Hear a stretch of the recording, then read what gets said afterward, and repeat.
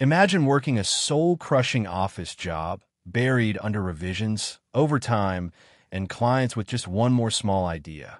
Then BM, death by door, and suddenly you've activated a supernatural system. Welcome to a world where stray cats are classified as anomalies. Dog hugs give you power-ups, and crossing the street earns you EXP. Meet Shun Gu, a burned-out designer turned anomaly-slaying system host. Wait, I can farm points just walking in and out of mall. Armed with sarcasm, spirit stats, and a silent trait that mutes everything he touches, he's humanity's most unlikely apocalypse savior. The world ends in 3 years. But with 4 years of future knowledge and a system obsessed with task rewards, Shun Gu has one goal. Grind, survive, and maybe get that bonus paycheck before the world explodes. Level up. Laugh out loud. Survive the absurd. System awakens early, only on this channel. Subscribe now for daily chapters, insane system mechanics, sarcastic commentary, and a slow-burn apocalypse filled with humor, hustle, and horrifying cats. Hey everyone, I sincerely appreciate your support. If you enjoy my audiobooks, I would be truly grateful if you could subscribe to the channel. And if you'd like to support even further, you're welcome to become a Patreon member, where you can access audiobooks of novels as long as they are freely available on the internet. Your kindness and support mean so much.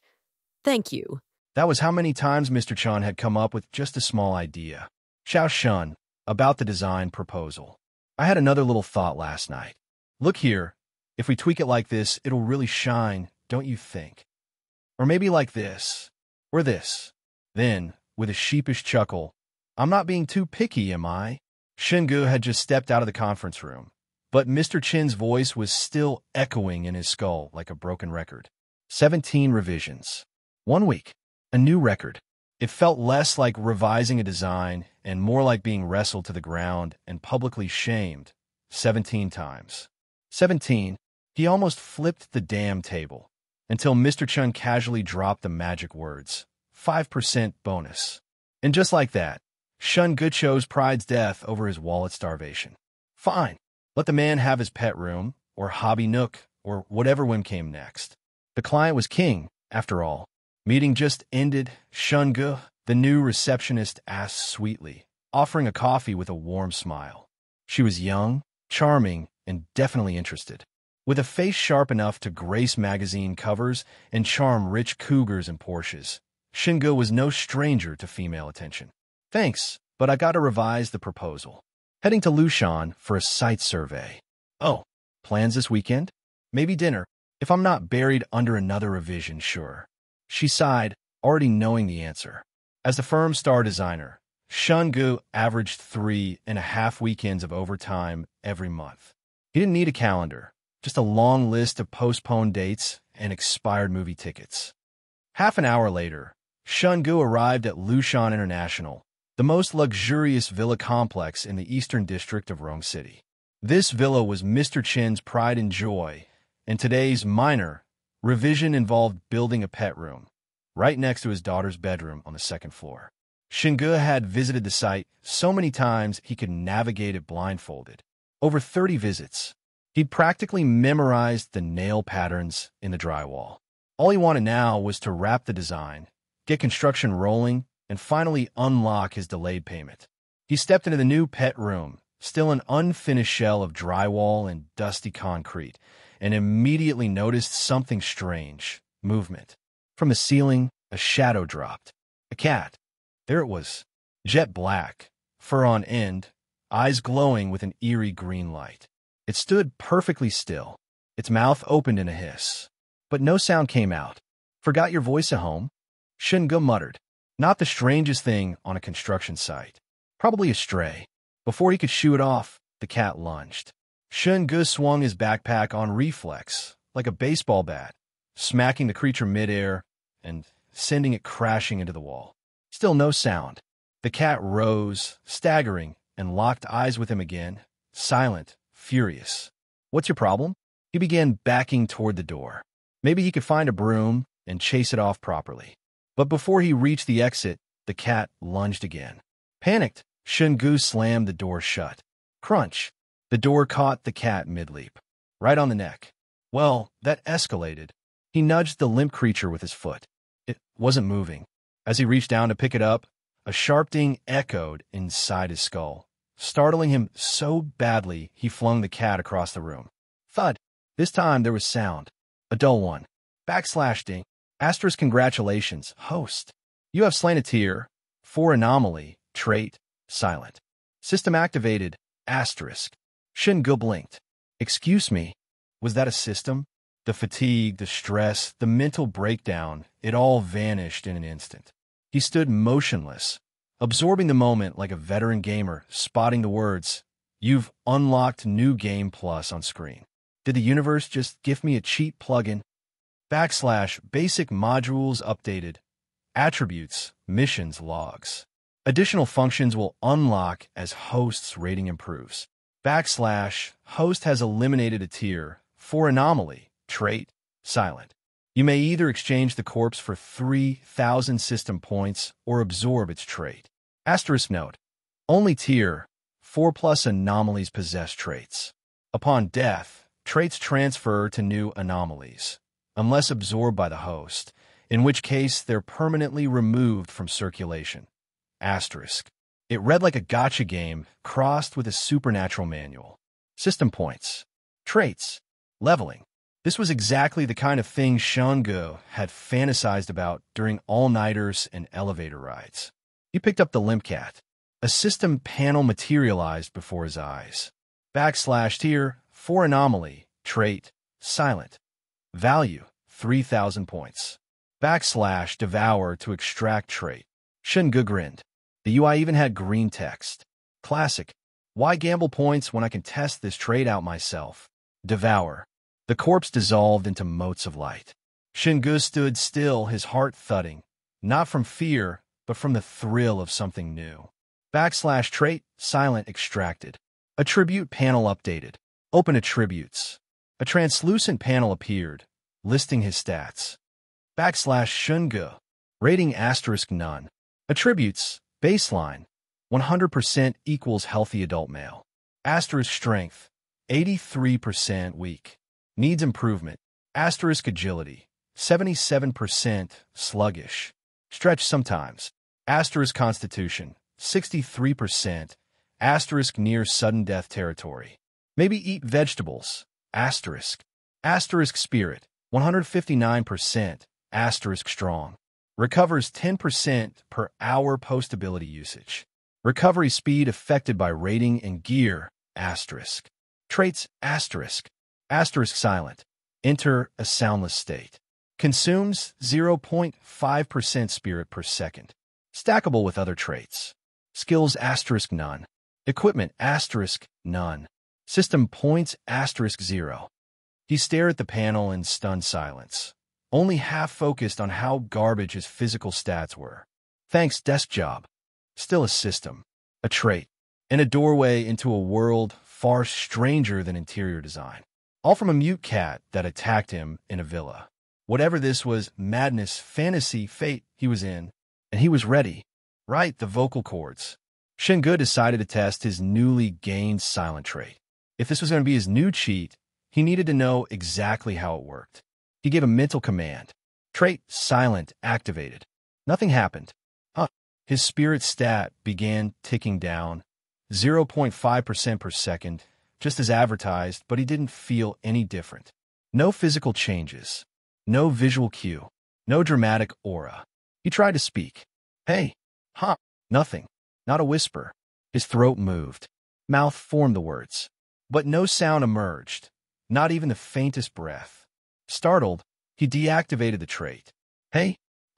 His voice returned instantly, loud and clear. Shungu stared at the air in front of him, deadpan. So this silent trait just mutes me? His eye twitched. That's it? On my own mute button? This was what that freaky black cat had. And it was a tier 4 anomaly? Just because it couldn't meow? If that was tier 4, are tier 4s just tutorial mobs? Rare drops, 0 threat. Sure, the cat had been aggressive, but it also died to a door. That was peak noob level. Still, he wasn't thinking creatively enough. Silent. Silent. An idea sparked. He reactivated the trait and stomped hard on the floor. Nothing. No sound. No echo. No vibration feedback. The impact was real, but the silence was complete. His eyes gleamed. This wasn't just about muting his voice. It erased everything he did from the soundscape. Perfect for stealth. He dashed to a pile of leftover construction materials, grabbed 2 thick steel pipes, and swung them against the metal staircase railing. Bam! Clang! Bam! Or it should have been. Visually, the pipes slammed and sparked. Audibly, nothing. He kept going, walls, floor, even his phone. He played a video. This woman, Xiaomei. Subtitles appeared, but the narrator's voice was gone. Volume maxed. No sound. He set the phone down. Suddenly, met her new boyfriend, De Zhuang. They planned a trip to scenic Crystal Lake with friends. He picked it up again, muted. Even video playback was affected. He recorded himself smashing a door, then replayed the footage. Silent.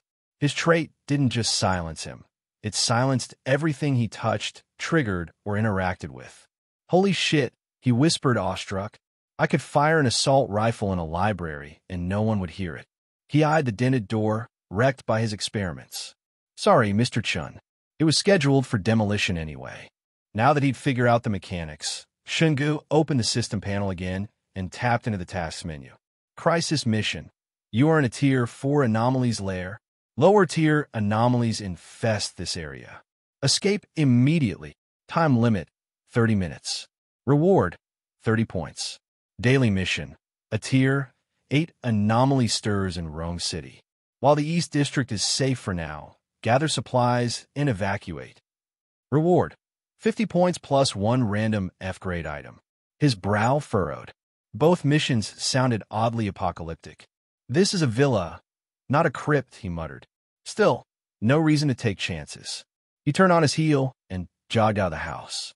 Crisis mission completed in 57 seconds. Host escaped a deadly Tier 4 nest with unmatched bravery.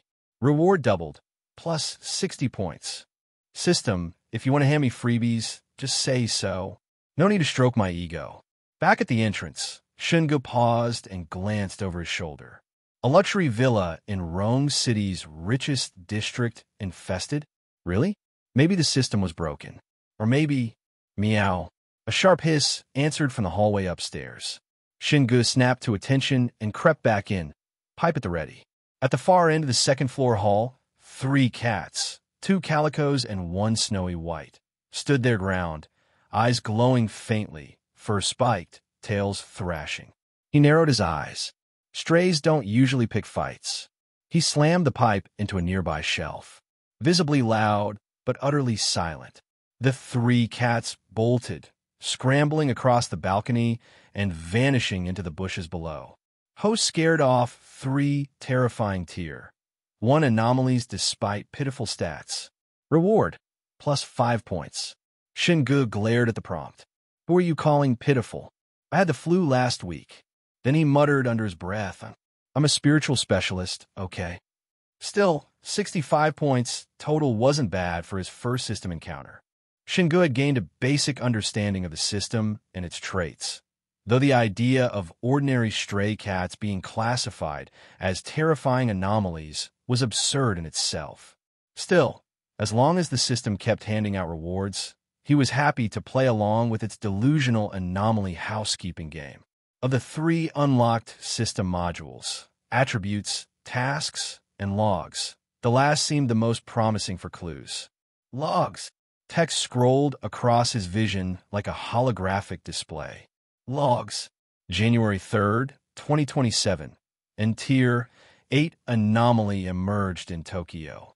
Overnight, its expanding abyssal domain swallowed the entire city. Despite global efforts to suppress the truth, Tokyo's fall became undeniable. The terrifying urban legends had finally found their source. 2027. As anomalies proliferated, nations realized these entities were evolving faster than ever. Creatures once suppressed by governments grew beyond containment. Within a year, the world descended into hell. January 3rd, 2028. Your survival squad scavenged resources in a villa you once designed, stumbling into a Tier 4 anomalies territory. Through sheer will, familiarity with the layout, and your teammates' sacrifices, you slew the Tier 4 silent and activated the system. Wait, 2027? 2028? Shingo pulled out his phone. The date read January 3rd, 2024. So the system's logs are from the future? Most protagonists in novels time-traveled themselves, but here, the system had jumped back 4 years. According to the logs, anomalies would only become public knowledge in 2027, after a Tier 8 entity devoured Tokyo. His system had activated a year later, in the midst of global collapse. Asterisk, that explains why the Black Cat felt so weak. It's not a Tier 4 anomaly yet. It's still a juvenile, for years away from reaching that level. Asterisk, the realization hit him like a truck. The system had activated prematurely. It was like learning you could time travel, only to use that power to strangle Thanos in his crib. Shun Ji's excitement withered. Even with the system, knowing the world would end in 3 years was hardly comforting. If the planet's doomed, should I start building a spaceship? He exhaled sharply. At least the system gave him a head start. Maybe he could alter the future, or at least delay the inevitable. The logs hinted that governments already knew about anomalies, but suppressed the truth.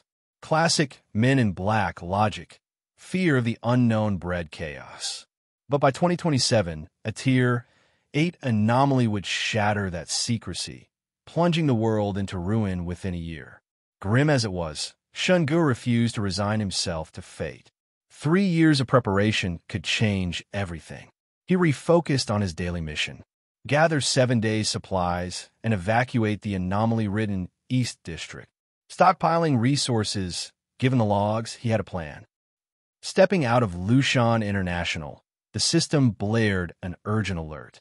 Warning, warning, warning. Host has entered a Tier 7 anomalies domain. Lower-tier anomalies infest this area. Flee immediately. Shingu glanced at the bustling street. Anomaly-ridden? The pedestrians looked perfectly normal. The system's crimson warning flashed across his vision, vanishing as quickly as it appeared, but the tension lingered. Asterisk, if Tokyo fell to a Tier 8, Rome City could be next. Maybe I should move? Asterisk. Dachong, Zhoushu, or Jiujiang were decent alternatives. Across the street stood Tom's, a 2-story supermarket, the perfect place for supplies. As he stepped onto the crosswalk, another alarm erupted. Warning! This area is severely contaminated. Hazards include terrain mutation, quicksand, lava, etc., under the Tier 7's influence. Escape now. Heart pounding, Shungu dashed across before the light turned red. Reward: 5 points for braving a Tier 7's domain. For crossing a street, the absurdity was palpable, but inspiration struck. He waited for the next green light and walked back. Warning: contaminated zone detected. Blank-faced, he strolled to the other side. Reward: 5 points. Seriously? He began pacing the crosswalk like a metronome. By the 3rd round, the system caught on. Host has mastered navigating Tier 7 hazards. Reward: 15 points. Subsequent crossings yielded only praise, no points. After 20 trips, he scraped together one more. So you can farm an event for points, but the system eventually patches it. Clever, but not clever enough. His total now stood at 91. 9 short of gotcha pull. Time to find another exploit. Shingu crossed the street and headed toward Tom's Mall. High above the mall building, several workers suspended in midair were cleaning the billboard next to a Blue Cat mascot dressed in Western attire. The area below was cordoned off with caution tape, and pedestrians deliberately avoided it to steer clear of any potential falling debris. Security guards patrolled the vicinity. Everything looked as ordinary as ever. If not for the system inside him, Shungu would have found it hard to imagine that this very area would, in a few years, become a heavily contaminated zone overrun by supernatural horrors. Warning, warning, warning. Host is entering a highly contaminated zone infested with a 7th-tier supernatural entity. This area is teeming with low-tier entities prowling for living beings to devour. Among them, several high-tier entities possess keen enough senses to detect the host's presence. Host has already been marked. For the sake of survival, flee immediately. Hearing the sudden system alert, Shunga glanced around but didn't notice anyone paying him any attention. Then, his gaze landed on a few people walking their dogs on a patch of grass in the distance. A husky, a golden retriever, a Labrador. Several large dogs were frolicking freely. The husky seemed to notice Shunga, its tongue lolling, tail wagging rhythmically, as if a single playful gesture from him would send it bounding over without hesitation. Remembering his past experience with gaining rewards, Shunga crouched down, rubbed his fingers together, and made a playful clicking sound to coax the dog. The husky's eyes lit up, and it immediately charged straight at him, crashing into his chest and knocking him to the ground. Shunga hadn't expected the husky's momentum to be so strong. Losing his balance, he toppled over, while the dog, thinking this was all part of the game, enthusiastically licked his hands and nuzzled against him. Damn, underestimated it. Got humped by a dog. Hey, Urwo, what are you doing? Urwo, you absolute menace. A woman in her 20s, previously chatting with friends on the grass, rushed over in a panic when she saw her dog tackle someone, hurriedly trying to pull the husky away. I'm so sorry. So sorry. My Urwo is a bit hyper and way too friendly. If anyone plays with him, he thinks it's game time and gets way too excited. Urwo, get back here. No treats for you today. Urwo, the woman, dressed in sportswear with a notably striking figure, looked flustered as she apologized and tugged the husky back. Fortunately, the dog was obedient enough. At its owner's scolding, it immediately retreated, sitting on its haunches with its tongue out, tail wagging happily. And with ring above, the sheer brilliance in its eyes could only be described as, well, the name fits. Are you okay? The woman asked apologetically, then paused slightly when she got a good look at Shanji's unfairly handsome face. It's fine, really. I should be the one apologizing. I couldn't resist teasing him when I saw how cute he was. Shunga stood up, dusting himself off. You like dogs? The woman asked, brightening. Yeah. Do you have one? I'd love to, but as a working stiff, I can barely take care of myself. No energy left for a dog. Shunga sighed regretfully. The woman laughed. A high-energy breed like a husky might be too much, but you could try smaller, calmer dogs. I'll definitely consider it when I get the chance. Well, I won't keep you. Got some things to take care of. Shunga waved and turned toward Tom's Mall. Hey, handsome, the woman called after him. How about adding me on WeChat? When you do get a dog, we can walk them together. Shunga turned back with an apologetic smile. Sorry, I barely use WeChat. Mostly just QQ. Next time. The woman nearly blurted out that QQ was fine too, but Shunji's tone made it clear he was brushing her off. Usually, she was the one turning down requests for her contact info. This rare instance of her initiating and getting rejected left her a little miffed. She tugged Urwo's leash and marched back toward the grass. Host remained calm in the face of a fierce assault by a second-tier supernatural entity, using sheer wit to repel the enemy despite combat prowess of a measly 5. Reward, 10 system points. 5 points, more than crossing the street. You should have said so earlier. I would have added her on WeChat if I'd known. Shunga glanced back at the grassy area, where the dog walkers were now leashing their pets and heading toward a riverside path. He dismissed the thought of shamelessly chasing after them for her contact info. Missed out on 20 system points by not milking the event for all 3 completions. He consoled himself with the thought of focusing on daily tasks first. After all, there was no guarantee that more rewards would pop up even if he kept playing with the husky. As he reached the mall entrance and was about to step inside, warning, warning, warning, warning, warning, warning, warning, warning, warning. His vision flooded with frantic red text, the entire world tinted crimson, an eerie and terrifying sight. At the same time, the system's alarm blared incessantly in his mind. Host is about to enter the lair of a 7th-tier supernatural entity. This area is enveloped by a supernatural domain. At the host's current power level, entry guarantees certain death, no hope of survival, doomed beyond redemption, utterly inescapable, no chance of making it out alive. For the sake of survival, evacuate this high-contamination zone immediately. Warning, warning, warning. The flashing nearly blinded Shingu, forcing him to shut his eyes. But the annoying part was that the system's text wasn't just overlaid on his vision. It was projected onto his retinas. Even with his eyes closed, the green text remained perfectly visible against the black backdrop. System, can you not? You're going to make me go blind. Shun Ji's complaint went unanswered. The warning spam continued, accompanied by increasingly creative variations of entering means death in his mind. Left with no choice, Shungu retreated from the mall entrance. Host, blessed with immense luck and fortune, has boldly ventured into a zone dominated by a 7th-tier supernatural entity and emerged unscathed.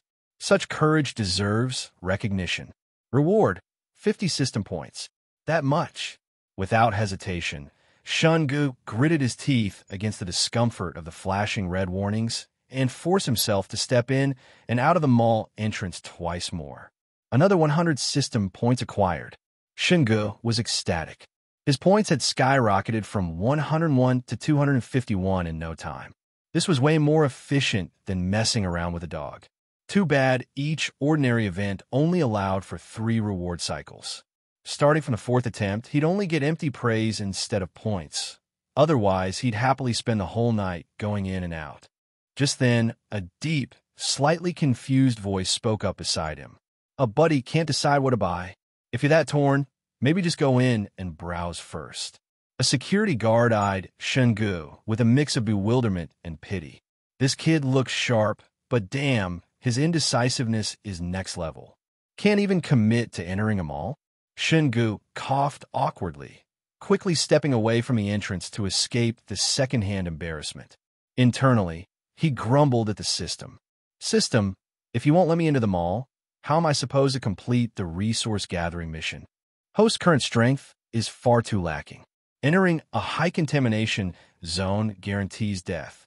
For the sake of survival, cease reckless behavior and begin exploration in lower-tier areas.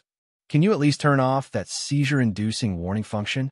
Shungu couldn't shake the feeling that the system wasn't just worried about him dying. It seemed terrified of death itself. Host combat rating is below 5. Beginner protection mode cannot be disabled. For the sake of survival, focus on improving strength.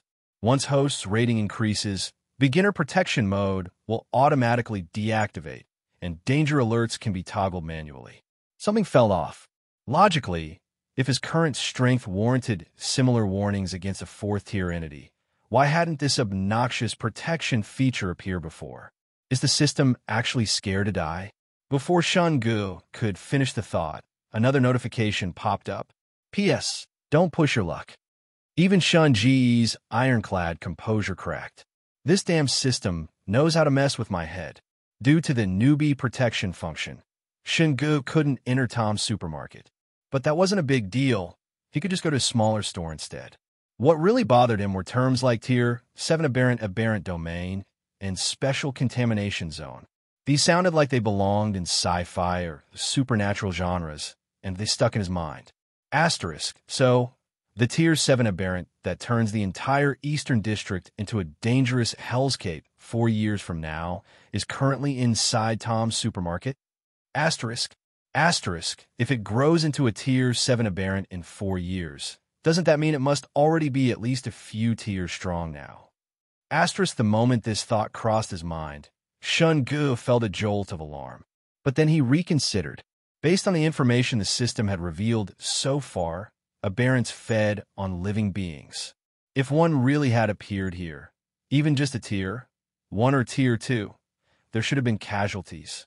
And if there were casualties, this place wouldn't still be the busiest shopping district in the Eastern District. System, what level do I need to reach to enter this area? Shungu asked mentally, assessing host's current status. Assessment result, Tier 0. Host is advised to cherish life. Avoid reckless behavior. Stay away from Tier 4 plus aberrants. Evade Tier 3 aberrants. Refrain from provoking Tier 2 aberrants, and focus on growth to eventually overcome Tier 1 aberrants. Though the system's response was somewhat off-topic and ignoring its psychological jabs, Shingu roughly understood the newbie protection warning threshold. Basically, he couldn't enter areas with Tier 4 aberrants. For Tier 3, he'd get a few extra reminders. For Tier 1 and Tier 2, it'd be like the earlier stray cats and dogs, just a single warning. As for why he could enter the villa where the cat's silence had been, that was because he'd entered before activating the system, so no warning was triggered. How do I grow stronger quickly? Shingu asked next. Scanning host's current physical attributes. Until host's attributes reach normal levels, physical training can improve baseline stats. Completing daily tasks grants 1% free attribute points at midnight the following day. Earn system points for draws. Every 100 points grants 1 draw, with rewards including supplies, attribute points, equipment, etc. Killing aberrants and selling their corpses yields large amounts of system points. Absorbing high-tier aberrants with unique traits grants their abilities. The system listed all the ways Shingu could currently power up, but it felt like querying an AI. In short, the system had some intelligence, but not much. System, do you have consciousness? No response. System, sing a J Cho song. Still nothing. System, what are aberrants? Huh? No reply this time either? Were these questions beyond the system's comprehension? Or had his earlier casual queries broken it? System, how do I get stronger? Scanning host's current physical attributes. Until host's attributes reach normal levels, physical training can improve baseline stats. The system simply repeated its earlier answer. Again, some intelligence, but not much. Asterisk, wait, if absorbing traits can raise my tier, don't I already have the Tier 4 trait silence? Asterisk, Shingu asked, puzzled.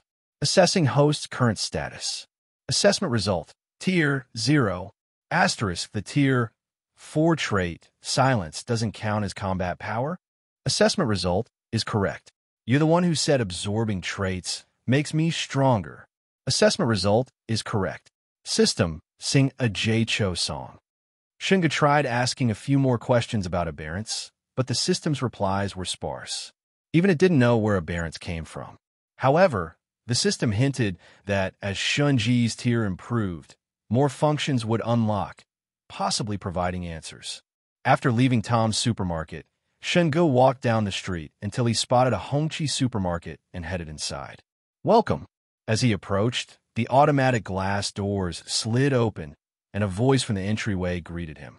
Supplies for 7 days. Shingu scanned the shelves, unsure what to buy. After a moment's thought, he grabbed a 5 kilograms bag of rice, a carton of instant noodles, some chocolate bars, and a 10-liter jug of water. This should last a week, right? After paying, he carried his haul out of the store, just as the system chimed in. You are incredibly lucky to find a supermarket untouched by looters. In these times of scarcity, discovering so much unexpired supplies proves you are truly the chosen one. Shingu wasn't sure how to describe his mixed feelings. Since the system had activated 4 years early, its logic couldn't be judged by normal standards. In 4 years, supermarkets would likely be overrun by aberrants and stripped bare. If the system wanted to force this narrative, it kind of made sense. Carrying his bags to the roadside, Shingu planned to hail a cab home, leave the Eastern District, and complete today's daily task. But since he usually ordered groceries online, he rarely carried so much at once. After just a short walk from the store to the curb, his arms were already sore from the 10-plus kg load. Despite the dangers of the aberrant-infested Eastern District, Host seizes every opportunity to train. Admirable courage. Strength plus 1%. Constitution plus 1%. Surprised, but opportunistic, Shingu immediately marched up and down the street with his bags until his arms burned too much to continue.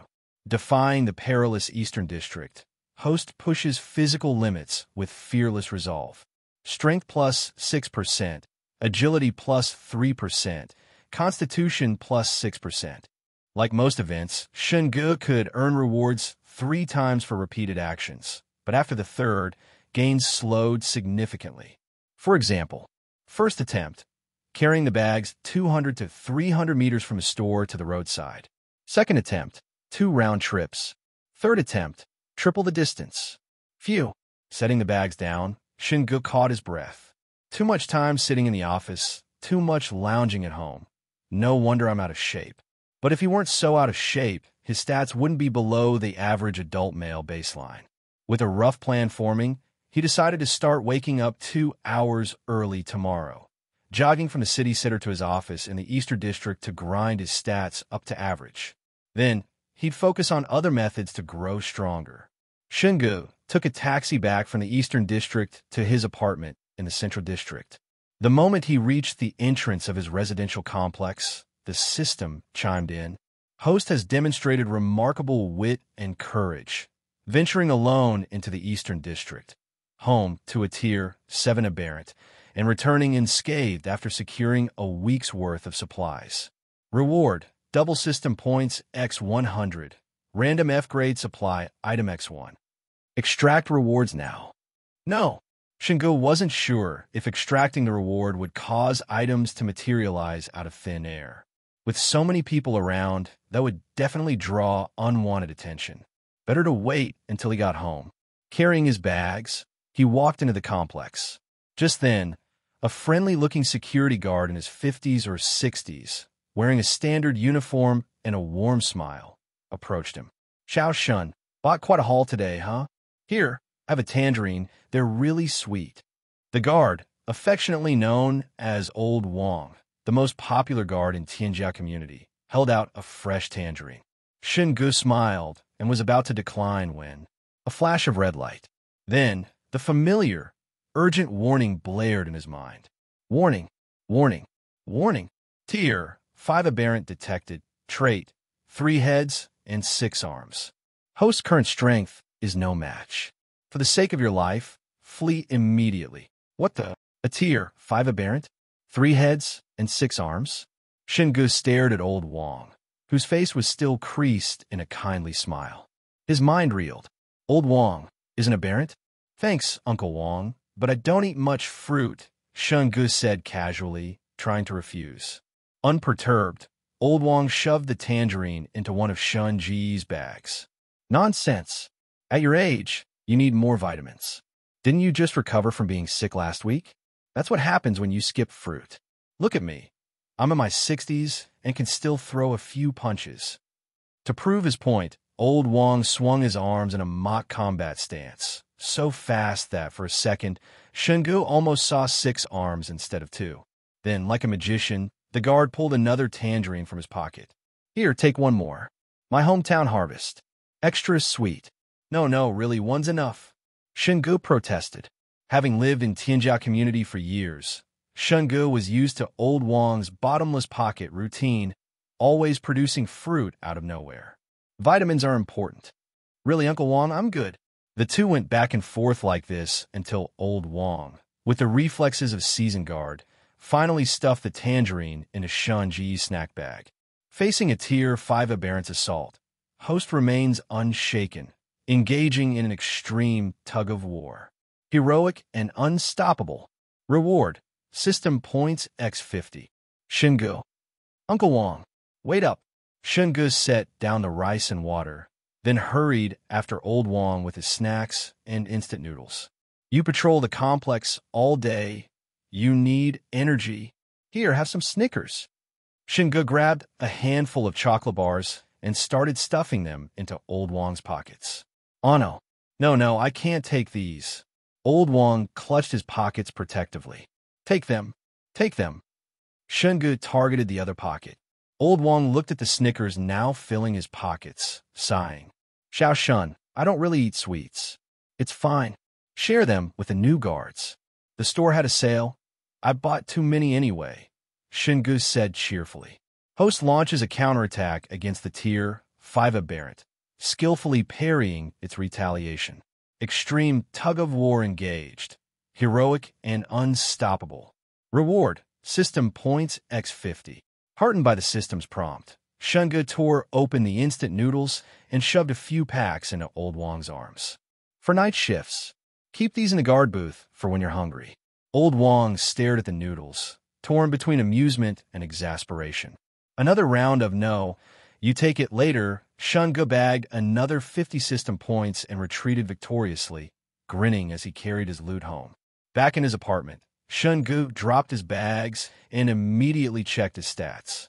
After today's exploits, his system points had reached 501.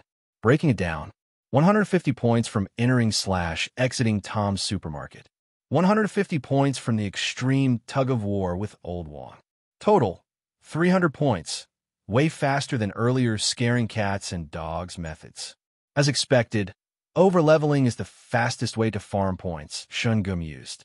If not for the newbie protection, locking him out of high-tier zones, he could have racked up points daily just by strolling through danger areas. That said, while the Old Wong maneuver netted him 150 points, there was no escape danger bonus afterward. Even more puzzling, despite Tianjia community being Old Wong's spawn point, the system only issued one tier 5 aberrant warning. Is it because Old Wong doesn't actually live here, so the threat level is lower than his residence? Shunga made a mental note to test this theory by visiting Old Wong's neighborhood later. All right, there's still one unclaimed reward.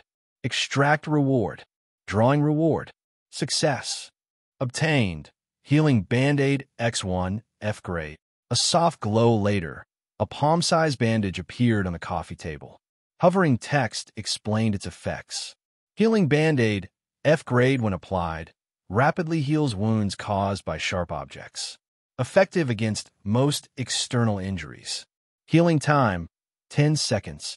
10 seconds to heal a blade wound? If not for the fact that this was his only one, and precious, Shunga might have grabbed a kitchen knife to test it out right then. After storing the Band-Aid, Shunga booted up his laptop. Normally, this was when he'd be grinding through work revisions, but today his mind was fixated on the system and aberrants. From the logs, while aberrants were publicly exposed on January 3rd, 2027, they'd clearly existed long before. In today's hyper-connected world, big data was scarily efficient. Search a keyword once, and suddenly, every app bombards you with related ads. Proof that privacy was already dead. Shunga remembered his coworker Old Lee complaining. After a late-night research session on certain adult sites, he'd wiped his history, only to wake up to ads for realistic companions and interdimensional pleasure devices. Given that, recklessly searching aberrant online would be asking for trouble. Instead, Shunga browsed forums and subreddits, skimming posts rapidly to trick the algorithm into thinking he wasn't seriously interested. He hoped sheer volume would eventually surface useful intel. No luck. Instead of aberrant clues, he found ghost stories, and despite his caution, the algorithm tagged him as a horror enthusiast. Soon, his feeds flooded with paranormal investigation, live streams, and scary tale threads. Before he knew it, the clock struck midnight. 0:03, January 4th, 2024. Congratulations, host. You survived another day in a world overrun by the supernatural. Reward: 1% freely distributable attribute points, 10 system points. Shunga opened his attribute panel and noticed a new line under his stats. Freely distributable attribute points, 1%, which could be used to enhance his basic attributes. However, the system had previously indicated that as long as his attributes were below the average human baseline, he could still improve them quickly through training. So, until his strength, agility, and constitution reached 100%, there was no immediate need to allocate points. January 4th. That means the log must have updated. Shunga opened the log and, sure enough, found a new entry beneath the one from January 3rd. January 4th, 2028. Having acquired the silent trait, you used its effects to avoid areas prowled by high-level supernatural entities and escape the Eastern District. Upon returning to base, you reported yesterday's incident with the survival squad to the organization, though you concealed the fact that you had activated the system and obtained the silent trait. Organization? Shunga stared at the log entry, lost in thought. Based on the information, it seemed that after the supernatural outbreak, he had joined some kind of organization. Whether it was a civilian group or an official one remained unclear. But from the details provided, this organization resembled the survival bases from post-apocalyptic fiction. It had a stronghold and sent teams out to scavenge for supplies. Clearly, within just a year of the supernatural's emergence, its rapid spread had caught nations off guard. City after city had fallen, and Rome City was no exception. If survival squads were already being dispatched to gather resources, the situation must be dire. As for why he'd hidden the system and the silent trait from the organization, it might not have been distrust. It could simply have been self-preservation. A man's wealth is his own ruin. If people knew he had a system capable of trading and absorbing supernatural entities, who knew what kind of trouble it might bring? But there was no point worrying about that now. Shinga knew he had to use the system's attribute-boosting functions to grow stronger as quickly as possible. System, use points for the lottery. As soon as he spoke, a spinning wheel appeared in his field of vision. Daily supplies, 80%. Weapons and equipment, 7%. Consumables, 8%. Freely distributable attribute points, 4%. 1%. PS. Increasing your rating will unlock more categories. Spend 100 system points for one lottery draw. Shingo currently had 511 system points, enough for 5 draws at 100 points each. Just as he was about to confirm, his finger froze mid-air. After a brief hesitation, he closed the system, took a shower, and changed clothes. Then, he turned on his speakers and played Good Luck Comes, a song for auspicious occasions. If he was going to gamble on draws, he might as well go all out with the ritual. Draw. Spending 500 system points for 5 lottery draws. Prizes being selected. Ding! As the selector flickered between the 5 options, it finally landed on daily supplies, 80%. With an 80% probability, this outcome wasn't surprising. Congratulations, host! You've won a carton of instant noodles. A flash of white light later, a carton of instant noodles appeared on the coffee table, slightly larger than the one he'd bought from the supermarket. Ah, the extra-large pack. Shingu. While a carton of instant noodles might be invaluable after the apocalypse, right now, it was utterly meaningless. Given his current financial situation, Shingu could easily afford to fill his entire apartment with instant noodles, let alone a single carton. Ding! Congratulations, host. You've won a 19L jug of purified water. Water is the source of life. And this is a big jug. Not bad. Ding! Congratulations, host. You've won 1% freely distributable attribute points. Shingu let out a sigh of relief. At least it wasn't more household supplies. Energized, he sat up straight, rubbed his hands together, and prepared for the last 2 draws. Ding! The selector flickered rapidly across the options. Since it was projected onto his retinas, Shun Ji's eyes instinctively followed the movement. Beep, beep, beep. The selector slowed down, teetering toward daily supplies, 80%. Shun Ji's heart leaped into his throat as he silently chanted, "One more jump, one more jump." Beep. Finally, it settled on weapons and equipment, 7%. A carton of instant noodles and a weapon. Yes. Shingu pumped his fist in excitement as the system's notification and a white flash appeared simultaneously. Congratulations, host. You've won the trait weapon cleaver, trait, unbreakable.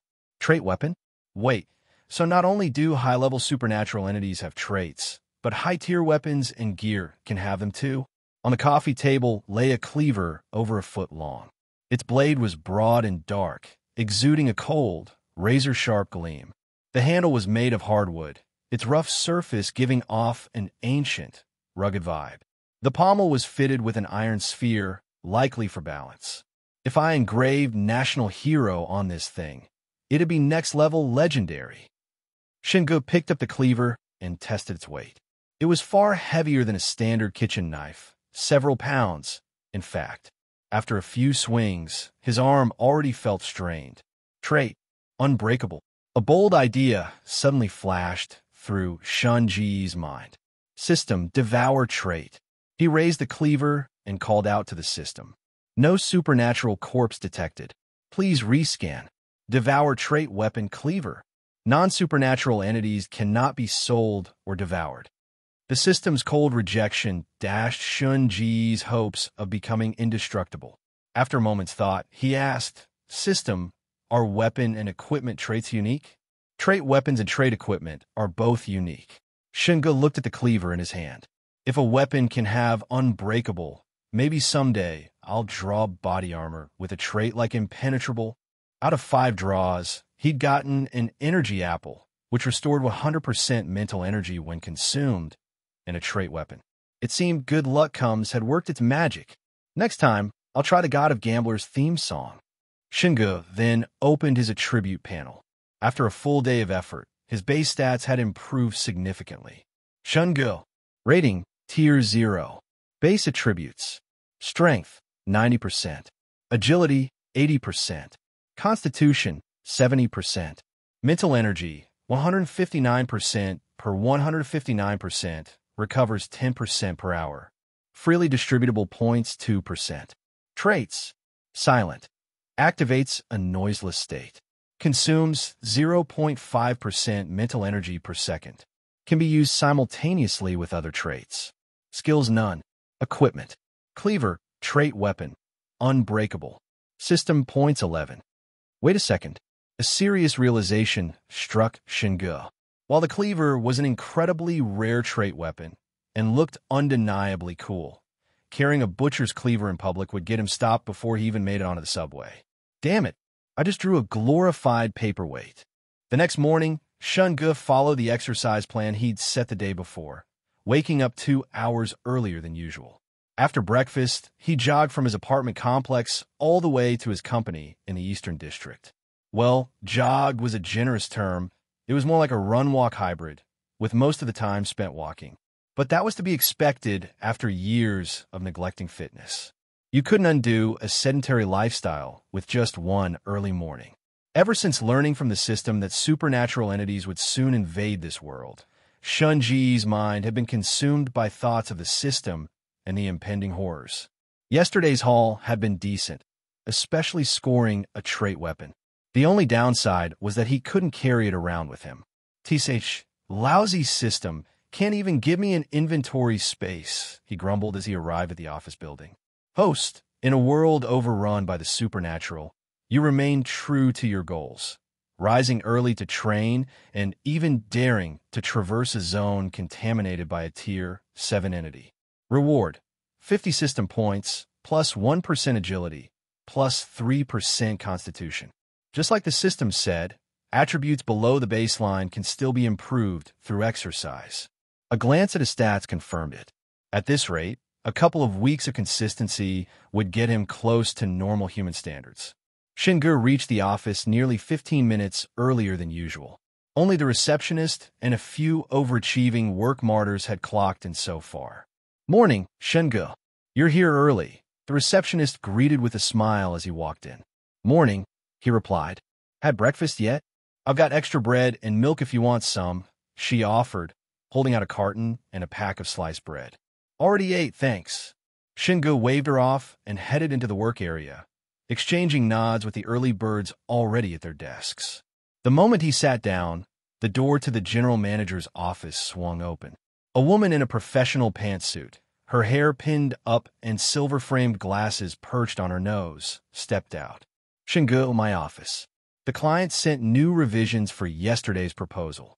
Her name was Chung Shengnan, 26 years old, rumored to be some kind of prodigy. She'd skipped multiple grades and graduated college at 18. Instead of pursuing further studies, she'd dived straight into the design industry, making a name for herself in just 3 years. Now she was the head of the company's Rome City branch. Shun-Ji's impressions of her boiled down to genuine workaholic, no-nonsense boss, and objectively attractive and great legs. Maybe it was because of the Shengnan, surpassing men, in her name, but Chung Shengnan had a noticeable aversion to male employees. She kept her distance and held them to absurdly high standards. Shunge had clashed with her a few times over it. Fortunately, his skills were solid enough that he'd won those battles, forcing her to dial back the attitude. Right now, he had 2 design drafts awaiting her final approval, so they've been interacting more frequently. By the time Shingo entered her office, Chung Shangnan was already back at her computer, typing away while scribbling notes on a document. Sit. The updated specs from Client Shun are in front of you. He said you discussed it yesterday after the site visit. Thoughts? Despite their past friction, Shunga knew Chung Shangnan only cared about work. She didn't hold grudges over professional disagreements, so their relationship had stabilized. The location meets his requirements, but the construction adjustments will be tricky since the second floor's already underway, Shungu answered honestly. Chung Shangnan adjusted her glasses. Not an issue. I'll have the budget recalculated. Client Shun spends freely. Money can fix the logistics. He's offering you an extra 5% on top of the original fee once revisions are done. Congrats. This project could buy you a few months of leisure. New. Shingu raised an eyebrow. So, the company can lighten my workload for a while. Chung Shangnan paused, as if genuinely considering it, then shook her head. Unlikely. Too many regular clients request you by name. Then why even bring it up? Just as Shungu grabbed the revised documents to leave, Chung Shangnan added, Oh, one more thing. My assistant isn't in yet. Could you ask reception to call maintenance? The restroom on this floor has a foul odor. Sure. Shingun nodded, dropping the files at his desk before relaying the request.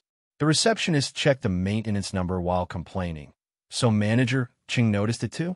I went in this morning and the stench was unbearable, like rotting meat. I could smell it from the doorway, but old Zhang claimed he couldn't. Rotting smell? Yeah, like spoiled meat. I thought it was a dead rat and forced myself to check, but found nothing. Brave of you, going in alone when you're terrified of rats, Shungu teased, remembering her phobia. She grimaced. When nature calls, you answer. They chatted a bit longer, Shungu casually steering the conversation back to the restroom's mystery stench. A day ago, he might have agreed with her assumption, a dead rodent hidden somewhere. But now, after encountering the system and learning of the supernatural, his mind immediately jumped to darker possibilities. Shingo loitered outside the restrooms. The men's and women's doors faced each other. The receptionist had said the stench was detectable from the entrance. Standing between the 2 doors, he pulled out his phone, pretending to check messages while subtly sniffing the air. Nothing. He smelled it from outside, but old Zhang didn't. Shingo stared at his screen, thinking. The only commonality between him and old Zhang was they were both men. I can't smell it. Old Zhang can't either. Did that mean only women could detect it? He slipped his phone back in his pocket, then accidentally dropped his employee badge right in front of the women's restroom door. As he bent to pick it up, the door opened, and Xiaoli from sales stepped out. Shingu, acting natural, he grabbed the badge and rinsed it under the sink, glancing at her. You look pale. Feeling okay? The restroom reeks. Like something died in there. How can you not smell it? Xiaoli grimaced. Shingu chuckled. Lucky me. I've got a stuffy nose today. Ugh, I can't take it. I'm out. She hurried off, leaving Shungu staring at the restroom door, his expression darkening. He was almost certain now something supernatural was inside. But then, why hadn't the system warned him?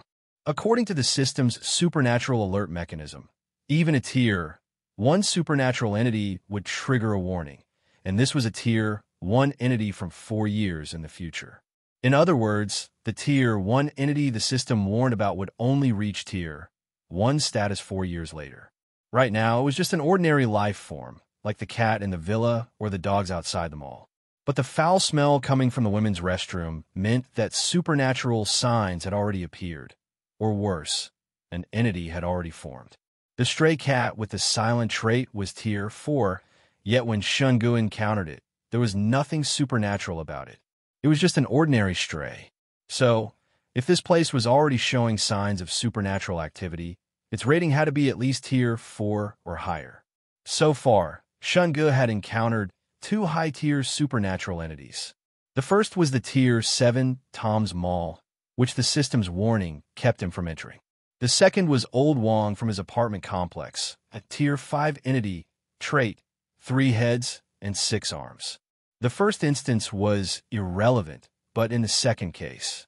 Shinge had received the warning the moment he saw old Wang from afar at the entrance of the complex.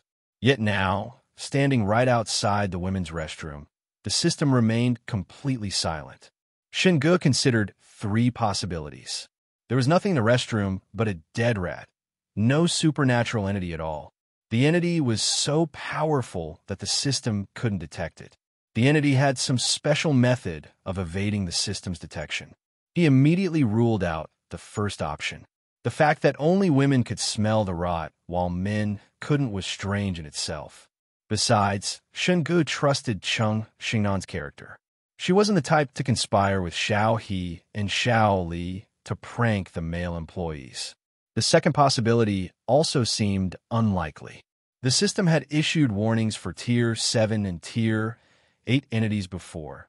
There was no reason it couldn't detect whatever was here. But if it was the third option, that thought weighed even heavier on Shun Ji's mind. It would mean the system couldn't fully guarantee his safety, and he might encounter undetectable entities multiple times in the future. Wouldn't that make the system way too unreliable? System. No response. System, can you detect any supernatural presence around here? Host must increase their rating to unlock more functions. Useless. The system wasn't designed for casual conversation. Unless Shungu posed a direct question, it wouldn't respond. He tried asking a few more questions related to hidden supernatural entities, but the replies were either about unlocking functions by leveling up or complete silence. Clearly, relying on the system to identify this entity was hopeless. RAS. Shingu returned to the office area. Half an hour later, the maintenance team arrived, and he followed them into the women's restroom. "Hey, Brother Shun, what are you doing here?" Xiao He, the receptionist, asked curiously when she noticed Shingu trailing behind the 2 maintenance workers. Shingu replied, "Just curious if it's really a dead rat." The 2 workers looked around, checking each stall. This was a 5-star office building, cleaned daily by janitorial staff, so the restroom was spotless. "There's nothing here. I don't smell anything either," one of the maintenance men said. Xiao He frowned. "You seriously don't smell it? It's like something rotting. Could be a dead rat stuck in the pipes." The 2 workers exchanged glances and shook their heads. "What about you, Brother Shun? Can't you smell it?" Shingu thought for a moment. "A little, but it's faint." Xiao He, why don't you help the workers check? Follow the smell to where it's strongest, and they can investigate. Okay. Xiao He sniffed around the restroom, her face scrunched up in disgust. It was clear from her expression that the stench was overwhelming. Finally, she stopped at the sink. "It's strongest under here," she said before covering her nose, gagging, and bolting out of the restroom. As the maintenance workers moved to inspect the sink, Shungu took the chance to move closer. But to his disappointment, the system still gave no response. After a thorough search with Xiao He's help, they found nothing. The maintenance team eventually suggested checking the floors above and below to see if a dead rat was indeed clogging the pipes. Even after inspecting the neighboring floors, they found nothing unusual. By noon, the female employees reported that the smell had faded significantly, so everyone dropped the matter. Though Shungu remained curious, there was nothing more he could do. No trace of the supernatural had been found, and the system remained dormant, offering no clues. The workday passed uneventfully. By the time most employees had left, Shungu was finishing up his revisions and preparing to leave when Cheng Shengnan suddenly rushed into the office in a panic. Standing up from his desk, Shungu faced her. In all his years at the company, this was the first time he'd seen Cheng Shengnan so visibly shaken. "Shungu, something's happened. What's wrong?" Cheng Shengnan took a moment to catch her breath. "Xiao He, she's gone." "What?" "Xiao He usually rides with me to the subway. Before leaving, we went to the restroom together. We were at the sink, and when I turned around, she just vanished."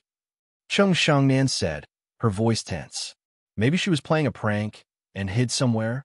Shungu replied casually, though his mind immediately linked this to the supernatural.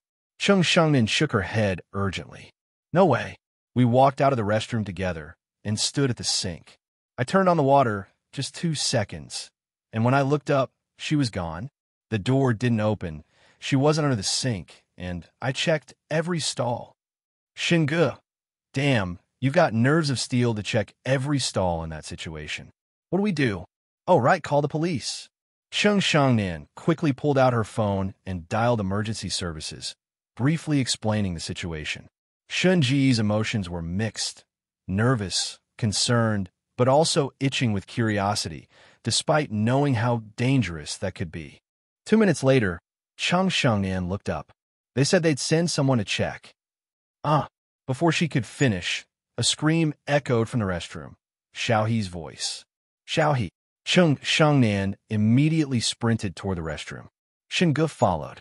As they neared, he instinctively activated the system, enabling the trait silent state. Xiaohe. Xiaohe. Cheng Shangnan pushed open the restroom door, checking every stall, but there was no sign of her. Xinge deactivated silent and asked, Director Cheng, where exactly were you standing when Xiaohe disappeared? Cheng Shangnan pointed to the sink. We were right here, just a step apart. I was here. She was there. I turned on the water, looked down, and when I looked up, she was gone. Is the rotten smell still there? Xinge suddenly asked. Cheng Shangnan nodded. Yes, but it's much fainter than this morning. Frowning, Xinge stood at the doorway, deep in thought, while Cheng Shangnan stared into the mirror, wondering how Xiaohe could have vanished. Then, in a blink, Cheng Shangnan, a full-grown adult, disappeared right before his eyes. Shen Ji's heart lurched. He instinctively stepped back, and without him blocking it, the restroom door slammed shut with a thud. He quickly reactivated silent, pushed the door open, and scanned the room carefully, though he didn't dare let go of the door to step inside. After a thorough look, he found nothing. Deactivating silent, he called out. Director Cheng? Director Cheng? Xiaohe, are you still in there? No response. Xinge recalled Xiaohe mentioning earlier that the foul smell was strongest beneath the sink in the restroom, but he didn't rush in to check.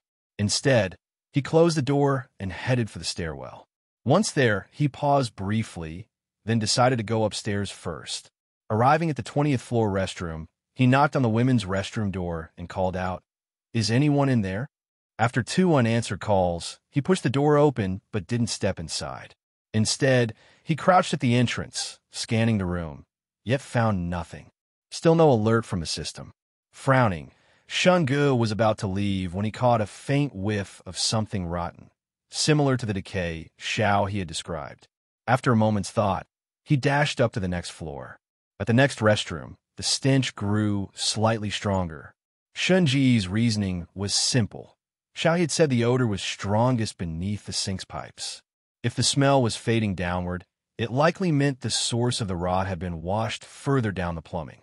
Logically, searching downward would lead to the decaying matter. But since Cheng Shangnan could still smell it, the source above hadn't disappeared either. And now, even he could detect the rot as he moved upward, meaning the supernatural presence was becoming more pronounced, with its origin likely on a higher floor. Xinge followed the trail all the way to the 33rd floor. The moment he stepped out of the elevator, his dormant system suddenly sprang to life. Warning: Tier 5 supernatural entity, trait, immobility, detected ahead. Host is advised to evacuate immediately. Do not recklessly endanger your life. A Tier 5 entity. Finally, Xinge understood why the system hadn't warned him earlier. Tier 6, -7, and -8 entities were too powerful, capable of creating supernatural domains. The system deemed them an immediate threat upon entry, triggering frequent alerts. But entities below Tier 6 had no such domains and didn't alter their surroundings. The system would only warn him if he saw them or got too close. The 33rd floor restroom was likely where this immobility entity resided. Asterisk: the system sees entities as they'll be 4 years from now. So this current Tier 5 probably isn't actually Tier 5 yet. Asterisk: from past alerts, Xinge deduced that this Tier 5 was likely only Tier 1 or -2 at most. But even at Tier 1, Xinge was practically defenseless, his only ability being the silent trait which erased all sound he made. Huh. His heartbeat quickened, and hesitation crept in. Then his gaze landed on the fire extinguisher in the elevator lobby. After a brief pause, he grabbed it, activated trait, silent, and approached the restroom. Silent eliminates all sound I make. Unbreakable ensures I don't get damaged. So what does immobility mean? That the entity can't move. Shingu tried to deduce the trait's effect, understanding it would make dealing with the entity much easier. For example, with Silent, if the stray cat had fully manifested as a supernatural entity, the trait would render it completely noiseless. But if spotted beforehand, the trait's impact would be minimal. Whether immobility means the entity can't move or that I can't move without being affected, staying in motion is probably safer. Of course, there was also the possibility that not moving would protect him from the entity's influence. Traits could vary, and Shunji's theory was based solely on his experience with Silent. Reaching the restroom, he twisted the extinguisher's safety pin free, tucked it under his right arm, and poised his finger over the trigger. With his left hand, he slowly pushed the door open. It was Tilda knew. Warning. Host is about to enter a zone inhabited by a Tier 5 supernatural entity, trait, immobility. Extreme danger detected. At host current rating, survival is impossible. Evacuate immediately. Huh. Shinji's heart pounded so hard he could feel it in his throat. He slapped his cheeks lightly, forcing himself to stay focused, and pushed the door open. The moment it swung open, a wave of rot assaulted his senses. In his nervousness, Shungu instinctively squeezed the extinguisher's trigger the second the door opened, unleashing a cloud of white powder into the restroom. Thanks to Silent, even the extinguisher's discharge made no sound. But the restroom was empty. He'd sprayed nothing. Nothing here. Shungu scanned the room, including beneath the sink, but found no trace of the entity. Yet the system had clearly warned him he'd entered its territory. Wait. The system had said the entity frequented this area, not that it was its lair. Shinji's eyes locked onto the pipes beneath the sink. A realization struck him. He grabbed the extinguisher and bolted for the stairwell, heading straight for the rooftop. Warning, warning, warning. Host is approaching the lair of a Tier 5 supernatural entity, trait, immobility. Host's current attributes are no match. Retreat at once to avoid certain death. Though the system couldn't yet scan areas to pinpoint supernatural entities, its alarm function had successfully led Shungu to the entity's nest. Stepping onto the rooftop, Shungu remained vigilant. The system had awakened 4 years early, meaning most entities were still in their infancy. He did have a fighting chance. Stopping this entity now, before it matured, was the only way to prevent its growth. Left unchecked, it could become a genuine Tier 5 threat. Besides, unless he quit his job tomorrow, he'd have to keep working in a building haunted by this thing. And with 2 people already missing, both last seen with him, disappearing right after would make him the prime suspect. Not to mention, these were people he knew. Running away wasn't something his conscience would allow. No matter how he looked at it, eliminating the entity before it grew stronger was the best option. Shunji's gaze swept the rooftop before settling on the 5-meter-tall water tank. He remembered chatting with a building security guard who'd mentioned the office had its own filtration system. Rainwater was collected in rooftop tanks, purified, then distributed to sinks and toilets throughout the building. If the problem lies in the pipes beneath the sinks, the source must be the water tank. Climbing the tank with the extinguisher, Shungu noted that Silent only lasted about 5 minutes, half of which had already passed. He had to hurry. The higher he climbed, the stronger the stench grew. When he finally peered into the tank, he nearly vomited. About 2/3 full, the water was fouled by a massive, tangled black mass of hair, like a ball of yarn, at least 2 meters in diameter. Embedded within it were hundreds of rotting rats, some reduced to skeletons. Ugh! The stench made him gag. Just as he raised the extinguisher to spray the hairball, movement caught his eye, a rat crawling out from the filtration unit in the corner. The rat tried scaling the pipes to escape, but stepped on a strand of hair. Instantly, the hair twitched, then coiled around it like a living thing. The rat squeaked frantically, only for more hair to lash out, ensnaring it completely before twisting. In the next second, the rat vanished before Shun-Ji's eyes. Its squeaks cut off abruptly. Then, droplets of blood dripped from the hair into the water below, and where they fell, new strands of hair sprouted and grew. Shin-Gu watched as the rat suddenly vanished before his eyes, only to reappear after being completely ensnared by the hair and drained of its blood, before finally being dragged into the tangled mass of hair. This immediately made him realize that Chung, Shengnan, and Xiao He, who had disappeared in the 19th floor women's restroom, might not have truly vanished. Instead, they were likely rendered invisible by the hair's influence. Once the hair fully wrapped around them and sucked them dry of blood, they would meet the same fate as the rat in the hair cluster. What do I do? Shin-Gu felt a surge of urgency, but found himself at a complete loss. He had the system, special traits, and even a weapon with unique properties, yet none of them could change the current situation. Though his mind raced for a solution, he forced himself to keep moving. After learning from the system that the supernatural entity's trait was immobility, he repeatedly reminded himself not to stay still. Whether it worked or not, caution was always wise. As his mental energy neared depletion and the silent state was about to fade, Shun-Gu didn't know if the entity would continue ignoring him afterward. He had to act fast. Without hesitation, he grabbed the fire extinguisher and sprayed it into the water tank, but it had no effect on the hair cluster. PSSSH. A faint hiss came from the extinguisher. Sound had returned, meaning his mental energy had run out, and silence had automatically deactivated.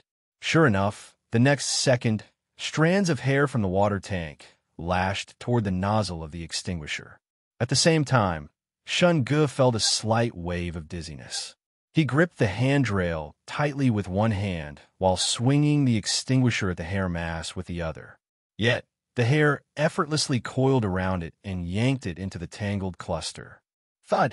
Clumps of hair slithered up the edges of the tank like creeping vines. Shun-Gu didn't dare linger. He let go of the ladder and jumped down. He hit the ground hard, gritted his teeth, and scrambled to his feet before bolting. A glance back revealed strands of hair already crawling out from the edges of the water tank. Shun-Gu rushed beneath the tank, tightening the valve and opening the 4 drainage holes at the corners to empty the water inside. On one hand, this would prevent the hair from spreading to lower floors through the pipes. On the other, since the thing seemed to thrive in water, draining it was worth a shot, whether it worked or not. What are hair's weaknesses? This thing has to have a vulnerability, right? That said, Shun-Gu knew that if supernatural entities were so easy to deal with, the world wouldn't be doomed in 3 years. He dashed into the elevator, his gaze flickering to the button for the first floor. After a brief hesitation, he pressed the one for the 19th instead. Host's intelligence and bravery are unmatched. Successfully escaping the lair of a tier 5 supernatural entity, trait, immobility, rewards 50 system points. Back in the office, Shun-Gu pulled a mental apple from his crossbody bag, devouring it in a few bites until only the core remained, fully restoring his mental energy. System draw reward. With 111 system points now, Shun-Gu had no way to counter the supposedly Tier 5, but actually Tier 1, immobility entity. His only hope lay in the draw. If I get something that can deal with this thing, I'll call you Godfather. Ding! Congratulations, host. You've drawn free attribute points, 1%. Damn it, you useless piece of... Now what? With the system failing to deliver a miracle, Shun-Ji's heart sank. His mind raced, trying to recall any weaknesses hair might have. Fire? I've got no choice but to try everything. He rummaged through old Zhao's desk drawers. The chainsmoker always kept several lighters stashed away, claiming it was better safe than sorry. Shun-Gu found one, then grabbed a few bottles of alcohol from the storage room before bundling up a stack of A4 paper and sprinting to the restroom, crumpling sheets into balls as he ran. Bang! He slammed the restroom door open, his eyes immediately scanning beneath the sinks. Still nothing visible, but now a faint rotting odor hung in the air. Shen Ge frowned. If Cheng, Shengnan, and Xiao he had been ensnared by the hair and vanished, why could he see the hair in the water tank, but not here? Unless the long hair only affects women, making them invisible, while men can only see it up close. No time to dwell on it. Shen Ge activated silence, stepped into the women's restroom, and tossed the crumpled paper beneath the sinks before dousing it with alcohol. He flicked the lighter and touched it to the alcohol-soaked paper. The paper ignited instantly. Then, to his shock, the flames spread to the drain pipe below, setting something invisible ablaze. The fire traced an unseen thread through the air, forming a fiery line. Then, Cheng, Shengnan, and Xiao he suddenly reappeared, screaming as they frantically kicked and slapped at their legs, trying to shake off the flames licking at their ankles. Shen Ge grabbed them both and hauled them out of the restroom. Back in the office, Xiao he threw herself into Shen Ji's arms, sobbing. Wah, Shen Ji, I thought you ran off and left us. I was so scared, so scared. Cheng Shengnan, still shaken, clutched her chest, gasping for breath. What was that? I saw hair coming out of the drain. The second it touched my foot, I couldn't move. And once it wrapped around me, no one could see me anymore. It was the same for Xiao He. So was the hair. But why could he see the hair in the water tank, but not in the restroom? Shen Ge guided Xiao He to a chair. You two vanished right in front of me. I thought about calling security, but I was afraid it'd waste time. Then I remembered Xiao He mentioning the smell under the sinks this morning. I figured, ghost or not, fire should scare it. So I tried lighting up. Shen Ji, you're amazing. How do you even know that? Oh, it's in the movies. Which movies? Cheng Shengnan asked reflexively. Uncle Ying's films. Cheng Shengnan glanced uneasily toward the restroom. So what now? Do we wait for the police? Will they even believe us? Xiao He fretted. Shen Ge shook his head. Whether they believe us or not doesn't matter. What matters is that thing's still in the restroom. For safety, we should get out of here first. Yes, yes. Xiao He nodded vigorously, like a woodpecker. She couldn't stand staying in the office a second longer. Cheng Shengnan agreed, but just as she and Xiao He turned toward the elevators, Shen Ge sprinted back into the office. Where are you going? Cheng Shengnan called after him. Without looking back, Shen Ge replied, You two head downstairs first. There's something I need to check. Don't wait for me. Shen Ge, but Xiao He hesitated. Do you need help? Cheng Shengnan asked. Xiao He turned to Cheng Shengnan, uncertainty in her voice. Boss Cheng, what should we do? Internally, she marveled at Shen Ji's terrifying level of curiosity. Who stays behind in a haunted bathroom instead of running for their life?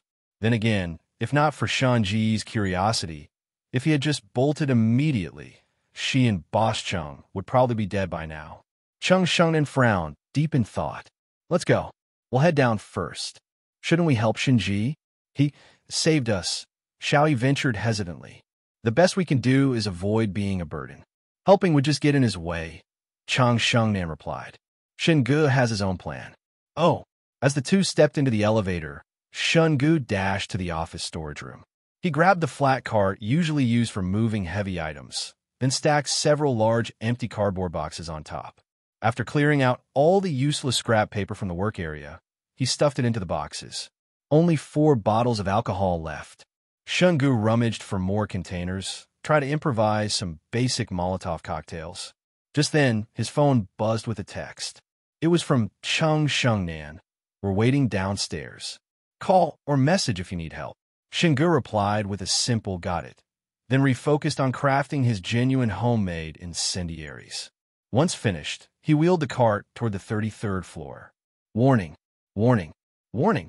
Host is approaching the lair of a Tier 5 supernatural entity, trait, immobility. Current attributes are insufficient for combat. Evacuate immediately. Do not throw your life away. Ignoring the alert, Shen Ge lit a torch made from an alcohol-soaked towel and cautiously approached the rooftop door. He took several deep breaths, forcing down his nerves, then slowly pushed the door open.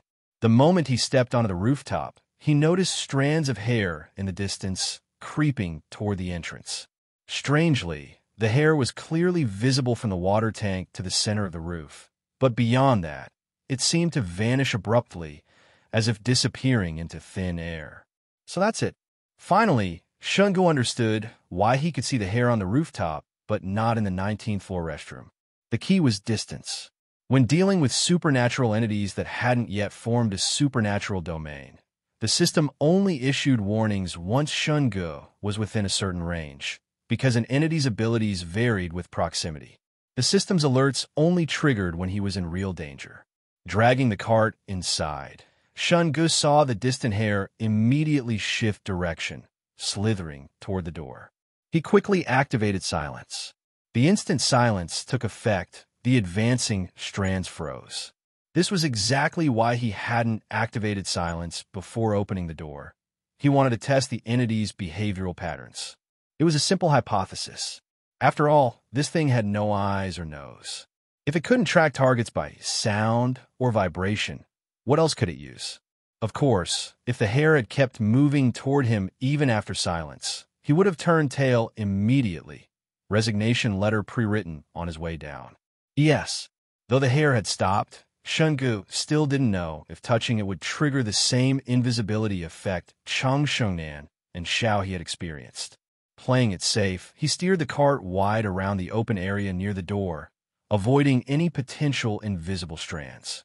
As he advanced, the visible hair in the distance began retreating, clearly repelled by the torch in his hand. Shungu lit the first cardboard box, then hurled it forward. Burning paper balls spilled out like fireballs, sending the surrounding hair recoiling in panic, some even retracting back into the water tank. Step by step, he pushed the cart closer, using the boxes and flaming paper to herd the entity toward the tank. By the time he reached the base of the tank, only 3 boxes remained. Shungu arranged them in a triangle beneath the tank and set them ablaze.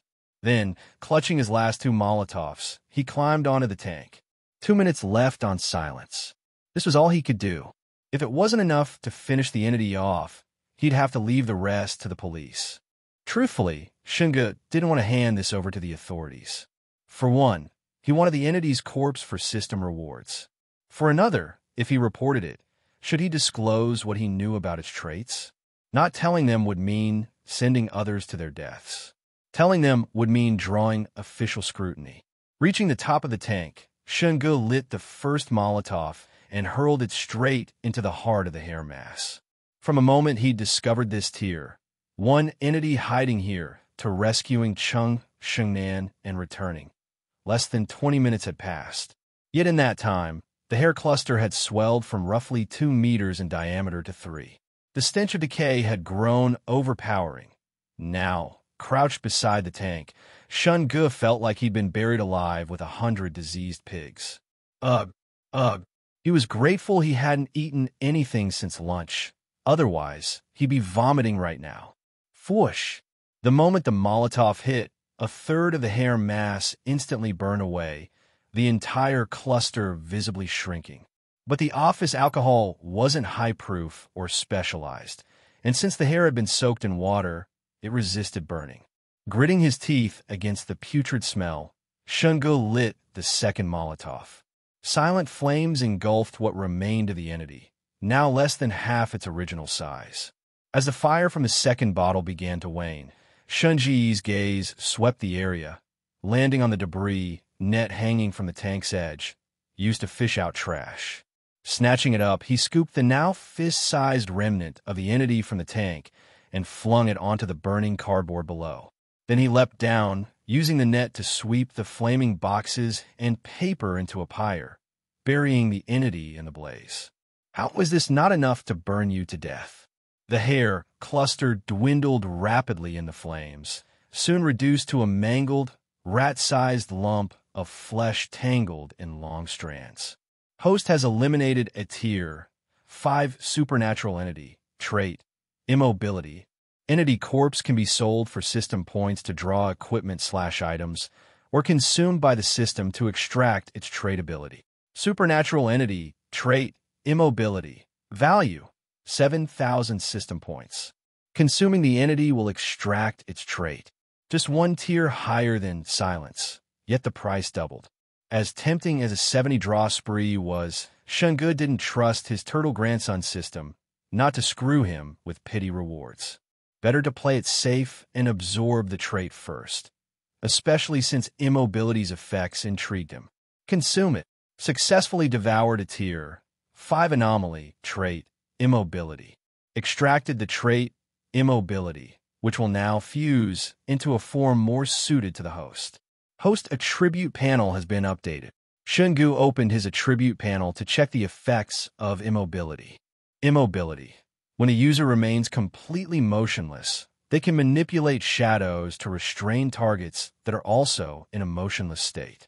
The amount of mental energy consumed per second, ranging from 10% to 100%, depends on the target's tier, quantity, and distance. Maximum range, 10 meters. Seriously, wasn't this just a watered-down version of shadow imitation? Not only did it lack the ability to force targets to mimic the user's movements, but it also came with several additional restrictions. Still, Shungu felt the trait had its merits. While it required both parties to remain motionless, that was merely an extra activation condition. After all, staying still was something he could easily control. Moreover, if the enemy was unaware of immobility's effects and limitations, it could catch them off guard. Hell, since the enemy wouldn't know the restrictions, he could even use it to bluff. The Tier 5 Anomaly's corpse was a rat, wrapped in long strands of hair. So that's why the long-range effect only worked on women. Because Shungu had been cautious, maintaining a silent state when facing the Tier 5 Anomaly up close. He never found out whether the hair would have entangled him the same way it had Chung Shengnan and Xiao He. Not that he'd ever tested. He was curious, but not suicidal. Still, the system said it fused immobility into a form more suited to me. If even the fused version has these restrictions, then the original Tier 5 Anomaly's trait must have had its own limitations too. As he mused, Shungu used a net to smother the remaining flames, gathered the ashes, and hauled the cart downstairs. Crisis mission. Escape the Tier 5 Anomaly's lair completed. The host has successfully escaped a near-certain death scenario within a Tier 5 Anomaly's lair, displaying both wit and valor. Reward doubled, 100 system points. The moment he left the rooftop, the system notified him of the mission's completion. Earlier, when the daily tasks had refreshed, Shungu had only seen one in the log. Gather 7 days' worth of supplies. He planned to pick up some groceries after work, but now, an unexpected crisis mission had popped up.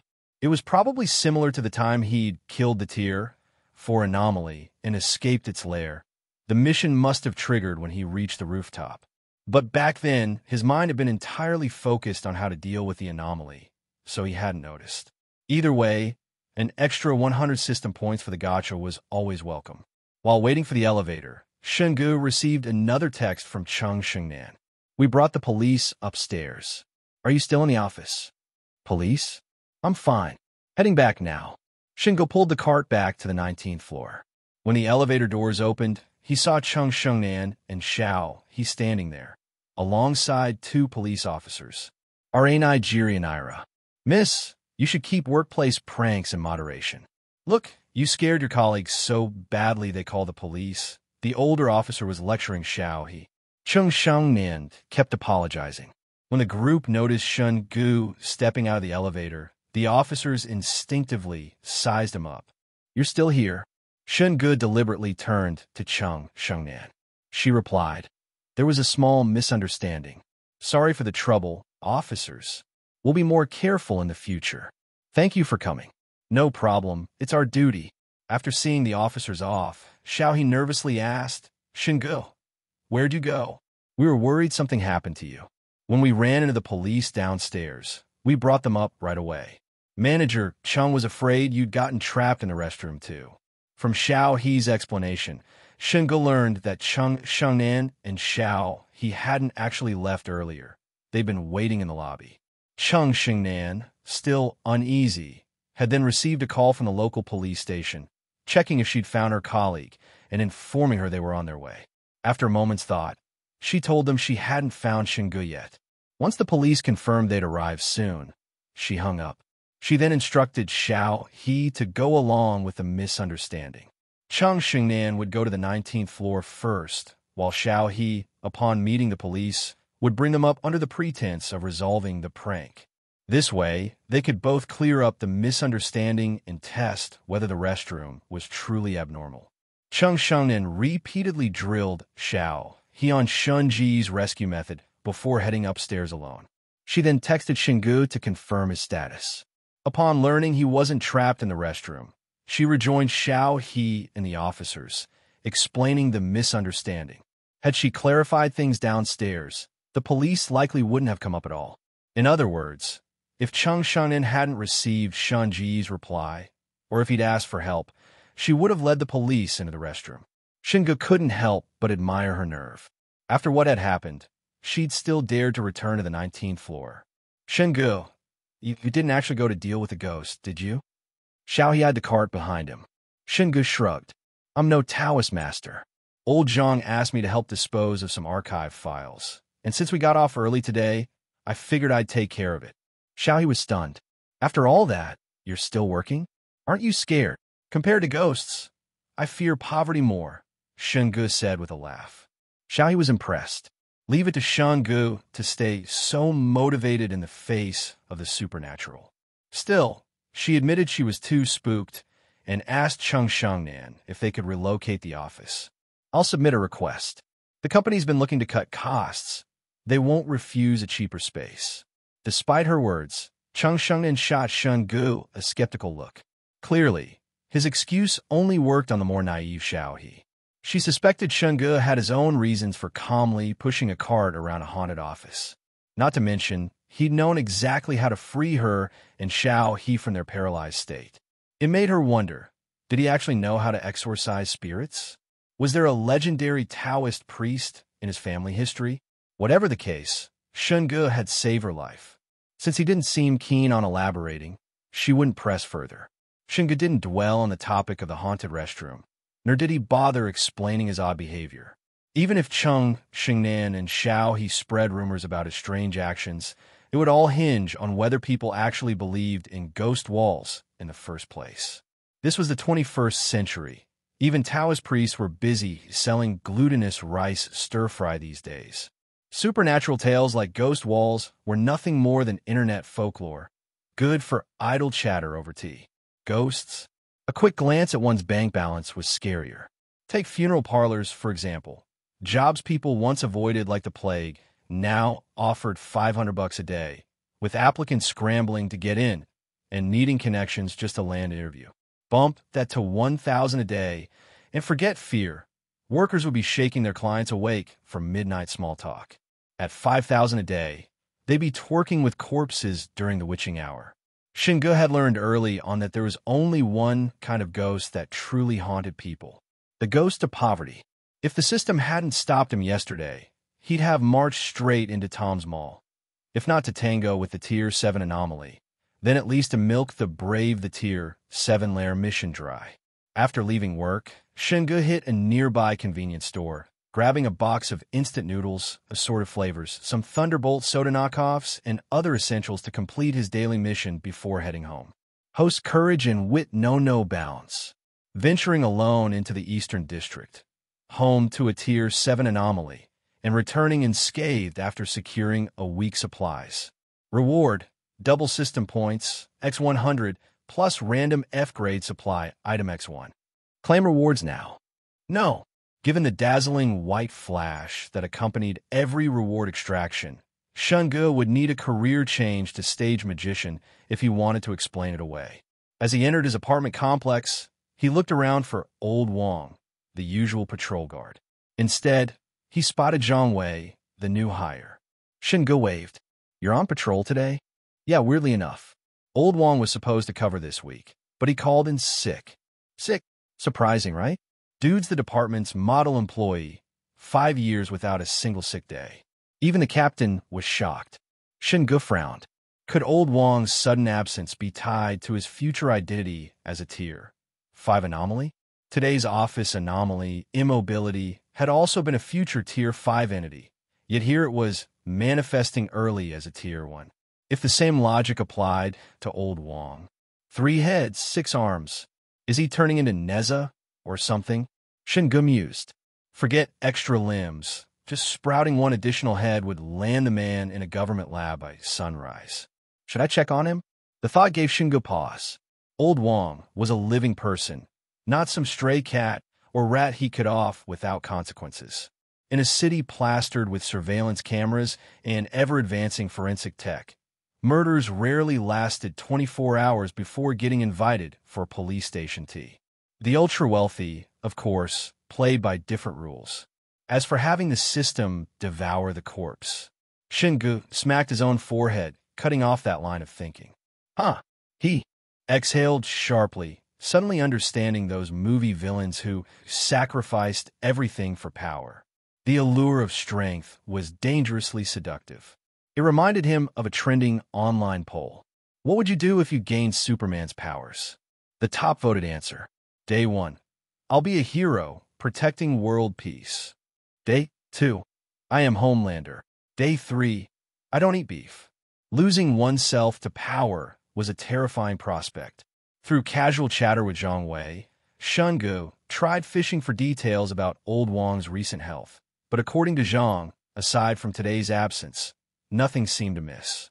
Back home, Shin Gu stored his groceries beside 3 other boxes of instant noodles and several jugs of water, silently begging the system not to turn him into a doomsday prepper. System, claim rewards. Drawing reward. Success. Obtained. Internal injury healing pills X3, F grade. A small vial labeled Yunnan Bai Yao materialized on the coffee table in a flash of light. Inside were 3 reddish pills. Internal injury healing pills, F grade, rapidly heals non-fatal internal injuries. Effective against most moderate trauma. Healing time, 10 seconds. Pair these with the wound patches, and I've got full coverage. Still, he wished he'd drawn something like mental apples to restore his dwindling sanity points. With immobility draining his reserves so fast, he was practically a count-in-seconds man now. After a moment's thought, Shin Gu dumped his 3% free attribute points into spirit. An extra 3 seconds of trait usage outweighed marginal gains in strength or agility for now. System, gotcha roll. With his daily mission done, his points had topped 100 again. After today's encounter with immobility, Shin Gu was painfully aware of humanity's fragility against anomalies. If he didn't grow stronger while these things were still weak, he'd be cannon fodder later. Training took time. For instant power-ups, only the gotcha would do. Spend 100 system points for a roll.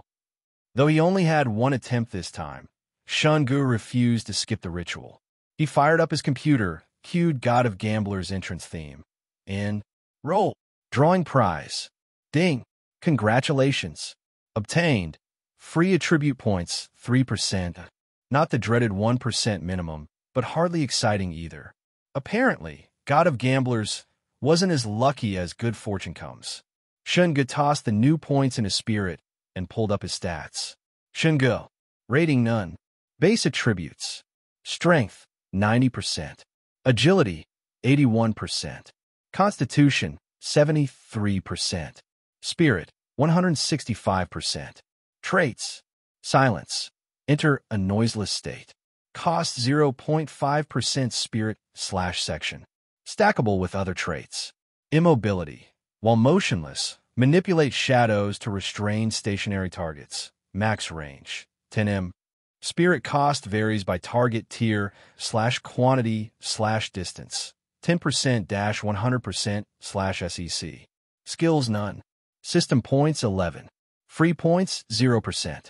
TCH. Shin Gu eyed his cleaver, wound patches, and pill bottle on the table. The latter two could be pocketed, but the cleaver? No inventory system. System, you're embarrassingly low tier. Host must improve rating to unlock advanced functions. Still rating 0. Shin Ji's brow furrowed. 2 high-tier traits, yet no rating bump? That made no sense. System, reevaluate my rating.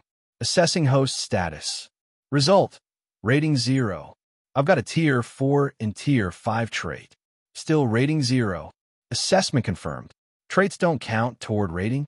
All combat effective factors are considered. Base stats, traits, equipment, carried items, etc. Then why no upgrade? Assessment confirmed. System, Simia J. Cho Song, Shingu grumbled. If traits factored into combat power, his Tier 4 and 5 abilities should have easily pushed him past rating 1. But the system, lacking true sentience, couldn't clarify. Maybe my base stats are still below par. A glance at his phone showed it wasn't even 8 p.m. yet. Time to train. He'd grind those stats to baseline if it killed him. After a quick noodle dinner, Shungu started jogging around the complex. 2 laps in, he remembered Old Wong's place was nearby. Still uneasy about the guard situation, he detoured to Wong's apartment and knocked.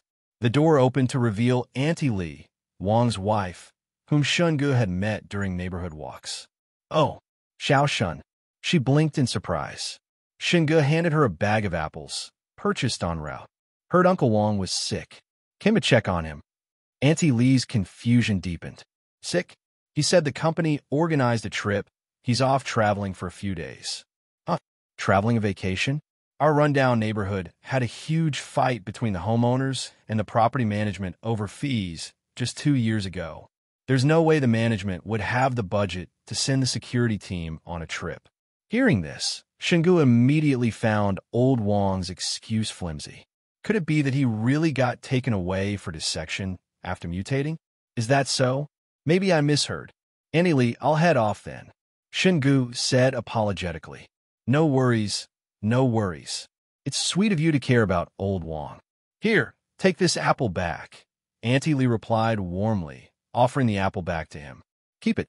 Consider a thanks for Uncle Wong's oranges. They were really sweet.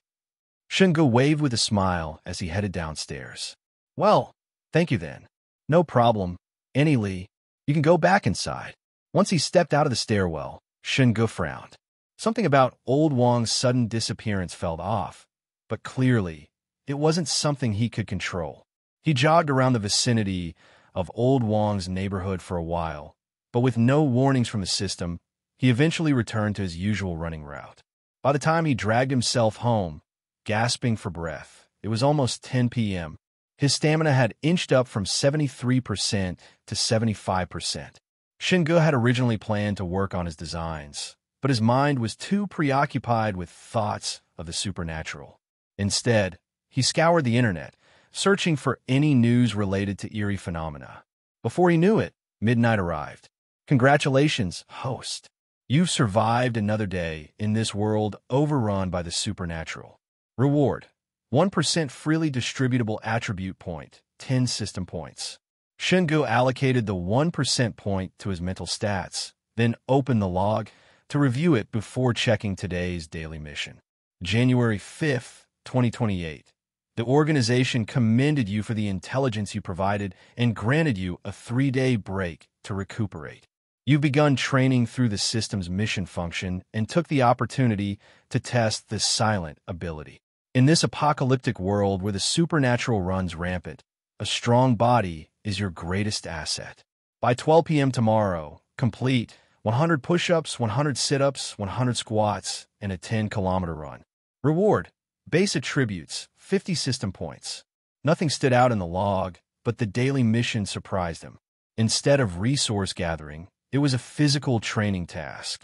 Even without the mission, Shungu had been exercising daily. After washing up, he headed to bed and woke up early the next morning. The first 3 exercises seemed simple, but they nearly killed him. Including rest breaks, it took him almost 2 hours to struggle through them. That left the 10-kilometer run. By the time he left home, his legs were trembling. Since his apartment was less than 10 kilometers from the office, he mapped out a detour to hit the required distance. Shungu, who had rarely been late in years, ended up arriving almost 2 hours late. A colleague even called to ask if he was taking the day off. He made up an excuse about stomach issues and took a 2-hour leave. When he finally staggered into the office, pale and leaning against the wall for support, his coworkers genuinely believed he'd been wrecked by food poisoning. Yet here he was, still dragging himself to work. What a workhorse. In this apocalyptic world where the supernatural runs rampant, a strong body is your greatest asset. You have successfully completed today's training. Reward: Strength plus 1%, Agility plus 1%, Constitution plus 3%, 50 system points. As Shungu slumped into his chair, the system notification chimed in his mind. You're in this state and still didn't just take the day off to rest. Old Zhao, the colleague sitting next to him, asked with concern. Can't. The proposal isn't done yet, and all the files are on the computer. If I don't do it now, I'll just have to work overtime later, Shungu sighed. Fair point. But that's what happens when you're the star performer. Look at me, one project a month, so laid back I could do in my sleep. Envious. Old Zhao mused. Want to trade? Shungu asked. Old Zhao immediately waved his hands. No. You're young and resilient. I'd probably drop dead from exhaustion. Oh, by the way, that call earlier was because Manager Chung asked me to check on you. She's pretty concerned. If you had 3 proposals in your hands, she'd be concerned about you too. Not in the mood for old Zhao's teasing. Shungu turned to his computer and focused on revising the drafts. Shungu, come to my office. The proposal for client Chun still needs adjustments. Chung Xingnan's office door opened as she called out to him. Shungu grabbed the folder and stood up. Old Zhao raised an eyebrow. Really just going to revise the proposal? Want me to revise your fate while I'm at it? Like, say, adding 3 more projects to your workload this month. Shungu deadpanned. Old Zhao immediately surrendered. Bro, you're the boss. My bad. When Shungu entered Chung Xingnan's office, she gestured to the seat across from her desk. Are you feeling all right? Yeah. Probably just ate something bad yesterday. I noticed Xiao he isn't in today. Shungu asked. Chung Xingnan nodded. I think yesterday's incident still has her spooked. She called this morning to ask for a few days off. From the sound of it, unless the company relocates, she probably won't be back. I've already submitted a request to upper management about moving. What about you? Shungu studied Chung Xingnan, who seemed as composed and work-focused as ever, and couldn't help but ask. Chung Xingnan fell silent for a moment before replying calmly, haven't dared take a single sip of water since. Shungu froze, his expression turning odd. Chung Xingnan sighed. Go ahead and laugh. With a straight face, she slid 3 folders toward him. These are the latest revision requests for clients Chun, Zhao, and Luo. I need you to work overtime and finish them today. Shin Ji's eyes widened. Today? Even 3 days of overtime wouldn't be enough for this. Hey, our company prides itself on fairness. No abusing power for personal vendettas. Still typing away, Chung Xingnan said coolly, next week then. I knew it. With a brilliant, considerate manager like you leading our branch, we're destined to soar past the headquarters in no time. Flattery doesn't suit you. Chung Xingnan cut him off. Oh, leave Luo's proposal here. I handled his last villa project, so I know his preferences. I'll take care of it. The commission's yours, as thanks for yesterday. One isn't enough. Wasn't client Zhao originally your account too? Shungu shamelessly pushed a second folder toward her. You, Chung Xingnan's eye twitched. Shungu looked at her expectantly. She exhaled. Fine, leave it. Thanks, Manager Chung. Dinner's on me. Any restaurant in Rong City, your pick. Shungu grabbed only the folder for client Chin's revisions and stood to leave. Shungu, Chung Xingnan called out just as he reached the door. Shungu paused. Decided already? What was that thing yesterday? Chung Xingnan finally gave in to her curiosity and voiced the question weighing on her mind. Shun, go turn back. Ever heard of the world's top 10 unsolved mysteries? Yes. Her expression grew serious. It's unrelated to that, but also not entirely different, Shungu said earnestly. Just remember, from now on, things like this will only become more frequent. If you encounter something beyond your understanding, get away immediately and call the police. This isn't something ordinary people can handle. Are you ordinary? Of course. Then, yesterday, just luck. With a faint smile, Shungu walked out and closed the door behind him. Left alone, Chung Xingnan's expression darkened as she mulled over his words. At the same time, Shun Ji's identity grew even more enigmatic in her mind. Could he actually be some kind of hidden master? Shingu, meanwhile, had no idea Chung Sheng-nan was now associating him with reclusive experts. The real reason he'd asked her to handle 2 proposals wasn't just about the commission. Ever since the system awakened, his mind had been too occupied with its functions and the supernatural to focus on work. As he buried himself in his tasks, he noticed 3 people passing by the transparent glass walls of the office, heading toward the restroom. Leading the way was a tall woman, even taller than Chung Sheng-nan, wearing oversized sunglasses that obscured half her face. Behind her were 2 men, both over 6 feet tall and built like bodyguards. Their broad frames looked like they could give Stallone a run for his money. A few minutes later, the trio returned to the office entrance. After exchanging a few words with the 2 men, the woman sent them off toward the elevators and walked into the office alone. Since Shun Ji's workstation was closest to the door, he swiveled his chair to face her. "Hello, can I help you?" The woman checked her phone, removed her sunglasses to reveal striking features, then tapped a few times on her screen before looking at him. "You're the one. Mr. Shun, do you have a moment to talk?" Shingu led the woman to the meeting room, poured her a glass of water, and sat down across from her. "You know me? I'm pretty sure this is our first meeting." The woman took out an ID card and slid it across the table toward him. Asterisk, "Hello, I'm Deng Yuqi, head of Rome City's Special Operations Division, Officer ID 7. Special Operations Division? Curious, Shingu picked up the ID for a closer look. The woman's photo showed her in a police uniform, looking impressively sharp, but what really caught his attention were the details on the card. Special Incident Management and Security Countermeasures Division. Officer ID 7. Rome City Branch Head, Deng Yuqi. Deng Yuqi explained. Simply put, we handle unusual incidents that regular police aren't equipped to deal with in daily life. Some jokingly call us the Miscellaneous Affairs Department. So your department's first rule is there are no ghosts in this world? Shingu asked with a strange expression. Deng Yuqi chuckled. You've seen that movie too? I actually wanted to establish that rule, but the entire team vetoed it. Seems like your department has more sensible people than I expected. Truthfully, Shunji's mind was already racing the moment he saw Deng Yuqi's ID. Even though the system logs had hinted that supernatural phenomena had long existed and that there were organizations dealing with them, he hadn't expected them to track him down so quickly.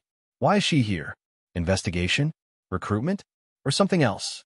Shingu tried to recall whether anyone besides Chung Sheng-nan and Xiao he had witnessed him dealing with the supernatural yesterday.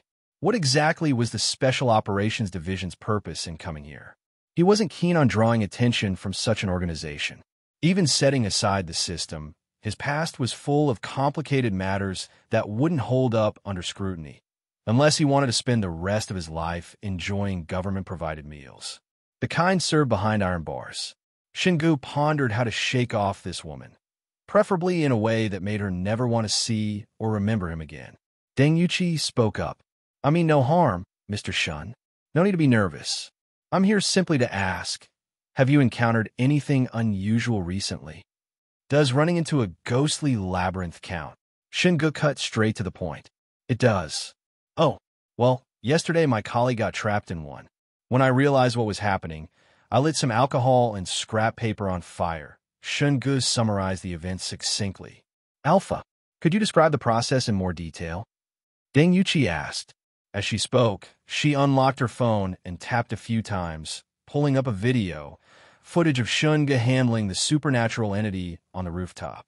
The clip showed him pushing a cart to the water tank, burning the hair, then fishing it out to incinerate it completely. The angle suggested it was filmed from a drone behind him. When he used a stick to poke at the fire and the system absorbed the rat corpse, his body conveniently blocked the moment the body vanished. This is... Shingu frowned at the screen. Deng Yuqi explained, asterisk, yesterday at 6 p.m., a video blogger shared this clip on a short video platform. It quickly gained traction and trended. But once we noticed, we took immediate action and tracked down the blogger. He claimed he was testing a drone when he accidentally captured this. Asterisk, This is exactly why drones should be banned in urban areas, Shungu said gravely. Deng Yuqi nodded in agreement. Exactly. If bizarre incidents like this became public knowledge, it would only cause unnecessary panic. No, I mean, filming stuff like this is one thing, but imagine if some poor soul was taking a shower. Now that'd be a real tragedy. Seeing Deng Yuqi's slightly disturbed expression, Shunga knew he was on the right track. Making a woman fall in love at first sight might be hard, but making her dislike you? Easy, Deng Yuqi remarked. You don't seem particularly fazed by such abnormal events, Mr. Shun. Your methods were quite professional.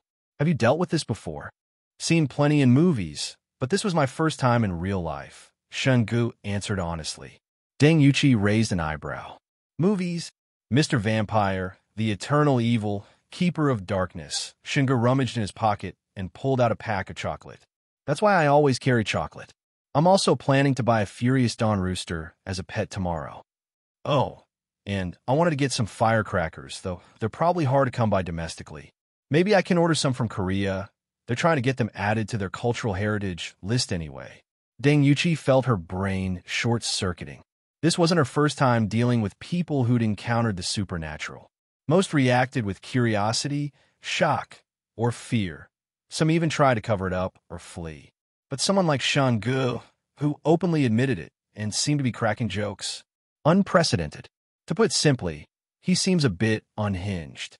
Aren't you afraid? Deng Yuqi asked curiously. Shungu straightened up. A true man stands firm between heaven and earth, sworn to uphold justice and protect the weak. How could mere evil spirits overcome the indomitable power of righteousness?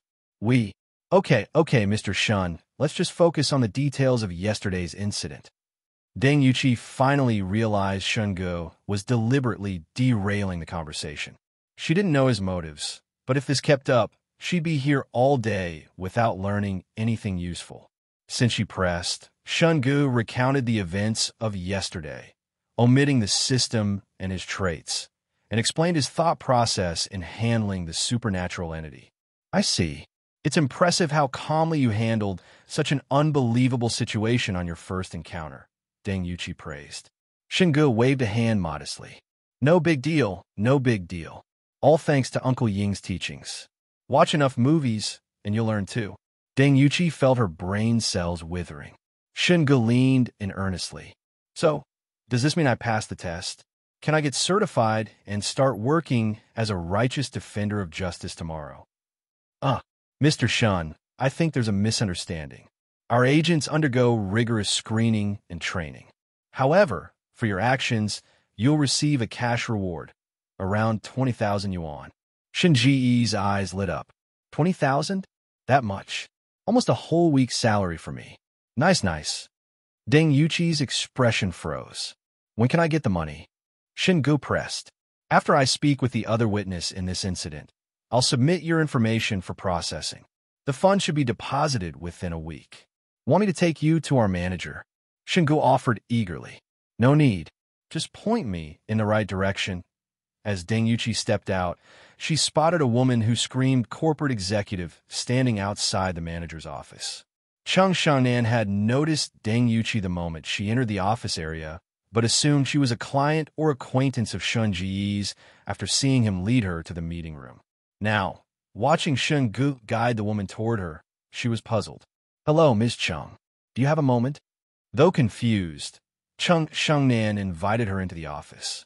As the door closed behind them, Shun Ji's brow furrowed.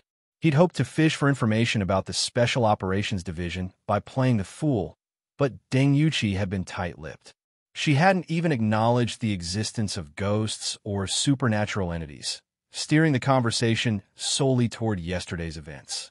Now, Shungu couldn't help but wonder, was that vacationing security guard actually taken away by this very department? Which means they have a way to identify supernatural entities?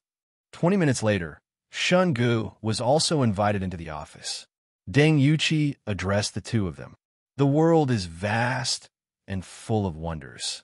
Even with the rapid advancement of technology, there are still hundreds of unsolved mysteries worldwide. What you encountered yesterday was just an isolated incident. My colleagues and I have already inspected the entire building, and I'm confident such an event won't happen again. As you know, if isolated incidents like this are exploited by those with ulterior motives, they could lead to serious consequences. Take those tragic events from years ago, for example. They were painful lessons for both the nation and its people. To prevent such incidents from recurring, we hope you can keep this matter confidential. As a token of gratitude, the state will reward you. Deng Yuqi also emphasized that while they would receive commendations, if Shun Gu or Chang Xin deliberately leaked details of the incident to gain online attention or traffic, thereby causing social panic, the Special Response Department reserved the right to prosecute and detain them. She then handed each of them a business card. This is my contact number. If either of you encounters a similar incident in the future, please call me or the Special Response Department immediately. Let us handle these situations. Don't take unnecessary risks. Sounds less like an isolated incident and more like an ongoing issue, Shengu remarked casually, glancing at the card. Deng Yuqi seriously considered snatching the card back from him. If not for work obligations, she'd prefer never to see this man again. Conversing with him was pure torture. If there's nothing else, I'll take my leave now. Should you uncover any further related clues, feel free to contact the Special Response Department at any time. Deng Yuqi stood and walked toward the door. Before she could reach it, a phone rang. Turning back, she saw Shungu holding up his phone with a grin. Oh, I was just testing if the number works. Not that I'd rely on calling for backup in a crisis, but it'd be a real pain if the phone didn't work during a supernatural event. Officer Deng, maybe invest in a phone with better signal. Goodbye. No, good riddance. Without looking back, Deng Yuqi left the office area. Shungu stood at the door of the manager's office, watching her enter the elevator lobby, then turned to Chung Sheng-in beside him. Well, Watson, what do you make of it? Before she came, I also thought it was just an isolated incident. But the fact that our country has an entire department dedicated to handling these kinds of events suggests otherwise. By the way, that line of yours never appeared in a single episode of Detective D, Chung Sheng-nan replied flatly. Though Shungu already knew about the existence of the supernatural through his system, as Chung Sheng-nan pointed out, the fact that a specialized government department had been established meant the situation was worse than he'd imagined. Clearly, the apocalypse 3 years from now wasn't starting from zero. Perhaps ghosts, urban legends, and other supernatural phenomena had already been around for a while, just suppressed until now, when they'd finally begun to erupt. So, are we still moving offices? Shingo asked. Chung Xingnan's eye twitched. Why are your priorities always so bizarre? Shouldn't you be more concerned about the unknown dangers lurking around? Cross the bridge when you come to it. If the sky falls, there'll always be taller people to hold it up. Since neither of us can stop these things from happening, might as well stay calm. That way, if we encounter them again, we can handle them rationally, Shungu said with a smile. Chung Xingnan admitted she wasn't as composed as Shungu. If anything, Deng Yuqi and the Special Response Department's appearance had only made her more uneasy about yesterday's events. Back at his desk, Shungu had just sat down when old Zhao sidled over. Hey, who was that beauty earlier? A friend? Or a client? A potential client. Did you get her number? Hook me up with her WeChat. You didn't ask for it when she was here, and now you want me to hand it over? Come on, leaking client info is a surefire way to get reported, Shungu said, exasperated. Nigerian Ira. Ugh, what a shame. Missed my chance to meet a stunner. Henga half listened to old Zhao's chatter while working and scrolling through short videos on his phone, checking if any footage of yesterday's incident had slipped through the cracks. Ding! A notification popped up. Dear Alibaba user, your discount coupon has arrived. Choose Alibaba for safe, affordable rides. No-show pickups guaranteed up to 15 yen compensation. Click asterisk asterisk asterisk asterisk asterisk asterisk asterisk asterisk reply R to unsubscribe. A ride-hailing coupon? The subway station was only a few hundred meters from the office. Unless he was running late, Shungu usually took the train. But since he'd already finished his daily errands, no need to hit the supermarket, and the morning's 10-kilometer run had drained him, he decided to use the coupon for a ride home. At the end of the workday, Shungu stepped out of the building and opened the Alibaba app to book a car. Only 2 yen after the coupon, and it's a premium ride? Not bad. After confirming the ride, he went back to scrolling. 2 minutes later, another notification appeared. Hello, your premium ride has arrived. Shungu checked the app. The car was parked on the right side of the road. Looking up, he spotted a black Hongqi sedan. He opened the rear door and slid inside. The driver started the car without a word, and the navigation display lit up with a robotic voice. Starting navigation now. The driver, a middle-aged man, remained expressionless as he drove. Something fell off. Standard ride-hailing drivers were trained to confirm the passenger's phone number upon pickup, yet this man hadn't uttered a single word. Hey sir, Chengdu Avenue's going to be packed this hour. How about we detour around Urshian Bridge? Shungu tried to strike up a conversation. The driver stayed silent. Sir, you're speeding. Shungu glanced at the dashboard. The needle was creeping toward 100 kilometers per hour. Outside, the usually congested evening roads were eerily empty, allowing the driver to accelerate unchecked. 120 kilometers per hour in the city? What? Did you train on Mount Akina? Shungu braced himself against the seat, feet planted firmly.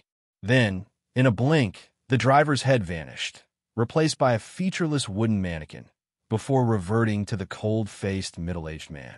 The car kept accelerating. At this speed, any collision would be fatal. A supernatural entity? But the system hadn't issued any warnings at such close proximity. Shungu frowned. Unless this entity doesn't exist 4 years from now, would that mean the system wouldn't detect it? He peered through the windshield. The road ahead was completely deserted. If the driver didn't swerve, the car would remain on course. Safe for now, but this couldn't go on indefinitely. Though several emergency plans flashed through his mind, executing any of them would be tricky under these circumstances. After a brief deliberation, Shungu decided to call on the professionals, both to test their ability to detect and handle supernatural threats and to see if they could actually help. Keeping one eye on the driver, ready to use immobility if necessary, he pulled out his phone and dialed a number. The call connected almost immediately. Hello, Officer Deng? I think I've run into another ghost. Deng Yuqi's first reaction upon hearing that headache-inducing voice was to hang up. Her second thought was, what kind of cursed luck does this guy have? Most people wouldn't encounter a single supernatural incident in their lifetime, yet you've run into 2 in as many days? Though she wasn't thrilled about talking to Shungu again, professionalism won out. The priority now was to calm him down. Mr. Shun, please stay calm.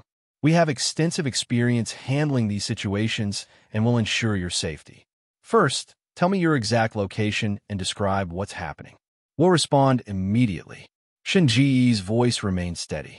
I left the office and booked a premium ride home via the Alibaba app. The car was heading from Changhong Road toward Chenghua Avenue, but I'm not sure if we're still on that route. Right now, ours is the only vehicle on the road.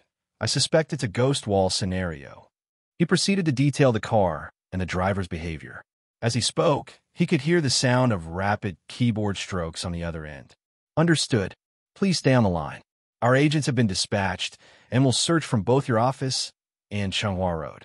While reassuring Shungu, Deng Yuqi coordinated her team. Soon, hurried footsteps and the sound of engines starting echoed through the phone. Clearly, as head of Rome City's Special Response Department, she was heading out too. Mr. Shun, what's the current situation? Describe what you see outside. Her voice grew slightly quieter, likely having switched to a Bluetooth earpiece. Judging by the storefronts, we're still on Changhong Road. Every time we enter Chenghua Avenue, the car loops back to my pickup point at the office. This has happened 3 or 4 times since I got in. The car kept racing down Changhong Road in an endless loop. Shungu even wondered if he'd ever truly left the pickup spot, just like Cheng Shangnan and Xiaohe's experience yesterday. It seemed the supernatural entity had pulled him into a bizarre supernatural space. When Cheng Shangnan and Xiaohe had vanished, it wasn't just invisibility. People and objects could pass through them as if they'd become spectral or shifted into a different dimension. Deng Yuqi was surprised by Shun Ji's composure. Most civilians in these situations were too panicked to string together coherent sentences, let alone analyze their surroundings. "What's the car's current speed?" she asked. Shingu glanced at the dashboard. 120. Her stomach dropped. At that speed, even if they located the car, forcing it to stop would likely send both vehicles spiraling out of control. Muting the call, she grabbed the department's secure radio. Dispatched 2 rescue units to the client's office. Now, primary objective: locate the epicenter of the supernatural space. Team 2, bring the anomaly detectors and sweep the area starting from the office building. Team 1 splits up. Hu, take the sniper and secure a vantage point nearby. If Team 2 breaches the supernatural space, maintain cover until the vehicle is immobilized. The rest of you block off Chunghong Road with traffic police. Come up with a plausible excuse yourselves. After issuing orders, she returned to Shungu. "Mr. Shun, any updates?" "Not great. Speed's up to 130 now. In racing games, 130 kilometers per hour was nothing. On city streets? A death wish. Our agents are in position near your office. Once we pinpoint the anomaly's range, we'll extract you." Shingu, ever curious, asked, "Officer Deng, how do you guys name these incidents? A high-profile department like yours must have cool operation code names, right? Like Cold War, Typhoon, Storm. Apologies, but our priority is your safety, not branding exercises." Deng Yuqi barely resisted the urge to sigh. Most victims would be crying or begging for help, not cracking jokes. Have some respect for the supernatural. Fair enough. But what do you call this ghost wall phenomenon? Surely that's not classified? The more I know, the better my chances, right? After a pause, Deng Yuqi relented. These incidents are rare, only 6 cases in my years with the department. But research suggests a common thread. Affected individuals are pulled into a separate dimension we call a supernatural space. Like yesterday, those 2 women were dragged into one. It exists parallel to our world, which is why you couldn't see or touch them. There are 2 ways to break free. First, like you did yesterday, find the entity's weakness to dismantle the space. Second, identify the space's rules from within and exploit them. Only 6 cases in several years? Shingu frowned. Statistically, his encounter rate was absurdly high. Is this tied to the system's activation? But now wasn't the time for theories. Deng Yuqi's explanation had answered his lingering question about immobility. Entities with supernatural spaces could shift victims between dimensions. If mere spaces had this effect, how dangerous were the higher-tier domains the system warned about? Earlier, during the crosswalk incident, the system repeatedly noted how domains could warp environments. But survival came first. This car needed to stop. As Shungu scanned the interior and streets for clues, he mused, "Officer Deng, you've seen 6 cases in years. I've had 2 in 2 days. Am I some kind of chosen one?" Unlucky would be more accurate, Deng Yuqi thought, but opted for diplomacy. "In a manner of speaking, yes. Then you should recruit me. With me around, your caseload won't just double, it'll skyrocket." Deng Yuqi, "My salary expectations are modest. Just beat my current pay." She dearly wished she could mute him permanently. Then Shungu declared, "Waiting around's pointless. Time to cozy up to driver uncle and show this entity what a Los Santos legend can do." Mr. Shun. Upon hearing this, Deng Yuqi immediately grew anxious and urged, "Mr. Shun, please stay calm. I'm already near your company, coordinating with the Special Tactics Division agents to investigate the anomalous space. If what you're saying is true and the car is currently speeding down the highway, any reckless move could lead to a fatal crash. Please trust us." What frustrated Deng Yuqi the most were people like Shungu, those who refused to stay put and wait for help. In fact, she almost wished he were like those victims who froze in terror upon encountering the supernatural. At least those people would cower in a corner, trembling, rather than actively seeking danger. Technically, according to official directives, the core mission of the Special Tactics Division was to minimize the impact of supernatural incidents, with the safety of those involved being a secondary priority. But Deng Yuqi disagreed. As the person in charge of supernatural incidents in Rong City, she believed it was her duty to do everything possible to ensure the safety of civilians caught in such events while also containing the fallout. She had always strived to uphold this principle. Coming from a family of police officers, Deng Yuqi had been raised with the belief that you must live up to the uniform you wear. So, when Shun Ji's call came in, despite her role as the head of Rong City's Special Tactics Division, which technically meant she should have remained in the command center, she rushed to the scene without hesitation. However, according to updates from the already deployed Team 2, the situation on-site was far from optimistic. The biggest obstacle? Rong City's most notorious problem in recent years due to rapid development: rush hour traffic. 2 blocks away from Shun Ji's company, the roads were already gridlocked. And now, with her attempt to seal off the route of the speeding car Shun Gu was trapped in, the sudden roadblocks had caused a massive traffic jam.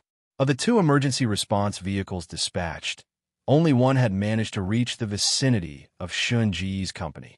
The silver lining was that Team 2, responsible for detecting anomalous spaces, was already in position and conducting a rapid sweep. Unfortunately, Team 1, tasked with tactical support, was still stuck in traffic. Sometimes, help wasn't delayed intentionally. It was just traffic. Deng Yuqi stepped out of her car and flagged down a young man on an electric scooter, flashing her badge. "Hello, I'm from Municipal Bureau. We're in pursuit of a suspect and need to requisition your—" "Yeah, right. Lady, you've watched too many movies. Sorry, I've got deliveries to make." The young man ignored her completely, swerving onto the sidewalk and speeding off. Despite Deng Yuqi's striking appearance, the young man wasn't about to hand over his scooter. Clearly, the safe and orderly environment of modern China made such movie-like scenarios, or situations that might happen abroad, seem more like prank shows to the average citizen. Deng Yuqi was at a loss for words. Just then, Shun Ji's voice crackled faintly through her Bluetooth earpiece. "Hey, driver, mind scooting over a bit? Your seat's pretty spacious. How about we squeeze in together? Asterisk, you've been driving this long and only got up to 130 kilometers per hour? Your skills are lacking. Let me take over. I'm a veteran need for speed player." Asterisk. This idiot. Deng Yuqi's head throbbed with frustration. As part of the Special Tactics Division, she despised dealing with reckless fools who ignored orders during supernatural incidents. If not for her duty to protect civilians caught in such events, she would have had zero interest in interacting with Shun Gu. Had Shun Gu known that his antics had planted seeds of disdain in Deng Yuqi's mind, he might have doubled down just to provoke her further. After all, testing the Special Tactics Division's capabilities was one thing, but earning their disgust was another. This supernatural incident had struck too suddenly. Combined with the low frequency of such events, the Special Tactics Division had mostly operated in a perpetual standby mode. Their downtown branch wasn't even equipped with helicopters. Though Deng Yuqi had already requested helicopter support from the Quanlong Mountain Base, Shun Ji's situation was deteriorating too rapidly. She couldn't afford to wait. With no scooter to commandeer, Deng Yuqi resorted to grabbing a shared bike, cutting through alleys as she raced towards Shun Ji's company, leaving bystanders stunned. Arno Epsilon. Whoa, is that woman an extreme sports enthusiast? Who rides a share bike like that? Holy crap, she's like Jackie Chan. She's flying. Damn, that Passat owner's gonna be pissed. She just dented his roof. Well, she wasn't gonna jump the Audi A8 next to it, was she? Indeed, Deng Yuqi seemed possessed by Jackie Chan's stuntman spirit, turning a shared bike into an extreme sports vehicle. Blocked by a Passat and an A8 at the entrance of a pedestrian street, she opted for the cheaper car, lifting the bike's front wheel and riding straight over the Passat's roof, nearly giving the driver inside a heart attack as he almost swallowed his cigarette. While Deng Yuqi was pulling off her bike stunts, Shun Gu was engaged in his own high-speed antics. After multiple attempts, he confirmed that the driver was as unresponsive as a wooden puppet. Even slapping the man's face with his shoe elicited no reaction. Shun Gu squeezed into the driver's area, trying to kick the man's foot off the accelerator. But the driver's body was immovable like a block of wood. Most cars were equipped with BOS, brake override system, allowing the driver to stop the car by hitting the brakes even if the accelerator was floored. But at speeds over 100 kilometers per hour, slamming the brakes in a lower-end vehicle could send it into a deadly spin. Just as Shun Ji's foot hovered over the brake pedal, the driver's eyes suddenly glowed with an eerie black light. Crack! Crack! The driver's head slowly turned to the right, each movement accompanied by the sickening sound of snapping bones. Fortunately, Shun Gu had been monitoring the driver the entire time. Seizing the 1-second pause in the movement, he activated his ability, Immobility. His shadow seemed to come alive, slithering forward and enveloping the driver like a living shroud. At that moment, Shun Gu noticed something strange. The previously night-like streets warped the instant he activated Immobility. Darkness and twilight flickered, as if two different worlds had overlapped. For a brief moment, Shun Gu thought he saw other vehicles on the road ahead, but they vanished just as quickly. Given the current time, the real world should indeed be in twilight. A spatial collision. Shun Gu recalled how the supernatural entity Immobility had dragged Cheng Shengnan into an anomalous space yesterday, rendering her invisible. Now, by using Immobility on the driver, who was himself a supernatural entity with his own anomalous space, the two spaces had collided, causing the distortion. However, Shun Ji's mental energy was draining at a rate of 10% per second. With 166% reserves, he could sustain Immobility for only 16 seconds at most. He was torn between deactivating the ability to observe the driver's next move or maintaining it until his energy depleted, potentially pulling himself out of the driver's anomalous space. Suddenly, the roar of an engine erupted from the left side of the road, followed by the blinding glare of high beams from behind. "Mr. Shun, I've entered the anomalous space with the rescue vehicle. Stay calm and refrain from reckless actions. I'll get you out." Deng Yuqi's voice came through the phone. A few minutes earlier, Deng Yuqi had used her expert driving skills to cut through the pedestrian street and reach Shun Ji's company, rendezvousing with Team 2. But based on Shun Ji's description, they found no trace of the suspicious black car on the right side of the street outside the company. Without locating the source, they couldn't dismantle the anomalous space. Despite the urgency, the Special Tactics Division could only resort to a basic grid search. Just as they were running out of ideas, the detection equipment suddenly picked up an energy fluctuation, a brief but unmistakable distortion from an anomalous space collision near the newsstand beside the building. Who activated a supernatural artifact? Deng Yuqi demanded over the comms. All agents denied it. Hui Yu, a seasoned investigator, speculated, "Boss, could it be a collision inside the anomalous space? Did Shun Gu have a supernatural artifact too?" As the spatial distortion grew fainter, threatening to vanish entirely, Deng Yuqi didn't hesitate. She jumped into the driver's seat of the rescue vehicle, revved the engine, and charged straight into the warping anomalous space. Crack! Crack!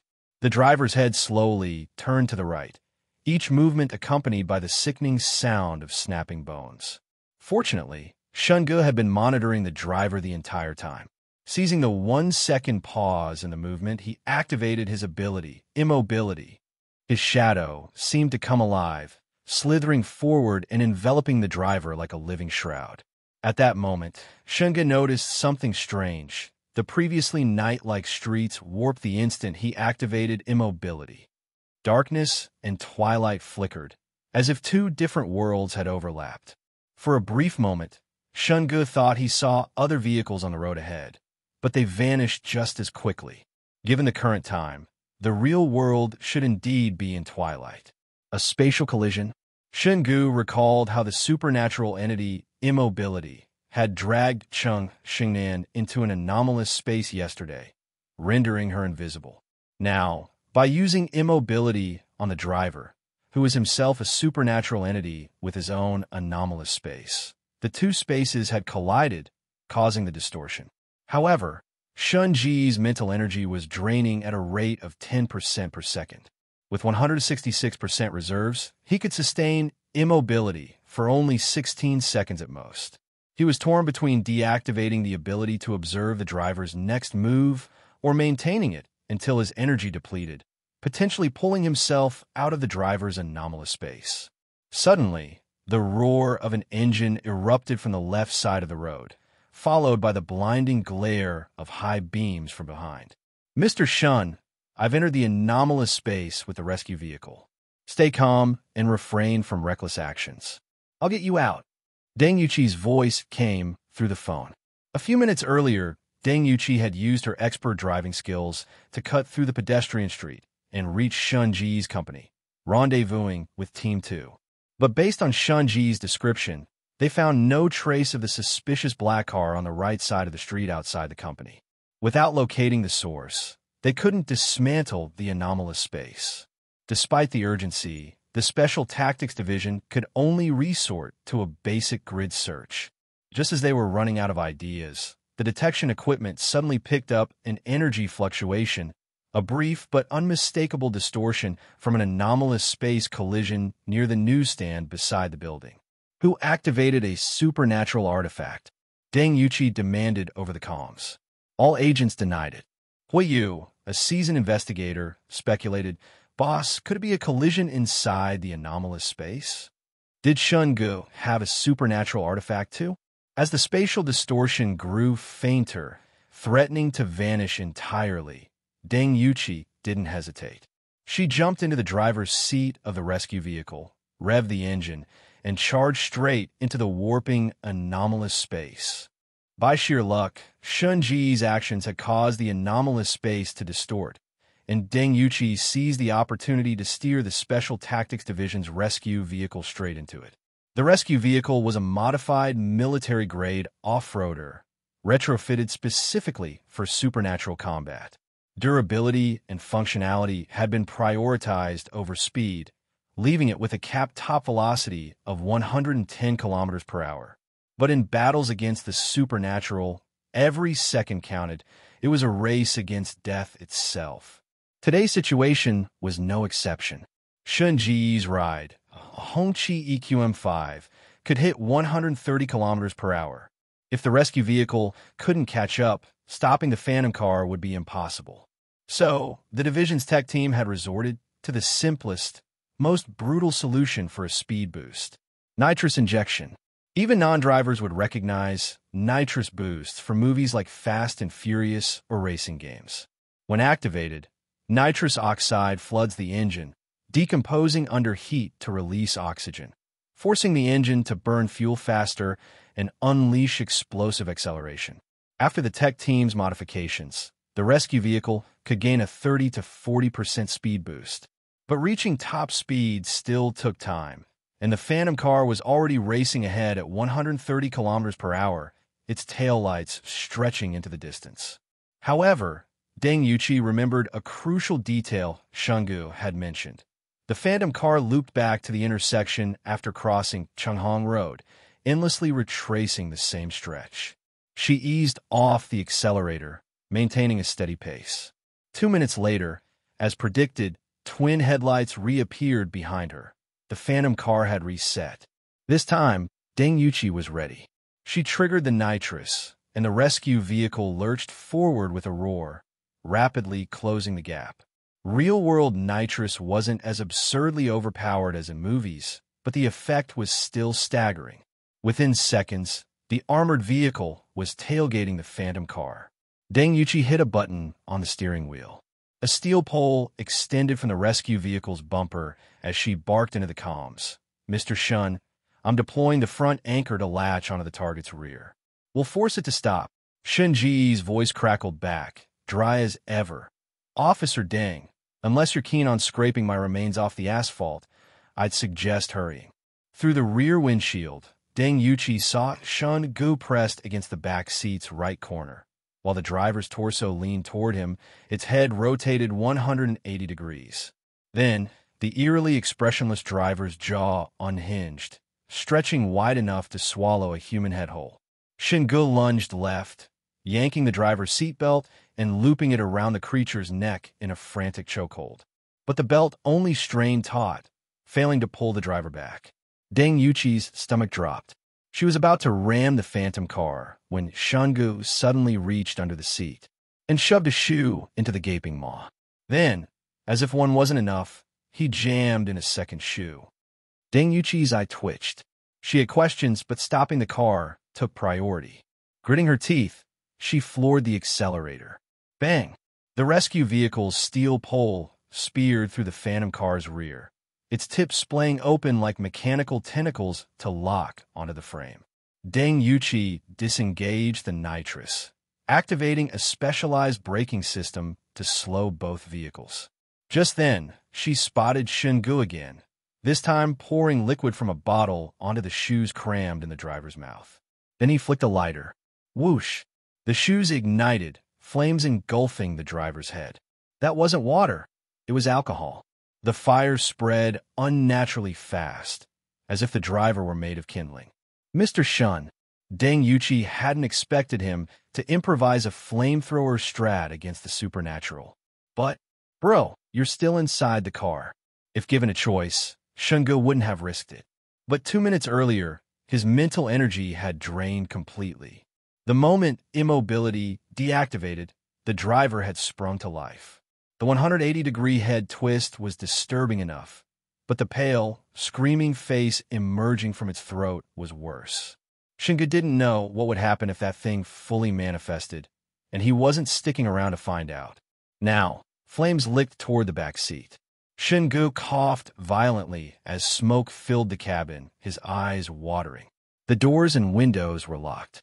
Wrapping his arm in his jacket, he slammed it into the window. Meanwhile, Deng Yuqi's braking system dragged both vehicles down to 100 km/h, then 80, 60. Crash! The window shattered. Shungu gasped for air as fire crept toward him, frantically clearing glass shards. 40 kilometers per hour. The moment the speed hit 40, the phantom car smashed into traffic, its collision coinciding with another spatial distortion.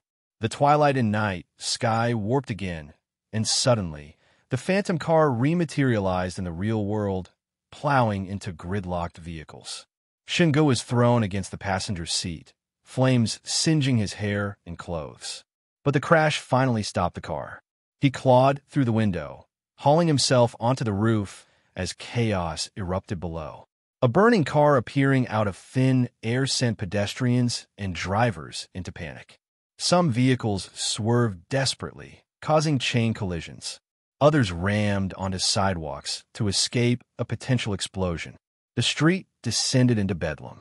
Deng Yuqi radioed the division for crowd control, then sprinted toward the wreck with a fire extinguisher.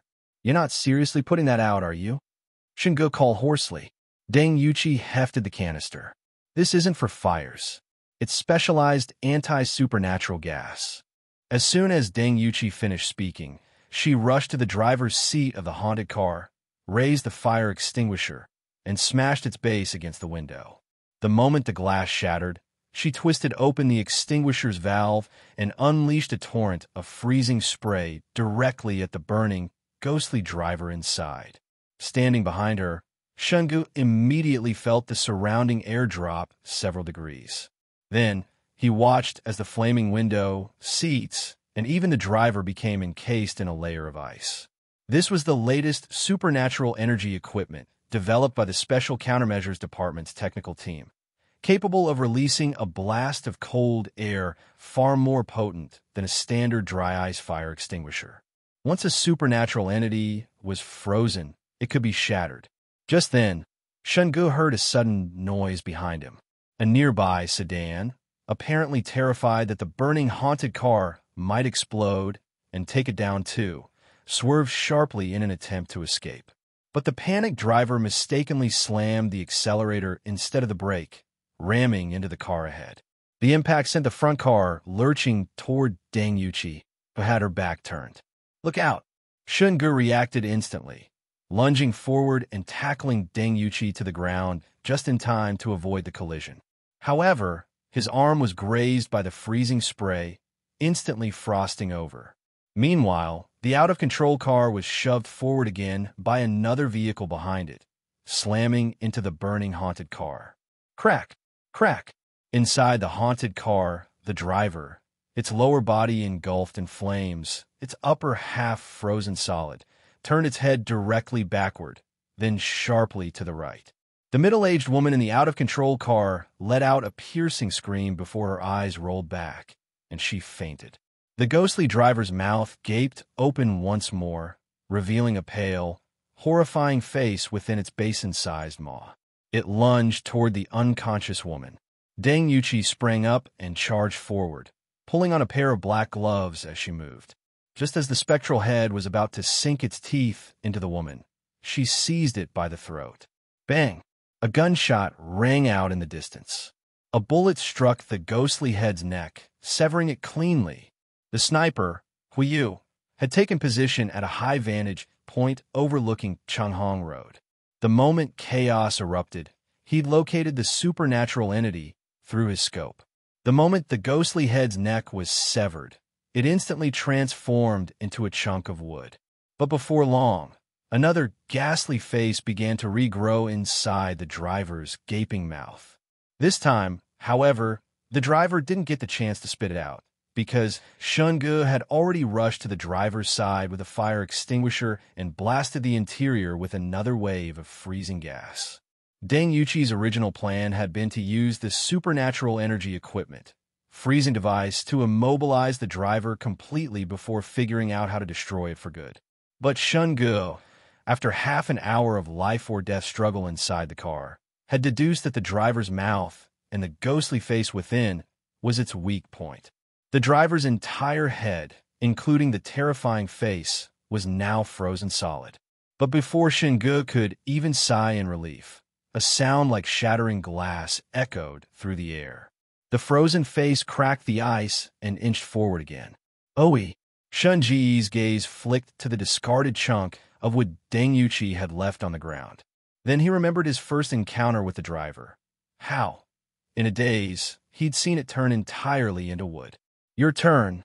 Shun Ge shoved the freezing device into Deng Yuqi's arms, then vaulted onto the hood of a nearby car, leaped to the roof, and dashed across the greenbelt toward the sidewalk. He was running away? Deng Yuqi was stunned, but honestly, his escape was for the best. The fewer civilians caught up in supernatural incidents, the easier it was for the Special Countermeasures Department to operate.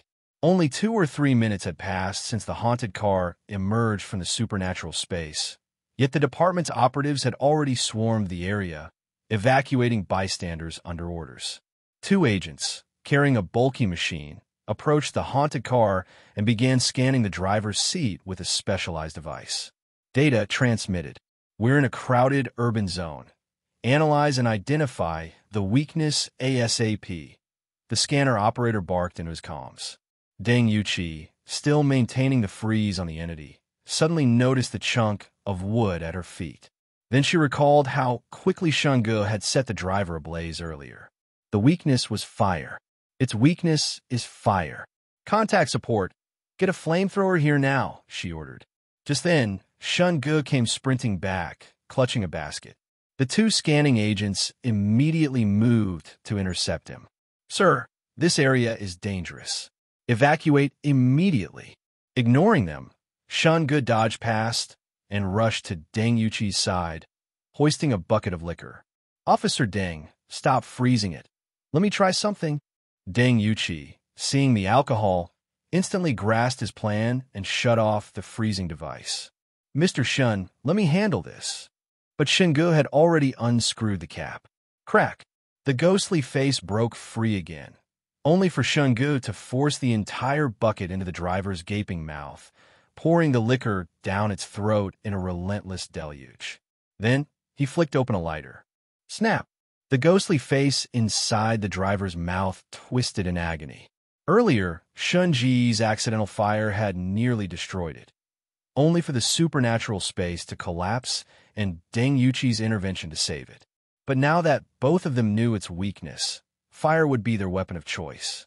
Host demonstrates exceptional wit and courage, single-handedly slaying a Tier 2 supernatural entity.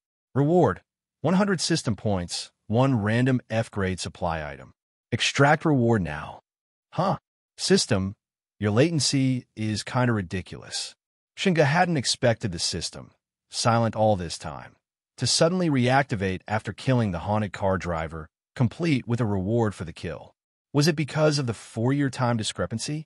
Did the system only detect supernatural entities that would still exist 4 years later? Or did it perceive targets based on their state 4 years in the future? This Tier 2 entity, the haunted car, might not exist in 4 years, which would explain why the system hadn't detected it initially. Only after its destruction did the reward trigger. But neither the stray cat earlier nor the stationary entity, immobile, triggered kill rewards.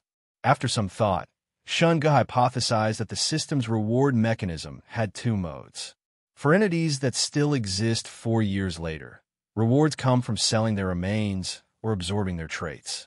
For entities that don't, killing them grants system points and random supplies. Either way, rewards were rewards. With the entity eliminated, cleanup began.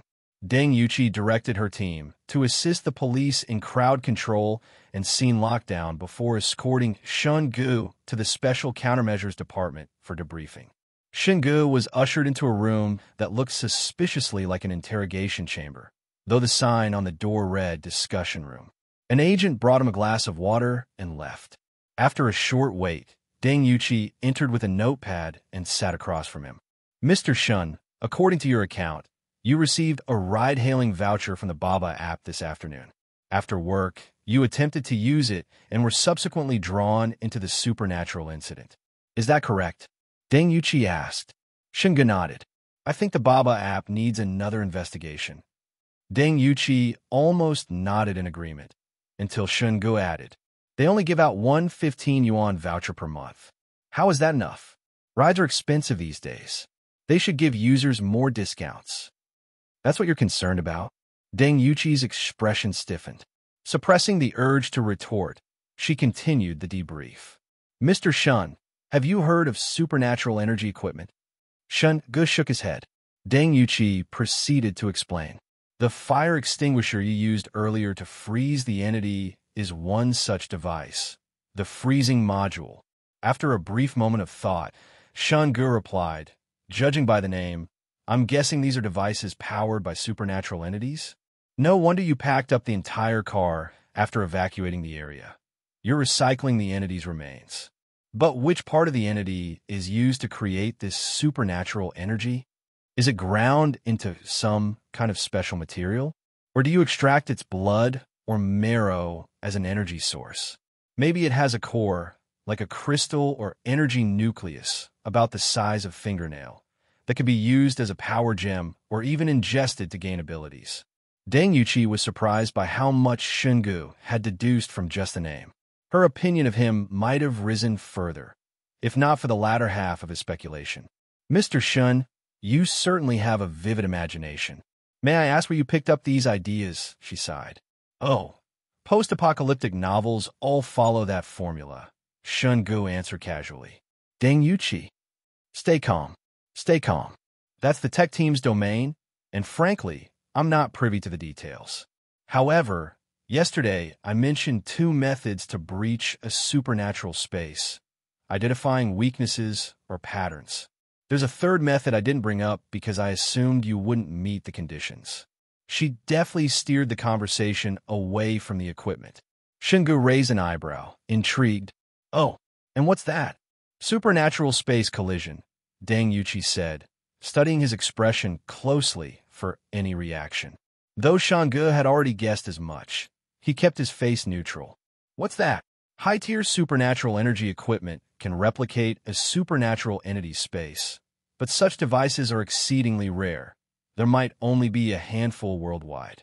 By colliding 2 spaces, a spatial distortion occurs, allowing external entry.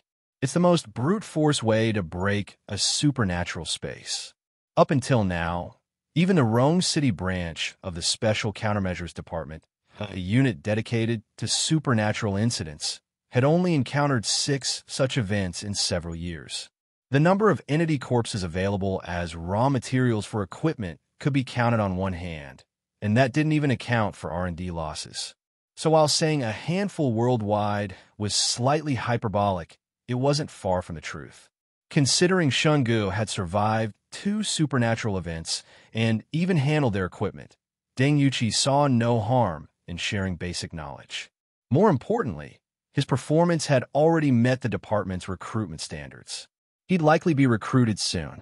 Hearing this, Shungu finally understood the spatial distortion he'd witnessed. Yesterday, Cheng Shengnan and Xiao he had been pulled into the immobile entity's space, rendering them invisible. When Shungu used immobile to restrain the haunted car's driver, he'd also dragged it into a supernatural space. But since the driver itself was an entity, it possessed its own space. A supernatural space wasn't an isolated dimension cut off from reality. It was more like a subspace, especially since signals could still penetrate it. One thing was certain. These spaces lived up to their supernatural label. Not only did they have bizarre, unpredictable effects, but their very existence as subspaces warranted extensive research. Shungu had accidentally triggered a supernatural space collision, creating the distortion that allowed Deng Yuqi to infiltrate the haunted car's space. His calm demeanor, however, made Deng Yuqi frown. "So how did you achieve that collision, Mr. Shun? Were you carrying supernatural energy equipment?" Shungu reached into his pocket. Deng Yuqi tensed, expecting him to produce a hidden device, only for him to place a lighter on the table. "Officer Deng, look at this lighter. It may seem ordinary, but in reality, it's actually—" He spoke with grave seriousness, as if presenting some revolutionary artifact. "A hair dryer? A razor?" Deng Yuqi sighed. "Mr. Shun, let's skip the movie references, shall we?" Shungu shrugged. "Officer Deng, from the moment I entered this building to sitting here, 3 teams of your people scanned me with 6 different devices. You probably know what color my underwear is. If I had supernatural energy equipment, wouldn't you already know?" Deng Yuqi had no rebuttal. He wasn't wrong. Under the guise of safety checks and preventing hidden supernatural contamination, the department had subjected him to every scan imaginable. Their goals were simple: ensure he wasn't a threat. More importantly, confirm whether he was hiding any equipment. But the results were disappointing. At least, nothing their tech could detect. Watching the devices beep over him, Shungu had worried his system or traits might be exposed. Yet judging by the team's frustrated expressions, even his glitchy, storage-less system wasn't so easily discovered. This interaction gave Shungu 2 key insights. Verification. The department could indeed detect and combat supernatural entities. Awareness. They had no clue about his system. For now, the priority was leaving the department without raising suspicions. Shungu abruptly shifted the topic. "Officer Deng, counting yesterday, I've helped resolve 2 supernatural incidents. Shouldn't the reward be higher this time?" "Of course. Without your assistance, we might not have contained the incidents before they escalated. You've been instrumental in minimizing the damage. I'll recommend you for a Tier 1 reward, approximately 200,000 yuan. Shungu feigned astonishment. "Wow, jumping from 20,000 to 200,000? That's quite the leap. That's almost 1 or 2 months of my salary." Deng Yuqi barely resisted asking, "Do you want it or not?" Then Shungu leaned forward, dead serious. "How about this, Officer Deng? Keep the money. Just give me a truckload of those special fire extinguishers instead." Deng Yuqi's eye twitched. A single freezing module cost millions in R&D alone, not counting material losses. 200,000 yuan wouldn't even buy a scrap of entity flesh. And he want a finished product? No, a whole truckload. Might as well rob us.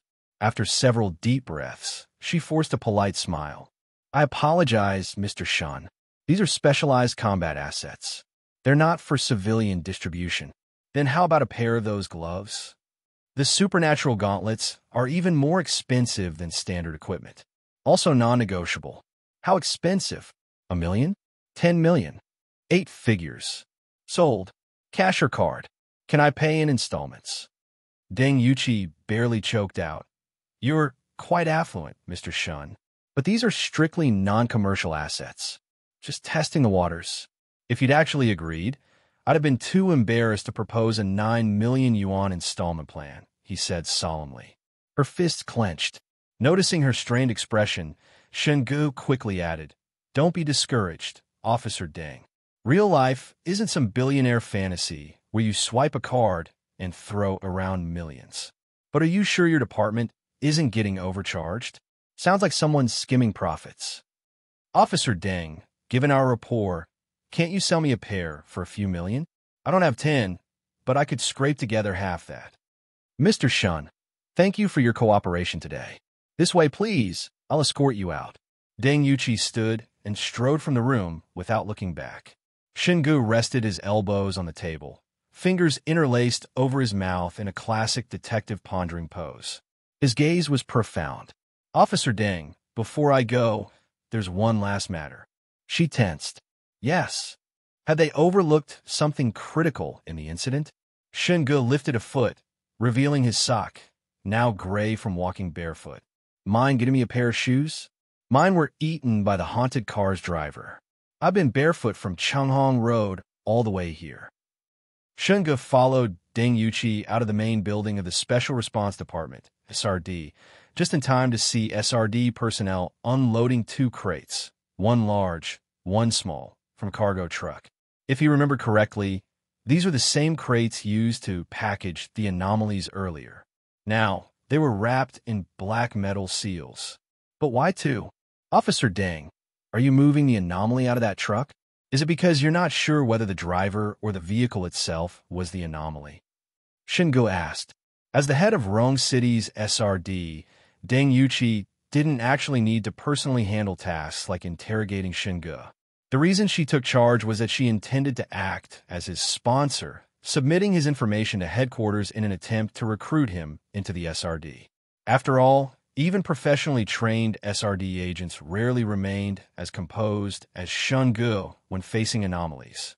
This was also why, despite finding his erratic train of thought utterly exhausting, Deng Yuqi still patiently answered his questions. "Correct.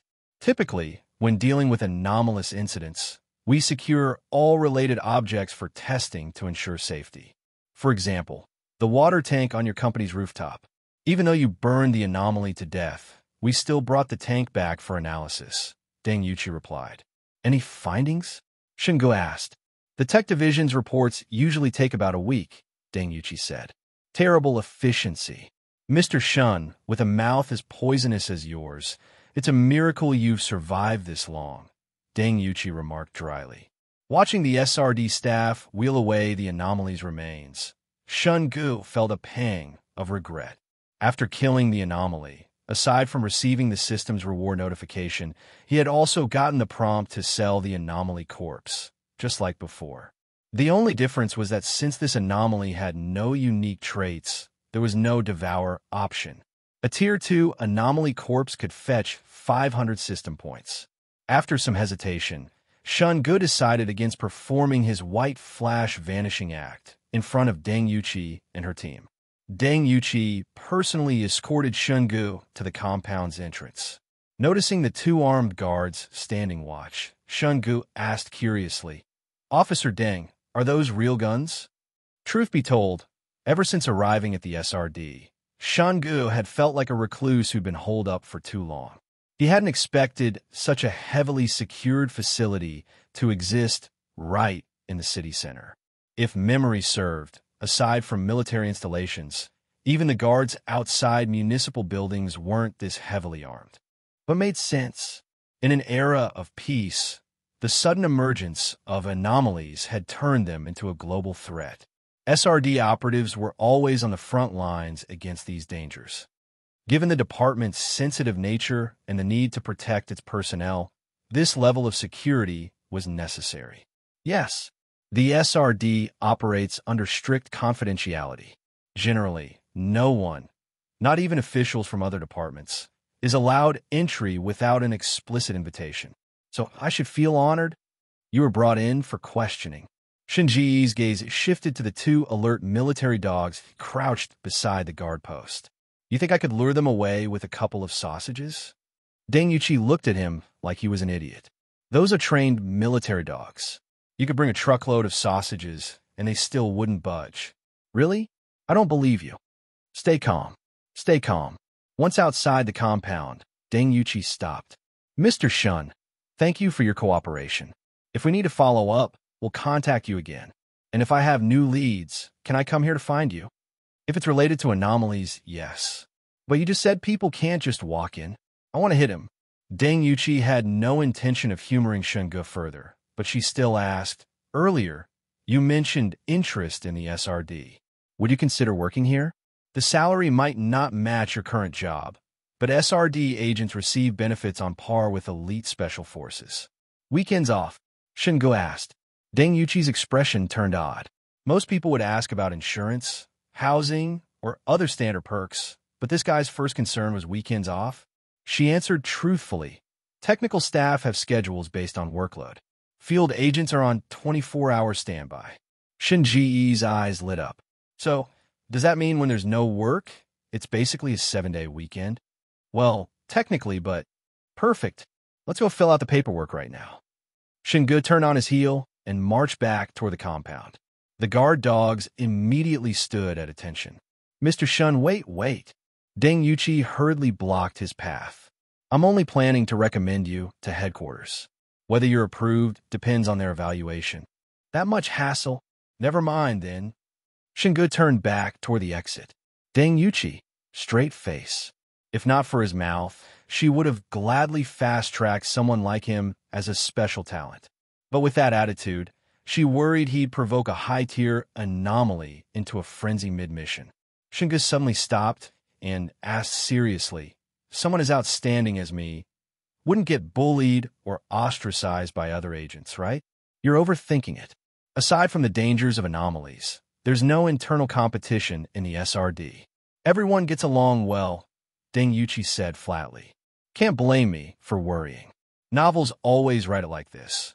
Some new recruit joins the Dragon Group, gets targeted by jealous peers, overcomes all odds, becomes leader, and lives happily ever after. Sounds thrilling, but look at me. I've got brains, not brawn. I'm not exactly built for a beatdown. Deng Yuqi patted his shoulder. Mr. Shun, read fewer novels. Your brain is one bucket of water away from short-circuiting. Oh, Officer Deng, you've got a sense of humor after all. Shunge said, delighted. Deng Yuqi, I want to swear. Unknowingly, she let him drag her into his nonsense. No, I need to reconsider this recommendation. As Shunge watched Deng Yuqi retreat into the compound, his mood was excellent. This little performance had likely landed him squarely on her blacklist. While the SRD's anomaly tech and research intrigued him, Shunge wasn't keen on being under constant scrutiny by such an organization. At any rate, unless Deng Yuqi had unconventional tastes, his normal behavior would naturally make her avoid further interaction. As a top-tier salesman, Shunge knew exactly how to win people over, and just as easily, how to repel them. Deng Yuqi wasn't a client, so he didn't need to care about her impression of him. He just had to lean into being as annoying as possible. Even if he did consider joining the SRD, saving the world as some kind of superhero would just be a side gig. What interested him was the ability to officially involve himself in anomaly investigations. The more anomalies he encountered, the more he could leverage his system's abilities. Whether it was growing stronger or delaying the apocalypse, this was far more efficient than tiptoeing around, terrified of exposure. Most importantly, the SRD had a dedicated tech division for anomaly tech. Those black gloves that could safely restrain anomalies? If Deng Yuqi had agreed earlier, he'd have sold his house to buy a pair. Anomaly tech. TSK. Wasn't that just like the butcher's knife at home? If he could learn the principles and techniques behind crafting anomaly tech from the SRD, he wouldn't have to rely on luck for equipment anymore. Feeling somewhat relieved, Shunge pulled out his phone to hail a ride, then pocketed it again. I'll just take the bus. As he left, he glanced up at the red flag fluttering atop the building and smiled, humming a tune as he strolled toward the distant bus stop. Someone as outstanding as me should have coasted through life. So how'd I end up tossed onto the battlefield after 20-odd years? someone as handsome as me. By the time Shun Gu got home, it was almost 10 p.m. He boiled a pack of instant noodles, fired up his computer, and started browsing for the perfect gacha BGM. Good Luck Comes and God of Gamblers theme had already been used. For a sacred ritual like gacha, background music was absolutely essential, even for just one pull. All right, you're the one. From a top 10 gacha BGM list on a certain video site, Shun Gu selected The Passionate Duelist. As the hype voice roared, "My turn, draw!" the rousing music kicked in. Consume 100 system points for a gacha pull. Pull. Drawing prize. Ding. Congratulations. You have obtained the consumable item, F1 Fragmentation Grenade. With a flash of white light, a fist-sized green pineapple appeared on the coffee table. Shun Ji's expression turned complicated. While he had hoped the system would give him weapons or equipment capable of directly harming anomalies, preferably something low-key like the SRD's freezing device or black gloves, this green pineapple certainly met the high damage requirement. But subtle? Not even remotely. Guns were banned in the country. Even regulated blades like butcher knives couldn't be carried around, let alone this thing. System, are you messing with me? He opened a browser to check the specs of the F1 Fragmentation Grenade. The results did not improve his mood. Asterisk, the F1 contains approximately 60 G of high explosive, uses a UZRGM fuse, and detonates within 3.5 to 4 seconds after activation. Standard throwing range is 30 to 45 meters, but its effective kill radius is 30 meters. Asterisk. In short, this thing was just as likely to kill the thrower as the target. And carrying it in a bag, whether it was security checks or an SRD scan, he'd be earning himself a permanent residency behind bars in no time. Go on. Why don't you spawn a personal inventory system next? Shun Gu muttered in exasperation. Host is advised to improve their rating to unlock more system functions. Run a new rating evaluation. Evaluating host current status. Result, Tier 0. You just said I soloed a Tier 2 anomaly. How am I still Tier 0? Is your rating system broken? Shun Gu protested. Evaluation is accurate. Wow. Shun Gu dug out a rusty metal box from under his bed, filled with yellowed photos and an old pocket watch, and dropped the grenade inside. If anyone found it, he'd just claim it was Grandpa's war souvenir and that he'd mistaken it for a model. For now, this thing was staying buried until the system unlocked inventory space. OBEs. With the gacha done, Shun Gu let the BGM keep playing. Aside from 100 system points, killing the Tier 2 anomaly had also earned him an unclaimed F-grade supply item. Setting aside the grenades, issues, this pull was technically lucky. At least the BGM worked. System, claimed a reward. Drawing reward, success. Obtained, expired Croton Seeds, X1LB, F-grade. A bag of foul-smelling beans materialized on the table. Shun Gu picked it up, eyeing the description with a twitch. Expired Croton Seeds, X1LB. F-grade consuming just 50 G rapidly purges toxins from the body. Effective against all non-instantly fatal poisons. Takes effect in 1 minute. Wordlessly, he tossed the bag under the bed, then moved his cursor to the BGM. Dislike. Block. Good riddance. Frustrated, Shun Gu browsed a local forum. As expected, posts about the evening's anomaly incident on Chunghong Road were vanishing within minutes. Soon, the entire forum went 404, network error. By midnight, even creative keyword combos like anomaly plus Rong City plus ghost car yielded nothing but unrelated nonsense. The SRD's efficiency is scary, he muttered, switching to broader searches about anomalies. Now that he was already exposed to the SRD, getting flagged for searching anomaly-related terms didn't matter. In fact, not researching anomalies after 2 encounters in 2 days would be more suspicious, given that Japan's anomaly incidents would become the global tipping point in 3 years. Their case was worth studying. But when Shun Gu searched terms like anomaly, ghost space, or spectral domain, the results were educational. Momoi's newest anomaly cosplay, 3 words, heart-stopping. High school anomaly incident. Nagano's 100 missing panties. Spectral domain expansion. Erica's time stop game. Tears, tantrums, T asterisk asterisk asterisk asterisk asterisk. Sensei's Guide to Spectral Pleasure. The internet is a treasure trove. As expected of Japan's national heritage, even anomalies couldn't escape being linked to certain educators. With his current mindset firmly on anomalies and not cultural studies, Shingu tried different search terms. While he found little concrete info, urban legends stood out. On foggy days, people enter an empty world where a masked beauty asks, "Am I pretty?" After rain, a town's lanterns turn into giant floating heads that mimic loved ones, begging to be let in. Many legends featured terms like empty world or head lanterns, making it hard not to connect them to anomalies. So, the more urban legends a region has, the higher its anomaly frequency. Shingu mused, shifting focus to domestic folklore. The findings were telling. Amusement park haunted house. Visitors swear they saw a real ghost. Totally worth the ticket. Elderly knocking ghost in Dachang City identified as student's long-deceased grandfather. Though mainstream platforms censored such news, paranormal forums were rife with them. Peel back the layers, and many legends aligned with anomaly behavior, some even tracing back to ancient ghost stories.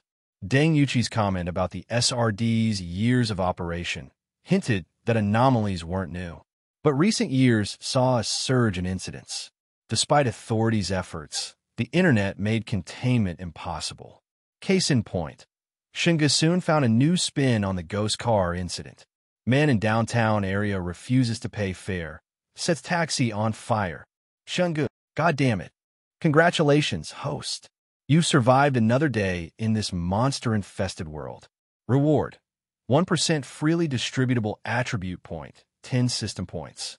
Shingu stayed up until midnight, allocating his daily reward point to his mental stats as usual before checking the system logs and daily tasks for updates. January 6th, 2028.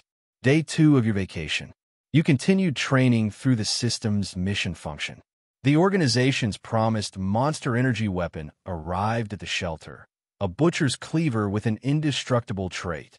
After extensive testing, you were shocked to find that even explosives couldn't leave a scratch on it.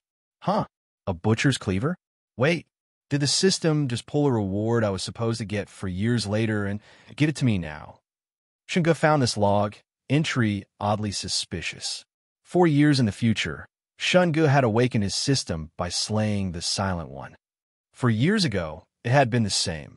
And now, for years later, the reward was the same butcher's cleaver as before. Unable to make sense of it, Shingu decided not to dwell on it. He closed the log and opened his daily tasks, only to find the same training mission as yesterday. Ugh, another run to the office. Dreading the grueling exercise awaiting him the next day, Shingu could only resign himself to an early bedtime after washing up. The next morning, he rose before dawn. This time, having learned from experience, Shingu deliberately paced himself, stretching out the first 3 exercises to avoid arriving at the office completely exhausted. The good news? The 10-kilometer run felt much easier this way. The bad news? He was still an hour late. In this apocalyptic world overrun by monsters, a strong body is your lifeline. Successfully completing today's training session, strength plus 1%, agility plus 1%, constitution plus 3%. Reward: 50 system points. Stomach trouble again today? Old Zhao asked with concern as soon as Shingu sat down. Constipated today. Before Shingu could even boot up his computer, Chung Shengnan appeared at the door of the general manager's office and called out to him, "Shingu, come my office." The proposal for client Chun still needs revisions. Once Chung Shengnan disappeared inside, old Zhao shot Shingu a strange look. "What?" Shingu asked. "You've handled plenty of projects before, but I've never seen Chung summon you to her office every single day. Are you really just revising proposals?" "Nothing else. I'll be sure to relay your question to Chung Shengnan." Bro, I was wrong. Old Zhao's apology came lightning fast, as if speed alone could outrun the consequences of his big mouth. Shen Gu carried the proposal into the manager's office, only to see Cheng Shengnan stand up, close the curtains, and then, instead of returning to her desk, sit down right beside him. Shen Gu, after 3 years as colleagues, is she finally making her move? Yesterday, when I was driving out of the parking lot, I saw you getting into a black Hongqi limo with a license plate A*******, Cheng Shengnan said, her expression grave. ROES. Yeah. What about it? Shen Gu asked. Cheng Shengnan glanced toward the office area, ensuring no one was eavesdropping, then leaned in and whispered, last evening, there was a car accident on Chenghong Road.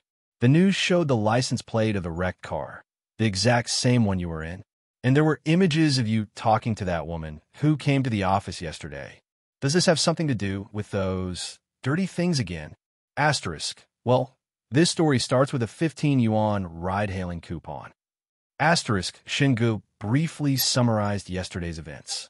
As someone who had fought alongside her and witnessed the supernatural firsthand, he figured Cheng Shengnan deserved to know the world was changing. A little extra caution in daily life couldn't hurt. Cheng Shengnan's face darkened. Tell me, is the feng shui around here just terrible? 2 supernatural incidents in 2 days? If so, I'll push headquarters to fast-track relocating the office. Where do you think we should move? Shen Gu nearly replied that nowhere on earth was safe, but then a thought struck him. What about the commercial building behind Tianquan Theater? Cheng Shengnan frowned. Tianquan Theater? Downtown? Office rents there aren't cheap. Headquarters would never approve. Just find any office near Tianquan Theater. It's the safest spot. Why? That woman from yesterday is the head of Rome City's Special Response Division, and their headquarters is right near Tianquan Theater. After a moment of serious consideration, Cheng Shengnan nodded. All right, I'll have my assistant scout for suitable offices in that area immediately. Shen Gu hadn't expected Cheng Shengnan's summons to be over something so trivial. Walking out of the office, he couldn't help feeling a little disappointed. Sigh. And here I thought my paid leave was finally approved. Back at his desk, Shen Gu diligently worked, slacked off the entire day. In the afternoon, client Shen showed up again, eager to share his latest tiny idea. Since Shen Gu had spent the last 2 days dealing with supernatural nonsense, he hadn't even opened the project folder. Left with no choice, he printed out the first draft of the proposal and handed it to Client Shen. To his surprise, Client Shen slapped him on the shoulder so hard it nearly ruptured his spleen. Xiao Shen, you get me? This proposal is perfect, exactly what I wanted. Go with this version. Just like that, Shen Gu somehow scored a glowing review for submitting the initial draft. After clocking out, he headed to the nearby market to stock up on fruits and veggies. 2 straight days of instant noodles had left him craving something fresh. Now that he had a system tracking his stats and health, a balanced diet was just as important as exercise. Warning: Host is entering an area with high monster activity. Multiple high-level monsters have detected Host's presence via acute senses. For the sake of survival, evacuate immediately. Standing at the market entrance, Shen Gu scanned the interior and immediately spotted the monsters. A few stray dogs lounging by vegetable stalls, 2 Pomeranians cradled by a heavily made-up middle-aged woman, and several cats napping atop the awnings. The scene reminded him of the dogs outside Tom's department store, back when the system had warned of low-level monsters. So when the supernatural outbreak hits, the first to change are cats and dogs. Ignoring the warning, Shen Gu strode into the market. After all, system alerts meant opportunities for rewards. Warning, warning, warning. Host has been targeted by multiple monsters. Do not let your previous solo victory over a Tier 2 monster inflate your ego. Charging into a monster nest is ill-advised.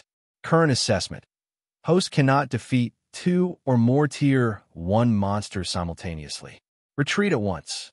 Oh, Shen Gu raised an eyebrow. If he recalled correctly, the system used to flag even a single Tier 1 monster as dangerous. Now, I was saying he could take on one, just not multiple? TCH, lousy system. Still no rating boost, huh? Mentally grumbling, Shungu circled the market 3 times, buying vegetables and fruits while teasing every animal in sight, even the fish in the tanks. If live poultry slaughter were still allowed, he'd have happily squatted by the chicken cages for a chat with the roosters, too. Host displays unmatched bravery, facing 3 Tier 1 monsters head-on with wit and courage, successfully driving them back. Reward, 10 system points, x3. 3 sausages for 30 points? Not bad. Host outsmarts a Tier 2 monster, toying with its loyal minions through sheer eloquence. Reward, 20 system points, x3. Shungu enthusiastically shared skincare tips with the Pomeranian-toting middle-aged woman. Host, drunk on confidence, charges solo into a monster nest. Under the collective gaze of countless monsters, Host remains unshaken, moving as if no monster dares bar his path. Reward, 50 system points, x3. Yep, 3 market laps. By the time Shungu finished his shopping spree, he'd racked up a cool star 240 star system points. Just as he was about to leave, satisfied, a pitch-black rat, plumper than the average house cat, darted into a fish stall. You've got to be kidding me. This again? Shungu sighed. Maybe I should write a book, call it One Supernatural Incident a Day, and be done with it. Whether it was a coincidence or not, the appearance of this monster rat meant one thing: free system points. Shungu wasn't about to let that slip away. Besides, so far, the rat showed no signs of generating a monster domain, meaning it probably hadn't reached Tier 2 yet.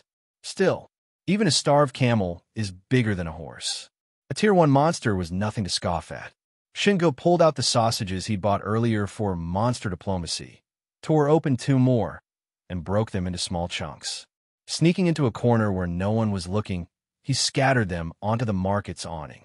During his earlier point-grinding spree, he'd already fed plenty of cats and dogs here, earning himself some local goodwill.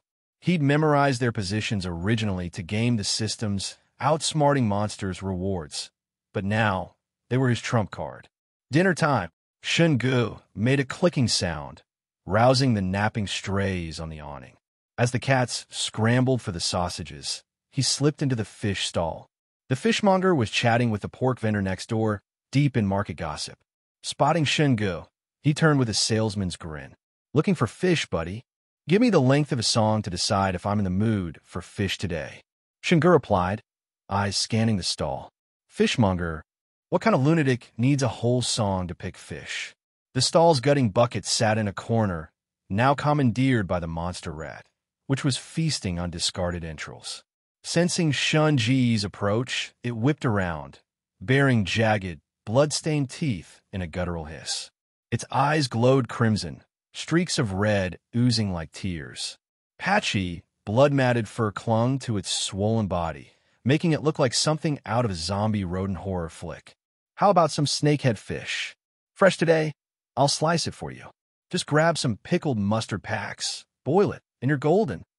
The fishmonger ambled over cheerfully, then froze at the sight of the hulking black mass by his trash bucket. Holy hell! Snatching a fish net, he charged forward, stomping loudly to scare it off. Get lost, you filthy! Whether intimidated or just unwilling to engage, the rat darted behind the tanks and vanished into the alley out back. Look, markets get rats, okay? Especially with all the fresh kills. But we're clean, I swear. The fishmonger began apologizing, only to see Shungu grab a brick from a nearby renovation pile and sprint after the creature. With grave new ES. Damn, this guy hate rats that much. The fishmonger muttered. The alley behind the stall led to a derelict section of the market, long abandoned by vendors due to poor foot traffic. Beyond it lay a bustling street where unlicensed peddlers hawked their wares. Shungu expected the rat to flee into the crowd, but at the alley's mouth, it skidded to a halt. Whirling around, it bared its teeth in a low, gurgling snarl. Size ain't everything. You're still just a rat, and I've got feline backup. Shungu peeled 2 more sausages and lobbed them onto a rooftop. Hey, fur balls, help a guy out. Sure enough, the strays already snacking on his earlier offerings perked up. At the sight of the monstrous rat, their pupils dilated, instinct overriding logic. Despite its size, the rat flinched backward as the cats pounced down, tails puffed, claws out. Morale. But Shingu wasn't banking on cat power alone. This was a test for his immobilized trait and his theory about monster domains. As the cats tensed to strike, he activated Immobilize. His shadow twisted alive, stretching like tar to merge with the rats. The moment their darkness fused, the rat locked in place. And the cats stopped mid-pounce, bewildered. They couldn't see it anymore. Bingo! Immobilize didn't just freeze targets. It yanked them into a monster domain, rendering them invisible. Releasing the trait, Shun-Gu watched the cats re-engage instantly, creeping forward as the rats scrambled to flee. Eat brick? The projectile whizzed past the rat's nose, smashing into its escape path. The hesitation cost it dearly. The cats lunged, one latching onto its haunches while the other went for the throat. Scree! What followed was a three-way brawl straight out of a drunken kung fu flick.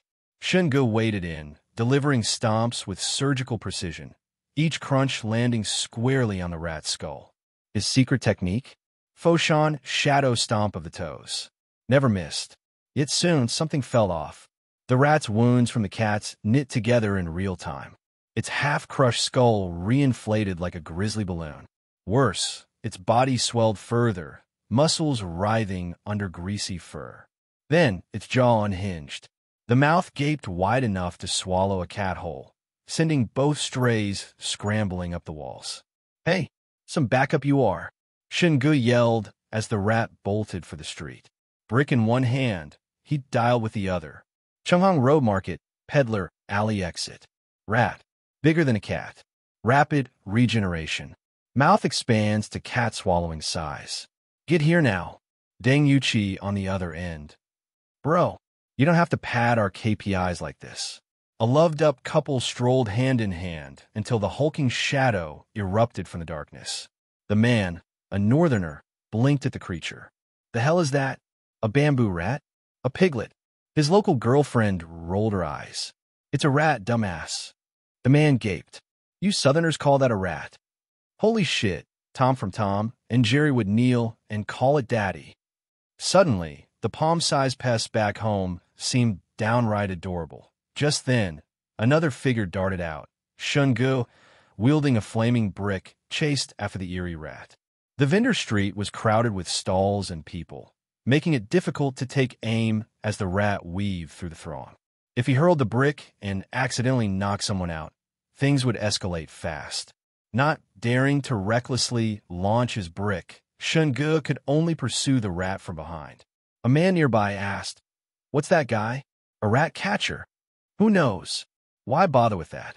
The woman's attention was already drawn back to the snacks and treats at the surrounding stalls, the unusual giant rat forgotten. Evidently, the rat was just a bit larger than usual, nothing uncommon in the South. Meanwhile, the eerie rat scurried away, slipping into a crowd of onlookers. From a distance, Shun-Gu could hear a distinctive Sichuan-style rap looping among the gathered people. Rat poison, rats eat it and can't escape. Left foot steps on right foot, tail whacks its own head. After the market, after the shops, remember to bring dinner for the rats. One you want to pack, one you want a bag, so the rats won't fall in love. Where you put it, where they'll drop, they won't run more than a foot. Sprinkle it at home for safety. By morning, all the rats will be dead.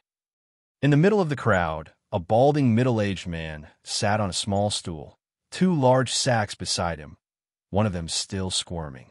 At his feet was an iron cage containing several palm-sized rats, leaping and darting around. The man pulled a packet of pills from one of the sacks and poured them into the cage's feeding tray. The rats, catching the scent, rushed over to devour them. While the rats ate the pink pills, the man rhythmically chanted into his headset mic. Neighbors and friends, gather round and listen. Are rats overrunning your home? Nests everywhere you look? Just buy my rat poison, and they'll drop where they stand. No lies, no tricks. Rats are everywhere you peek. Their harm is real, eating your food, crawling in your nest. Catchy and rhythmic, his chant soon had the crowd hooked. As the man's enthusiastic rap reached its peak, the rats in the cage, having swallowed the pills, suddenly collapsed motionless.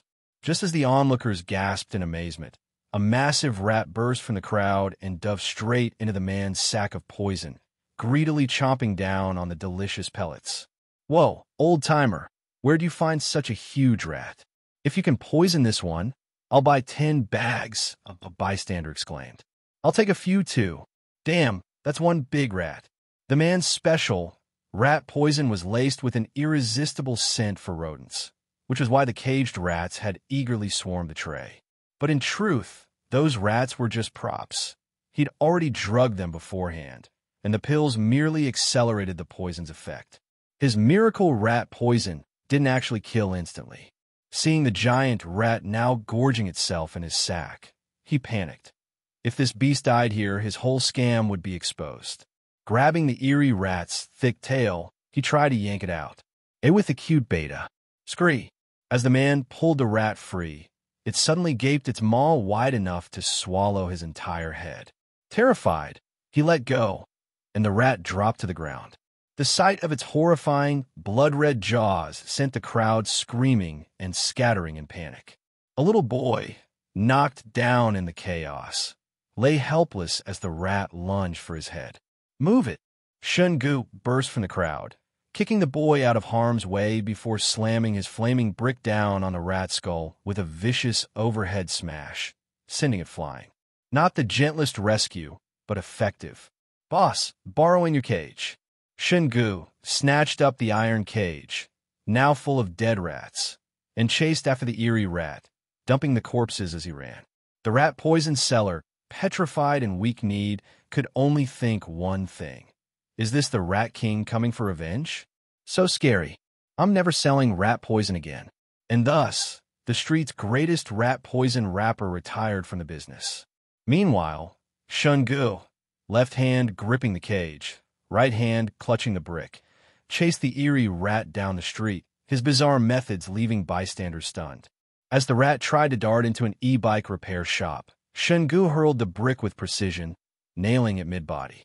No time to retrieve the brick. He lunged forward and slammed the cage down over the rat before it could open its jaws. The plump creature filled the cage to the brim. Shun-gu kicked the cage onto its side, snapped the door shut, and locked it. Spotting the shop's stunned owner, he snatched the welding torch from his hands, planted a foot on the cage, and torched the rat's head. The eerie rat shrieked as the flames seared its skull, trapped and helpless. Within seconds, half its head was charred to a crisp. But Shun-gu didn't stop until the entire head was obliterated. Only then did the system's prompt chime in his mind. Host has single-handedly slain a tier, one eerie creature. Reward, 50 system points. Grabbing a nearby cardboard box, Shun-gu stuffed the caged rat corpse inside, sealed it, and carried it away from the crowd. After the rat's jaw-dropping or head-swallowing display at the poison stall, plenty of onlookers had already whipped out their phones to record. Though Shun-gu had reported to the Special Countermeasures Department, he had no desire to become tomorrow's headline. Crossing the vendor street, he entered a small park opposite and found a secluded spot. Opening the box, he stared at the rat's remains as the system's voice echoed. Sell tier 1 eerie corpse. Price, 200 system points. Killing a tier 2 eerie creature earned 100 points and a random F-grade recovery item, with the corpse selling for 500. But a tier 1 kill only gave 50 points, no recovery item, and the corpse was worth just 200. 200 points meant 2 lottery spins.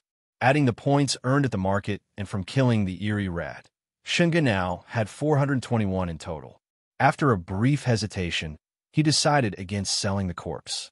Closing the box, he pulled out his phone and dialed Deng Yuchi. "Officer Deng, not here yet?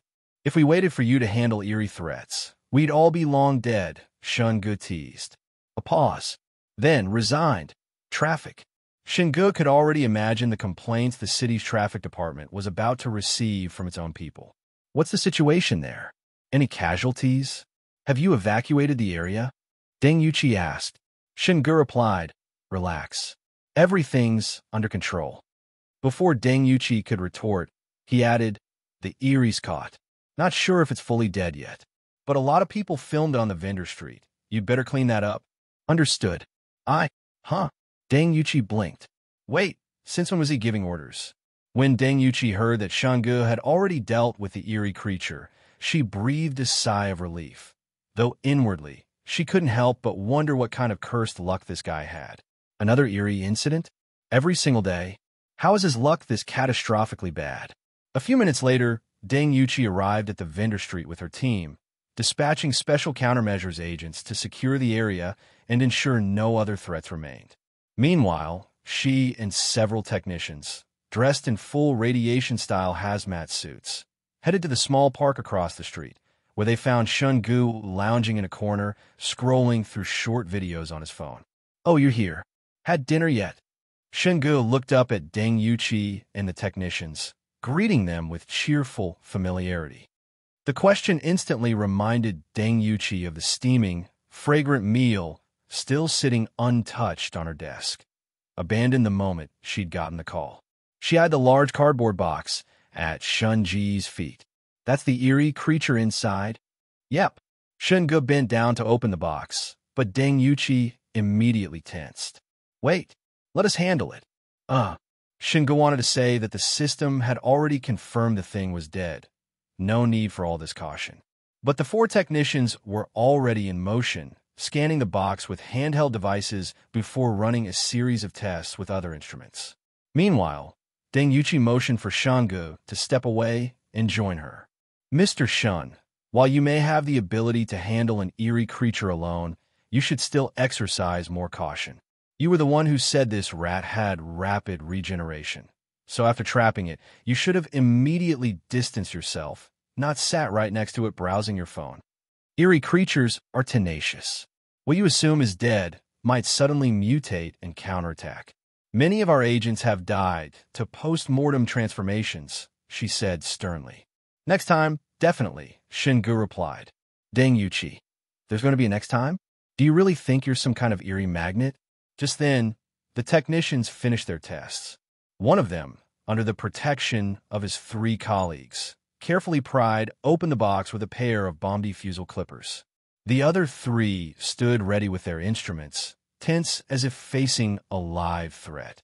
When the box was fully opened, revealing the rat's corpse inside the iron cage, they immediately stepped forward, plunging syringes into its body and injecting enough anesthetic to knock out an elephant.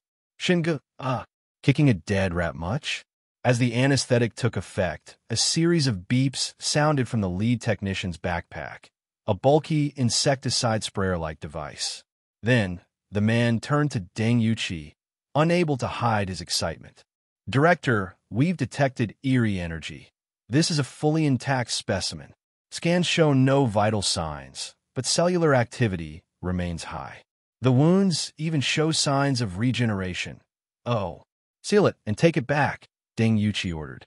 The technician nodded, unfolding a special silver cloth from his backpack. He carefully placed the cage onto it, wrapped it up, and stowed the bundle inside the locked container.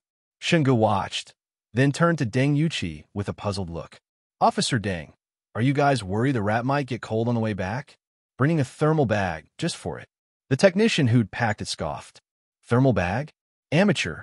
This is a proprietary material designed to contain eerie energy. It's worth a 4. Li Xiang. Deng Yuqi cut him off sharply. Realizing he'd said too much, the man promptly shut his mouth. Mr. Shun, as per protocol, we'd like you to accompany us back to the department to give a statement about today's incident. Thank you for your cooperation, Deng Yuqi said. Shun-gu tilted his head. This time, I not only captured an eerie creature for you, but also delivered it in pristine condition. That's got to be worth a pair of eerie energy gloves, right? He emphasized pristine deliberately. Clearly, he'd picked up on the key detail from the technician's slip-up. Before Shun-ji's appearance, even Deng Yuqi, with years of experience, had only encountered a handful of eerie incidents. Their supply of usable eerie remains had to be scarce, and the researchers barely contained excitement upon seeing the rat's intact, energy-rich corpse had been very telling. I'm sorry, Mr. Shun, but Erie Energy gloves are specialized equipment issued exclusively to our agents. They can't be gifted or awarded as prizes. However, I can arrange for a substantial monetary reward, Deng Yuqi said. Shingu raised an eyebrow. How substantial? Deng Yuqi almost said 500,000, but then she remembered the asset report information had sent her that morning. The number in Shun Ji's net worth column made her pause. 500,000. Oh, Shun Ji's interest flatlined. Deng Yuqi sighed inwardly. She'd expected this. While Shunga hadn't outright said, "I'm not interested in money," it was clear he valued Erie Tech far more than cash. And so, for the second time in 2 days, Shunga found himself inside the heavily secured Special Countermeasures Department, in the same interrogation room as before. After completing the statement, Deng Yuqi gave him a strange look, her tone laced with exasperation. "Mr. Shun, you're seriously telling me you went to the market just because you wanted fruit?" Shinga met her gaze with utmost solemnity. "Officer Deng, I'll be honest with you. I'm a super soldier from the M78 Nebula. My body has awakened an anti-Erie system that lets me pinpoint Erie activity with precision. Recruit me, and I'll make your branch the top Erie elimination champions in the country." Deng Yuqi, thanks but no thanks. Even with her discipline, she had to bite back the urge to say, "What the hell kind of champions?" After silently counting to 10, she steadied herself. "Mr. Shun, while your luck is questionable, your capabilities are undeniable. To be frank, I received your clearance report this morning. You passed a background check. Aside from your unique thought process and that wasp-stung tongue of yours, you're precisely the kind of talent we need. You meet all the criteria to join the Special Countermeasures Department. One day, and you've already dug up my family tree? Impressive work, Heavenly Dynasty Dragon Group," Shun Ge mused, nodding approvingly. Deng Yuqi ignored the jab and pressed on, her tone grave. "The emergence of Erie creatures means nations can no longer afford superficial peace. Humanity must unite against this existential threat, and our department stands on the front lines. We are the wall of flesh and blood shielding the people behind us. So, Mr. Shun, will you join the Special Countermeasures Department? Will you fight for your country, for your people, and stand against the Erie tide?" Her invitation was formal, weighty. Shingu smiled. "I'll think about it. Deng Yuqi, consider my ask." Deng Yuqi was genuinely tempted to punch someone. Just yesterday, this guy had shown immense interest in joining the Special Response Department, practically oozing eagerness with every word, like he was just waiting for the invitation. So she'd worked overtime to push through his application, personally monitored the HQ's review process, and even extended the offer herself. And now, "I'll think about it." Deng Yuqi was about to lose her temper when Shun Ge let out a long, melancholic sigh. "I knew it was pointless to hide. A man like me, so dazzling, so extraordinary, shines like a firefly in the dark. I stand out too much. Deng Yuqi cut him off with a deadpan stare. "All right, poor prince.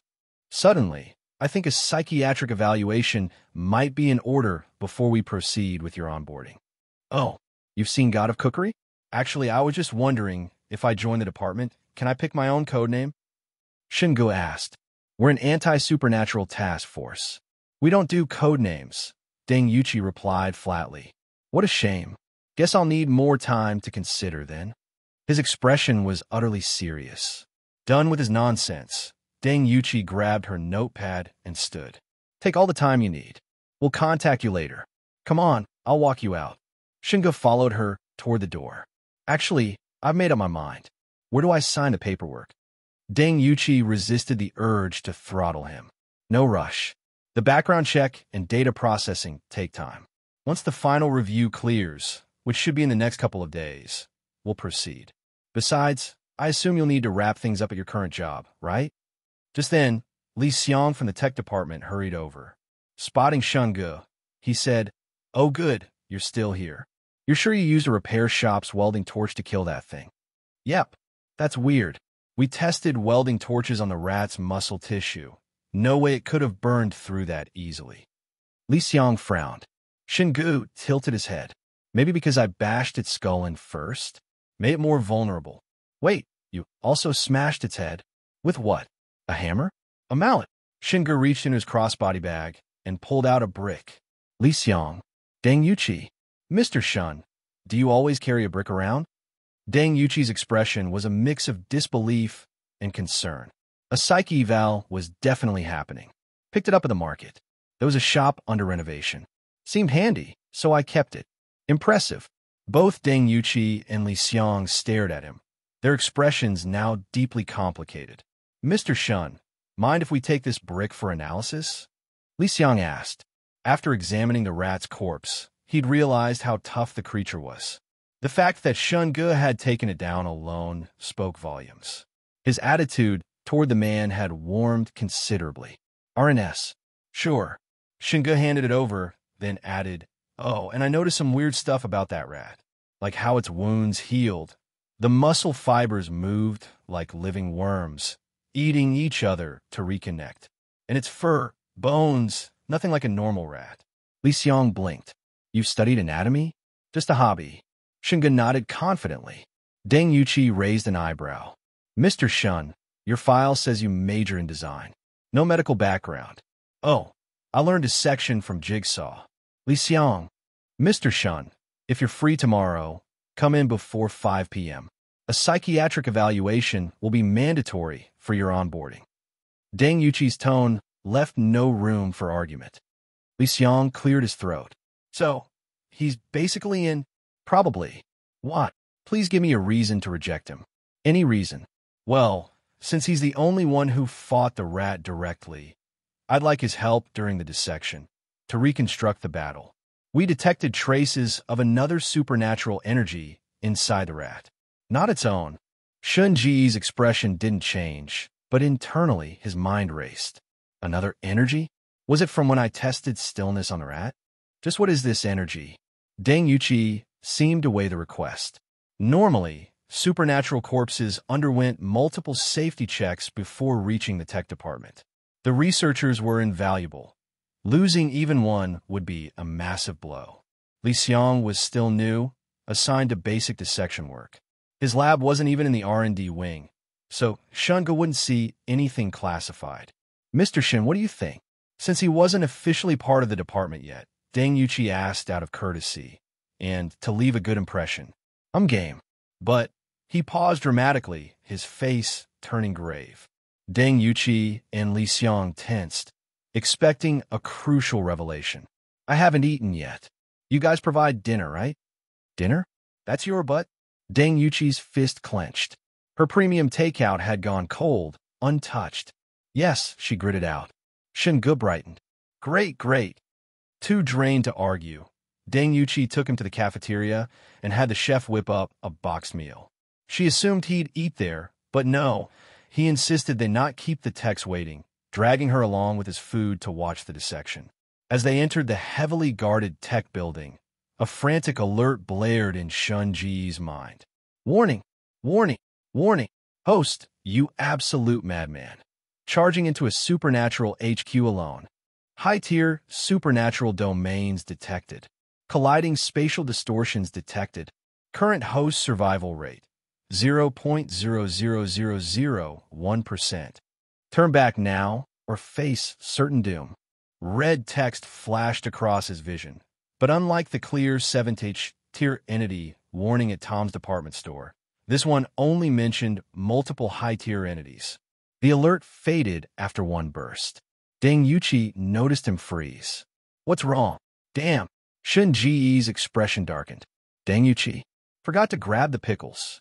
A lunchbox without pickles just isn't the same. Ugh. Shun Ge sighed dramatically. Deng Yuqi ignored him, picking up her lunchbox and heading straight for the dissection room. Shun Ji's gaze shifted to the brightly lit hallway ahead, his brow furrowing in thought. Tom's shopping mall, where a Class 7 anomalous entity had appeared, was classified as a top-tier contamination zone.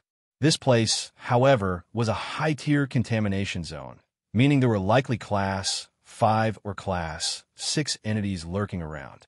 If it's a Class 5 or Class 6 entity 4 years from now, then right now, it should at least be Class 1 or Class 2. Was this an entity kept by the Special Tactics Division for manufacturing anomalous energy equipment? Or was it one of the entities sealed away after past incidents? But what really caught Shun-Ji's attention were the words anomalous entity headquarters. The system's 4-year time discrepancy suggested that, in the future, the Special Tactics Division had fallen and become the headquarters of the anomalous entities. And the term headquarters raised some serious questions. The system labeled areas with high anomalous activity as nests. Even Tom's shopping mall was referred to as the lair of a Class 7 entity. But headquarters? Did that mean intelligent entities had taken over the Special Tactics Division? Since awakening the system, aside from Old Wong, who had the 3 heads, 6 arms trait, most of the entities Shun-Ge had encountered were animalistic. If humans could turn into entities while retaining their consciousness, now that would be explosive intel. Lost in thought, Shun-Ge followed Deng Yuqi into the dissection room on the first floor of the tech department, still holding his lunchbox. Inside the dissection room were 9 people. Li Xiang, the lead technician, 2 assistants, and 4 fully armed soldiers responsible for their safety. Chief! As Deng Yuqi and Shun-Ge entered, the 2 assistants approached. One of them said, "Chief, Mr. Shun, please follow me." Since the dissection target was an anomalous entity, entering the inner dissection room required protective suits to minimize exposure to its effects. Ever since these entities first appeared, human scientists have been studying them. Yet after all these years, no one knew how they came into existence. Were they Earth-born viruses? Alien pathogens? Or something beyond scientific explanation, like ghosts? No one knew if the protective suits actually worked, but for safety's sake, protocol demanded treating the entities as viral threats, requiring full protective measures before contact. Aryan Geo Epsilon. After following the assistant into the changing room, Deng Yuqi sat at a small table nearby and opened her lunchbox. "You take him in first. I'll join you after I eat." She'd had a snack at 11 a.m. and had been working nonstop until nearly 7 p.m. when Shun-Ji's call interrupted her dinner plans. Now, she was genuinely hungry. "Understood, Chief." The assistant handed Shun-Ge a protective suit, but his attention was drawn to a large, boxy white contraption with wheels in the corner. "What's that?" Shun-Ge asked. The assistant replied, "That's Chief Chen's protective chair. He injured his leg in an anomaly encounter and had trouble moving around, so the tech team built this for him. You can sit inside it directly." Even though Chief Chen was transferred, the chair stayed. "Huh. Since Chief Chen isn't using it anymore, mind if I borrow it? Looks pretty spacious. I could eat while watching the dissection." Shun-Ge suggested. "Assistant, you want to eat while watching a dissection?" The assistant's face twisted in disgust, just imagining the scene. Meanwhile, Deng Yuqi, who'd only known Shun-Ge for 2 days but had already endured 2 days' worth of mental strain, barely reacted. Shun-Ge waved it off, climbing into the boxy wheelchair contraption and digging into his lunch. "Mr. Shun, I really think you should." Before the assistant could finish, Shun-Ge, lunchbox in one hand, started up the old man mobile and smoothly drove out. Li Xiang blinked as Shun-Ge rolled up in the odd vehicle. "Mr. Shun, what's this?" "Sorry, haven't had dinner yet, and I spent the whole afternoon chasing rats. Didn't want to hold you guys up, so I'm making do," Shun-Ge explained. The room fell into stunned silence. One of the armed soldiers couldn't help muttering, "Dude, you've got a strong stomach." But since Shun-Ge wasn't needed for the actual dissection, just to observe the rat entity's corpse and compare it to its living state, no one stopped him. Once inside the inner dissection room, Shun-Ge saw the rat entity splayed on the table, its skin mostly peeled back, its belly sliced open to reveal grotesque innards. Shun-Ge maneuvered his chair closer, chewing thoughtfully as he examined the corpse. "The wound on the left side of the skull is probably from me. Besides the fire brick, I also stomped on it maybe a dozen or 20 times." Are you the legendary inheritor of the shadowless stomp technique? What kind of hell did this rat go through before it died? Li Xiang stepped forward, using a tool to lift the rat's head while an electric saw buzzed to life in his other hand. As he cut into the skull, the creature's brain oozed out like maggots, healing the incision within seconds. Li Xiang's expression was grave. Mr. Shun, as you can see, aside from your inflicted wound, any damage we cause is quickly regenerated by the residual anomalous energy. But in your wound, we detected traces of a foreign anomalous energy. Oh, Shingu shoveled in a few more bites, chewing loudly before swallowing. Did you test the firebrick I brought? The assistant standing beside Shingu had already been fighting nausea from the sight of the writhing brain matter. The sound of Shingu noisily eating mapo tofu pushed her over the edge, and she bolted to the corner trash can to vomit. Is the assistant pregnant or something? Shingu asked curiously. Pregnant. She's puking because of you. Vomiting during dissections wasn't uncommon, so Li Xiang paid no mind. His focus was solely on the entity. We tested it. The brick also carried traces of foreign anomalous energy, Li Xiang confirmed. Shingu nodded seriously. So, I randomly picked up a firebrick at the market, which happened to have residual anomalous energy, and by sheer luck, it became a weapon against the rat entity.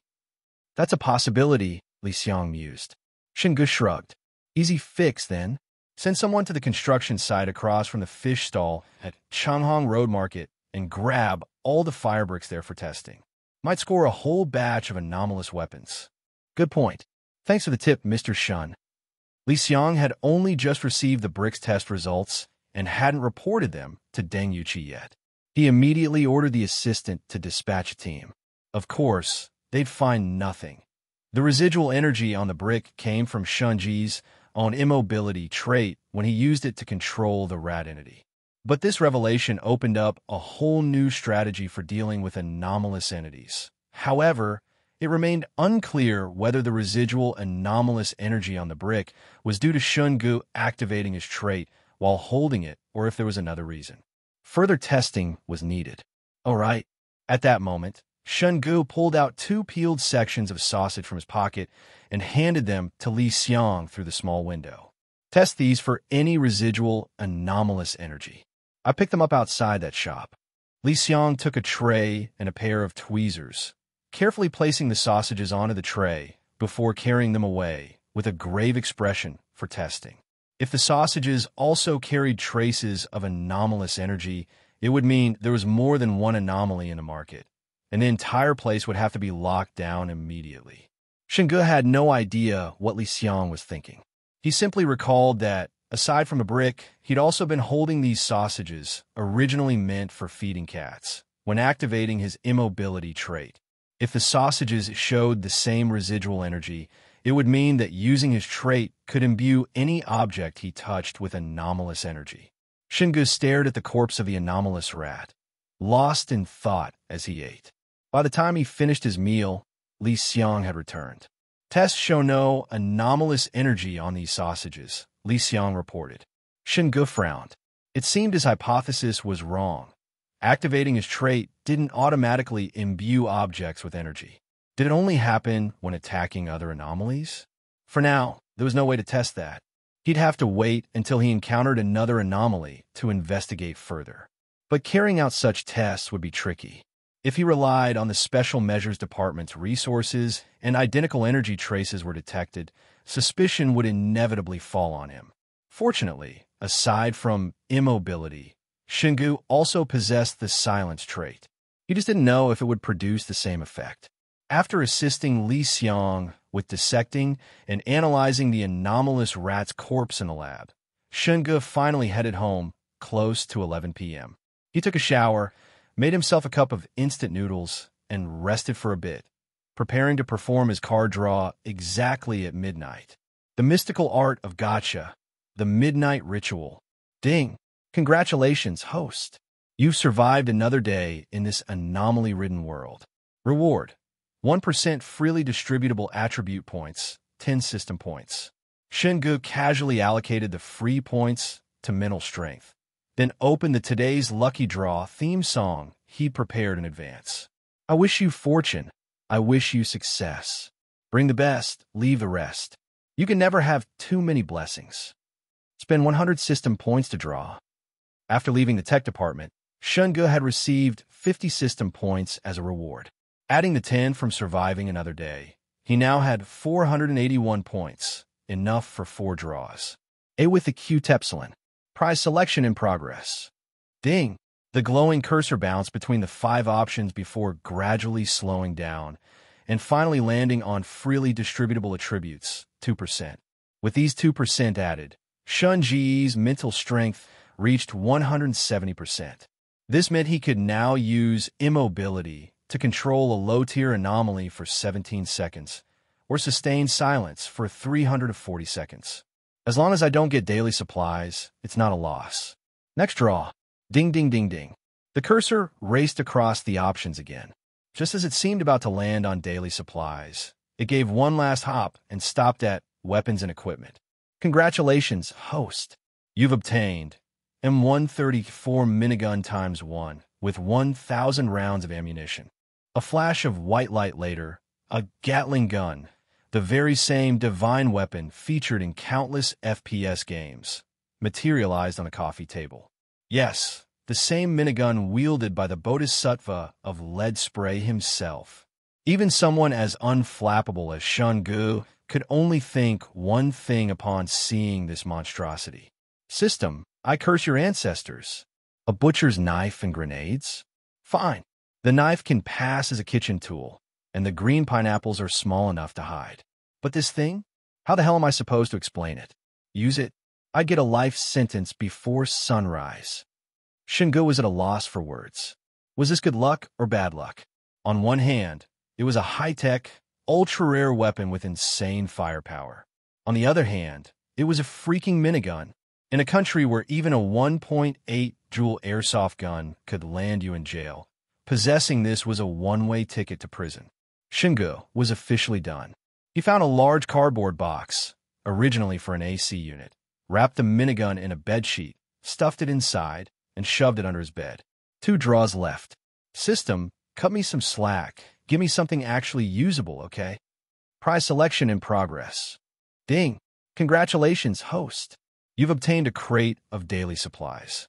Another flash, and a 1 cubic meter cardboard box appeared on the table. A whole crate.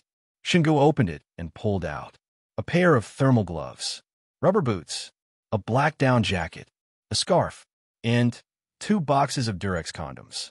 What the hell? Oh, so these are usable equipment, huh? All right, fine. I'll call you bro if I have to. System, stop messing with me. Earning points isn't easy. Out of 4 draws, can't you give me 1 combat upgrade? With a sigh, Shunge initiated his final draw. Prize selection in progress. Ding! Congratulations, host. You've obtained a crate of instant noodles. System, you're a goddamn troll. Shunge didn't even bother checking the brand. He shut his laptop, flopped onto his bed, and opened the log and daily tasks tabs. January 7th, 2028, day 3 of leave. You continued training via the system's mission function. In the afternoon, you sparred with fellow organization members, improving your combat skills. Rumor has it an elderly martial arts master has joined the organization. You're considering learning from him to enhance your fighting prowess. Daily mission. Asterisk the apocalypse rages, anomalies roam, danger lurks everywhere. At your current level, you can't handle high-tier anomalies, only low-tier ones. Remember those 3 rank 1 anomalies you let escape? Find them. Kill them. Asterisk. Reward. 100 system points. 1 random F-grade recovery item. The log entry wasn't particularly noteworthy, aside from mentioning an elderly martial arts expert joining the organization. If future logs confirmed that learning from him boosted combat effectiveness, Shunge figured he might as well seek the old man out early. After all, years of training would naturally yield better results than starting from scratch later. As for the daily mission, this was a new type, different from resource gathering or physical training. Asterisk 3 rank 1 anomalies. Does that mean the 3 stray cats from the Silence incident? Asterisk Shunge decided to revisit the villa area tomorrow. Sigh. Tomorrow, it's back to hunting anomalies. Is this going to be a daily routine now? The next day, Chung Shengnan had received a delivery notification earlier, so she arrived at the office 10 minutes early to pick up her package from the management office. As she walked through the lobby, she spotted Shun Gu heading toward the elevators. She moved to call out to him, but paused when she noticed he seemed to be in high spirits, humming a tune under his breath. Curious, she quickened her pace to eavesdrop. No work tomorrow. Hell yeah, feels so good. I can laze around all day, ignore the alarm. No need to kiss clients' asses. Finally living a little real. Chung Shengnan. Probably not the best song for your boss to overhear, that Hung Shengnan ultimately didn't call out to Shingu. The two walked into the office one after the other, and old Zhao, catching sight of them, shot Shungu a knowing look. Shungu ignored him, booted up his computer, and began finalizing the revisions for Director Chen's proposal. As noon approached, Chung Shengnan appeared at her office doorway and called out, "Shingu, come to my office. Let's discuss the proposal."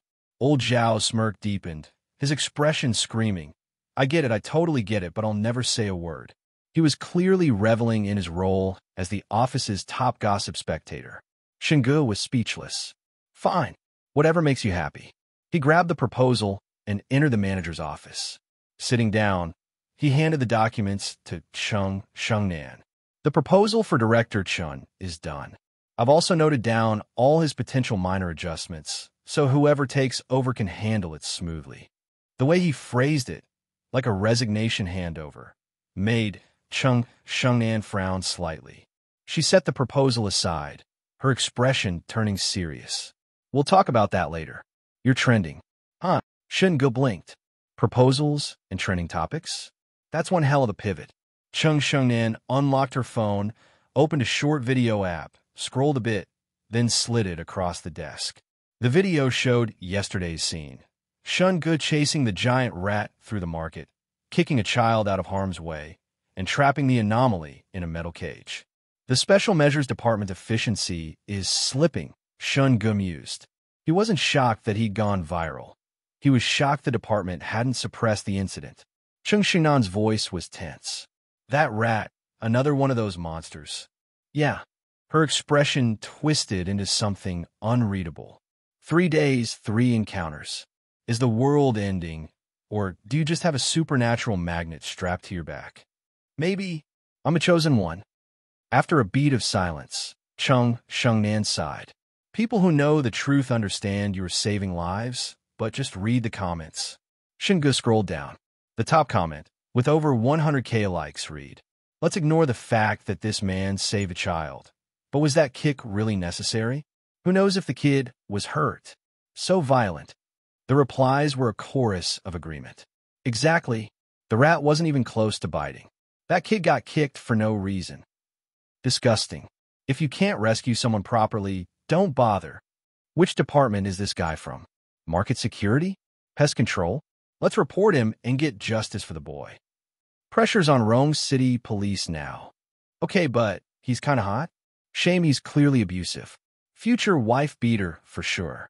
Ladies, what's the survival guide from marrying this type?" The handful of comments defending Shungu were buried under the outrage, barely scraping a few dozen likes. The trending discussions barely touched on the rat itself. Most were nitpicking, accusing Shungu of child abuse, causing public panic, or even stealing from the auto shop owner. Admittedly, Shungu had had other options besides kicking the kid and smashing the rat with a brick. Option 1, dive in front of the boy, shielding him with his own body. Option 2, use his immobility trait to freeze the rat mid-leap, buying the kid a few seconds to escape. But option 1, he didn't know the kid, and getting bitten by an anomaly could have unknown consequences. He wasn't about to martyr himself for a stranger. Option 2, the rat was in constant motion.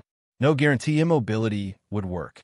If it failed, the kid's head would have been rat chow. Then the headlines would scream, "Heartless bystander watches child die." So yes, his methods were rough, but they were the safest choice.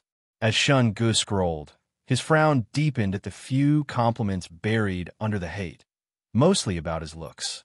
With a grimace, he started typing furiously. What are you doing? Chung Shengnan asked. What does it look like? Clapping back. Shingu didn't glance up. If they ruin my mood, I'll ruin theirs. He wasn't one to stew in anger.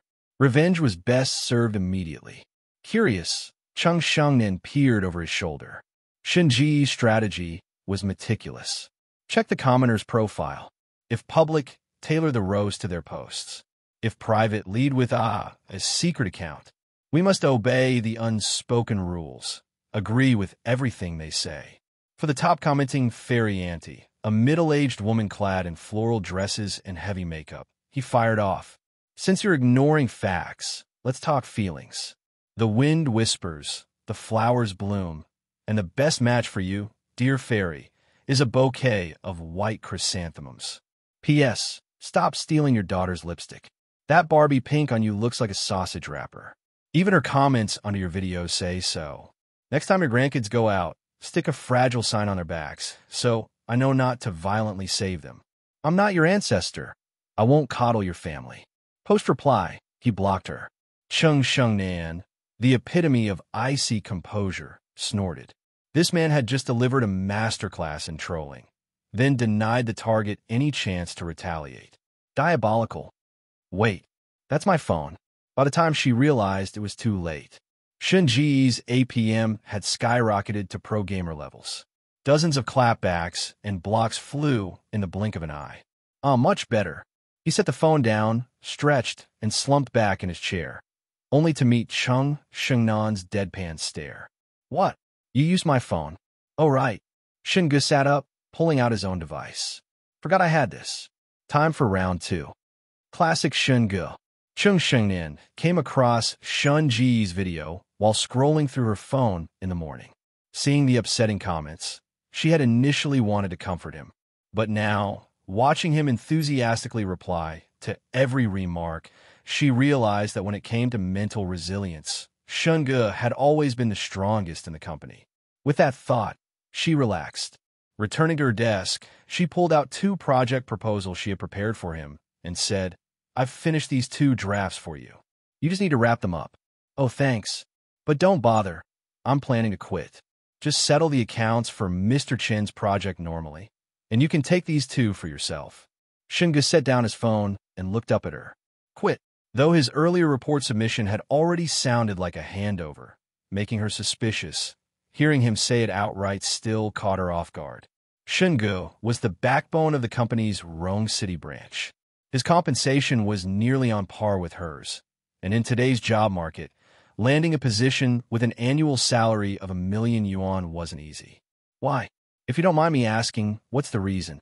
Did you find a better opportunity, or is there something about the company you're unhappy with? Chung Shengnan pressed. No, I'm quitting to save the world. The corner of Chung Shengnan's mouth twitched. Though she found it ridiculous, she held back the urge to mock him. I know Dongxing Designs HR has reached out to you multiple times with high offers.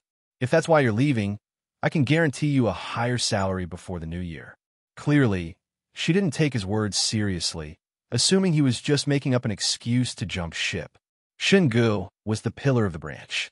Not only was his skill level among the best in the entire company, but losing him, along with his long-term clients, would be a massive blow to both the company and her as the branch manager. Naturally, Chung Shengnan wanted to do everything she could to keep him. Shingu shook his head. I am jumping ship, but not to Dongsheng or any other design firm. I'm joining the Special Response Department. The Special Response Department? Yeah. To save the world? Exactly. Why? Shingu raised an eyebrow, answering in a tone that even he seemed unsure of. With great power comes great responsibility? In Chung Shengnan's eyes, aside from his infuriating mouth, it was hard to find any flaws in Shingu. Her expression turned serious. Has the situation really gotten that bad? Even someone with your physique has to go save the world now. Hey, what do you mean my physique? Who are you looking down on here? Shingu, indignant, immediately moved to unbutton his shirt, ready to show off his perfectly unified, god-tier abs. Shingu spent most of his time at a desk, hardly exercised, and never did manual labor. While his figure hadn't gone to ruin, it was just fine. Shengnan deadpanned. Remember last year's company sports meet? Your scores in every event were about the same as mine in the women's division. Oh, right. I maxed out intelligence because I was afraid of being dumb, Shingu replied calmly. Shengnan fell silent for a moment before finally asking in earnest, "Have you really thought this through? You're actually going to work in a dangerous place like the Special Response Department." Yes, she sighed. If Shungu were leaving over work or pay issues, she could still try to persuade him. But if he was joining the Special Response Department, it was like someone with potential choosing to dedicate themselves to serving the country and its people. Asking him to stay and sell real estate with her? She couldn't bring herself to say it. Shengnan thought back to the past 3 days, during which Shungu had dealt with 3 monsters she could never have imagined before. It was as if, overnight, she no longer recognized this pillar of the company. She still remembered the helplessness and despair she felt on the first day when she was frozen and disappeared, especially after Deng Yuqi told her that the creature controlling her fed on living beings. It ate people. That night, she couldn't sleep at all. She turned on every light in the house and binge-watched Pleasant Goat and Big Big Wolf until morning. In just 3 days, not only Cheng Xingnan's life, but Shun Ji's as well, had undergone earth-shattering changes. Though he was doing his best to adapt, it was still a process. Will these supernatural incidents soon be exposed to the public? Cheng Shengnan asked, after processing his resignation, voicing her biggest concern. Maybe, but don't worry too much. If the sky falls, the government will hold up. Shun Gu smiled, as if the horror of the supernatural had never weighed on him. According to the Special Response Department, the average person's chances of encountering a supernatural incident were slim. Even the Rome City branch only dealt with a few cases every few years. Of course, whether that low probability would hold after Shingu, an anomaly, entered the picture remained to be seen. Cheng Xingnan's expression darkened. The once ordinary world had completely changed because of these scientifically unexplainable monsters. It was impossible not to feel fear. What would the future look like? Would it become like those apocalyptic movies, where monsters roamed freely and humans were reduced to prey, hiding in damp, dark corners just to survive? Shingun noticed her worry and reassured her with a smile. Honestly, there's no need to overthink it. Just live your life as usual. If you ever encounter something beyond your understanding, run as far as you can, call the police, and let the professionals handle it. What we'll be facing aren't slow-walking corpses or enemies that can be stopped by a metal door. These are supernatural entities with bizarre, unpredictable abilities. So don't suddenly decide to sell all your assets and build a panic room. Who knows? You might stock it with food today, only to find yourself hosting a monster party in it tomorrow. And definitely don't be like those geniuses who think the apocalypse is coming and decide to carry 10 pounds of cement up Mount Tai to train like a superhero before doomsday. Rome wasn't built in a day, and you can't become a master overnight. Everything takes time. Like I said, if the sky falls, the tall will hold it up. Ordinary folks shouldn't stress too much. Keep a calm mind, eat well, drink well. Maybe stock up on a few months' worth of food and water, just in case.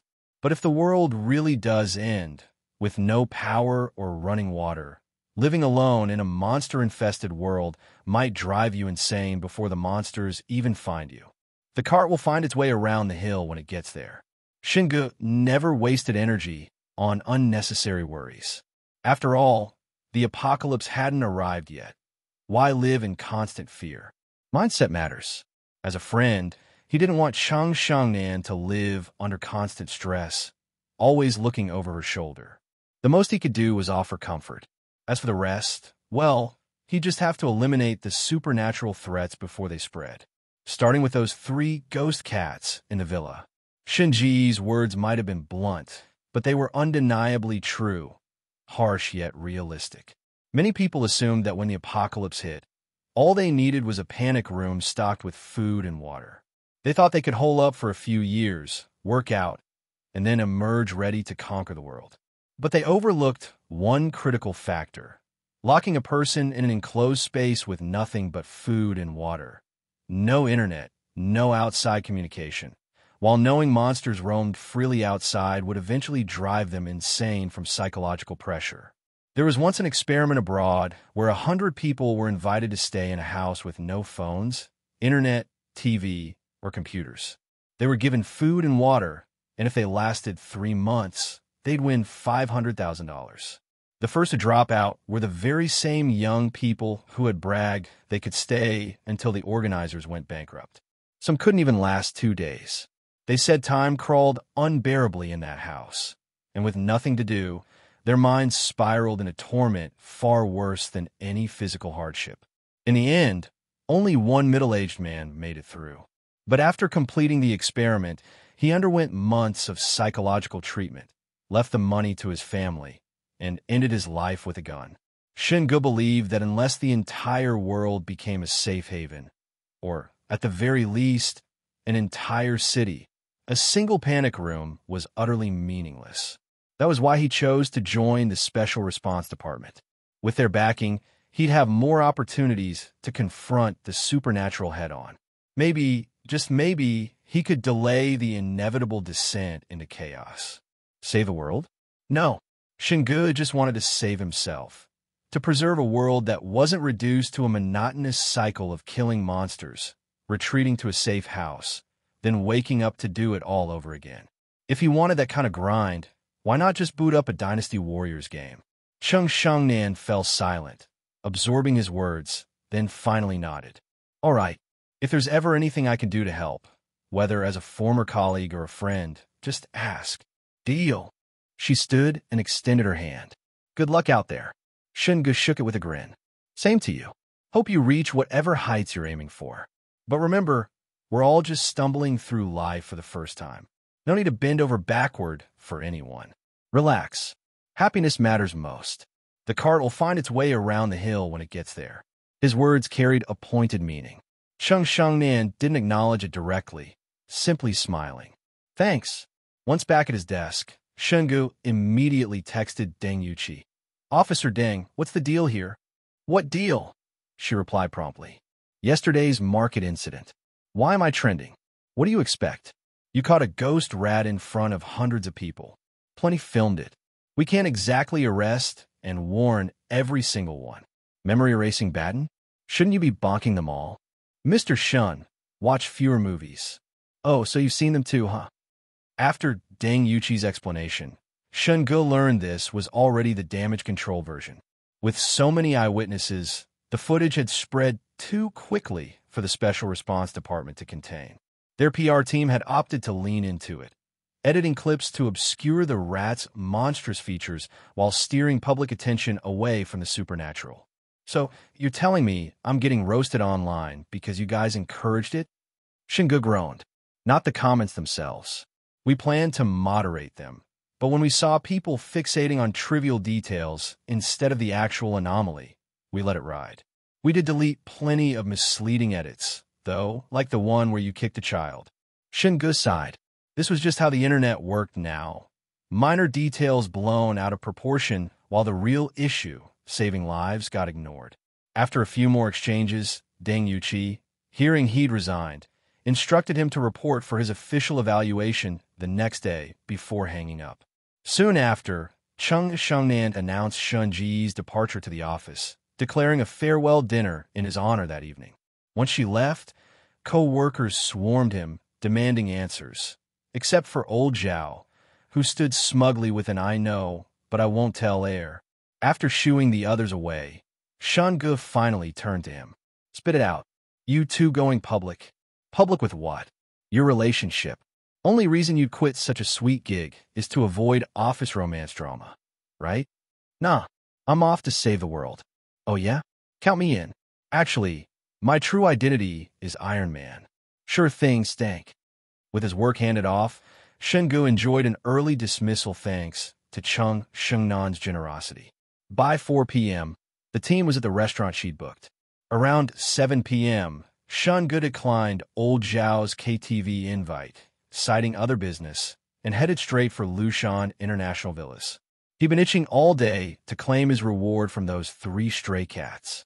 Unfortunately, after scouring Chen's villa repeatedly, he found no trace of them. The system wouldn't give a daily quest if they were impossible to find.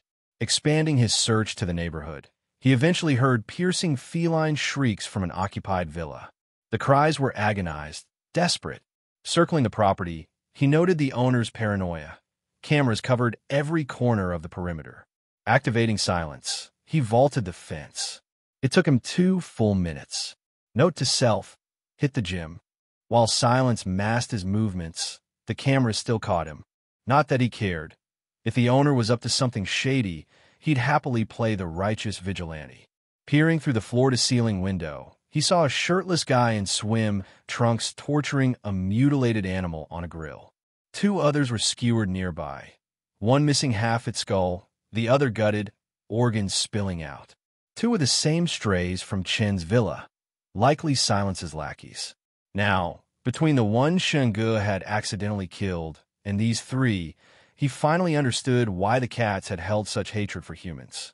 This Xiao Wangmiao had set up a phone to record from behind a rack.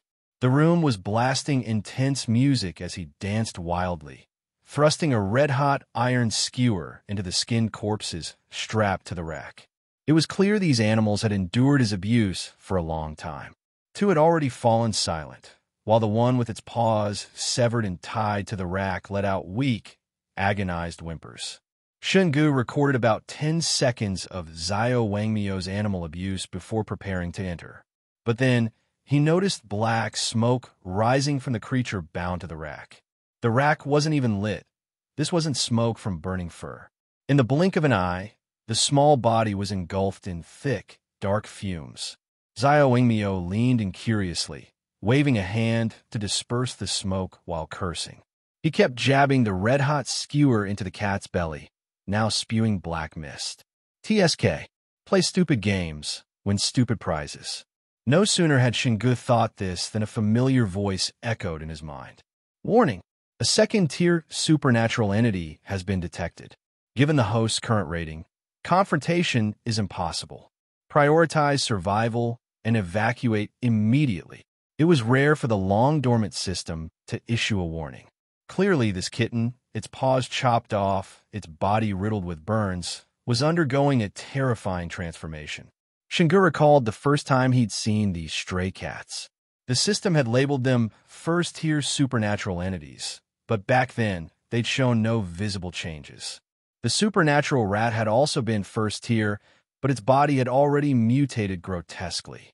Shen Ge had suspected the system's ratings were based on their future evolution, 4 years from now. This new warning confirmed his theory. 4 years later, this cat would become a second-tier entity. But right now, it was undergoing its first-tier mutation. Suddenly, the kitten exploded like a smoke grenade, spewing dense black fumes that expanded into a swirling mass nearly a meter wide. Then, from the smoke, a thick, shadowy paw, easily the size of a grown man's arm, lashed out, slashing across Xiao Wangmiao's face. Blood sprayed instantly. Xiao Wangmiao collapsed, clutching his face and scrambling backward.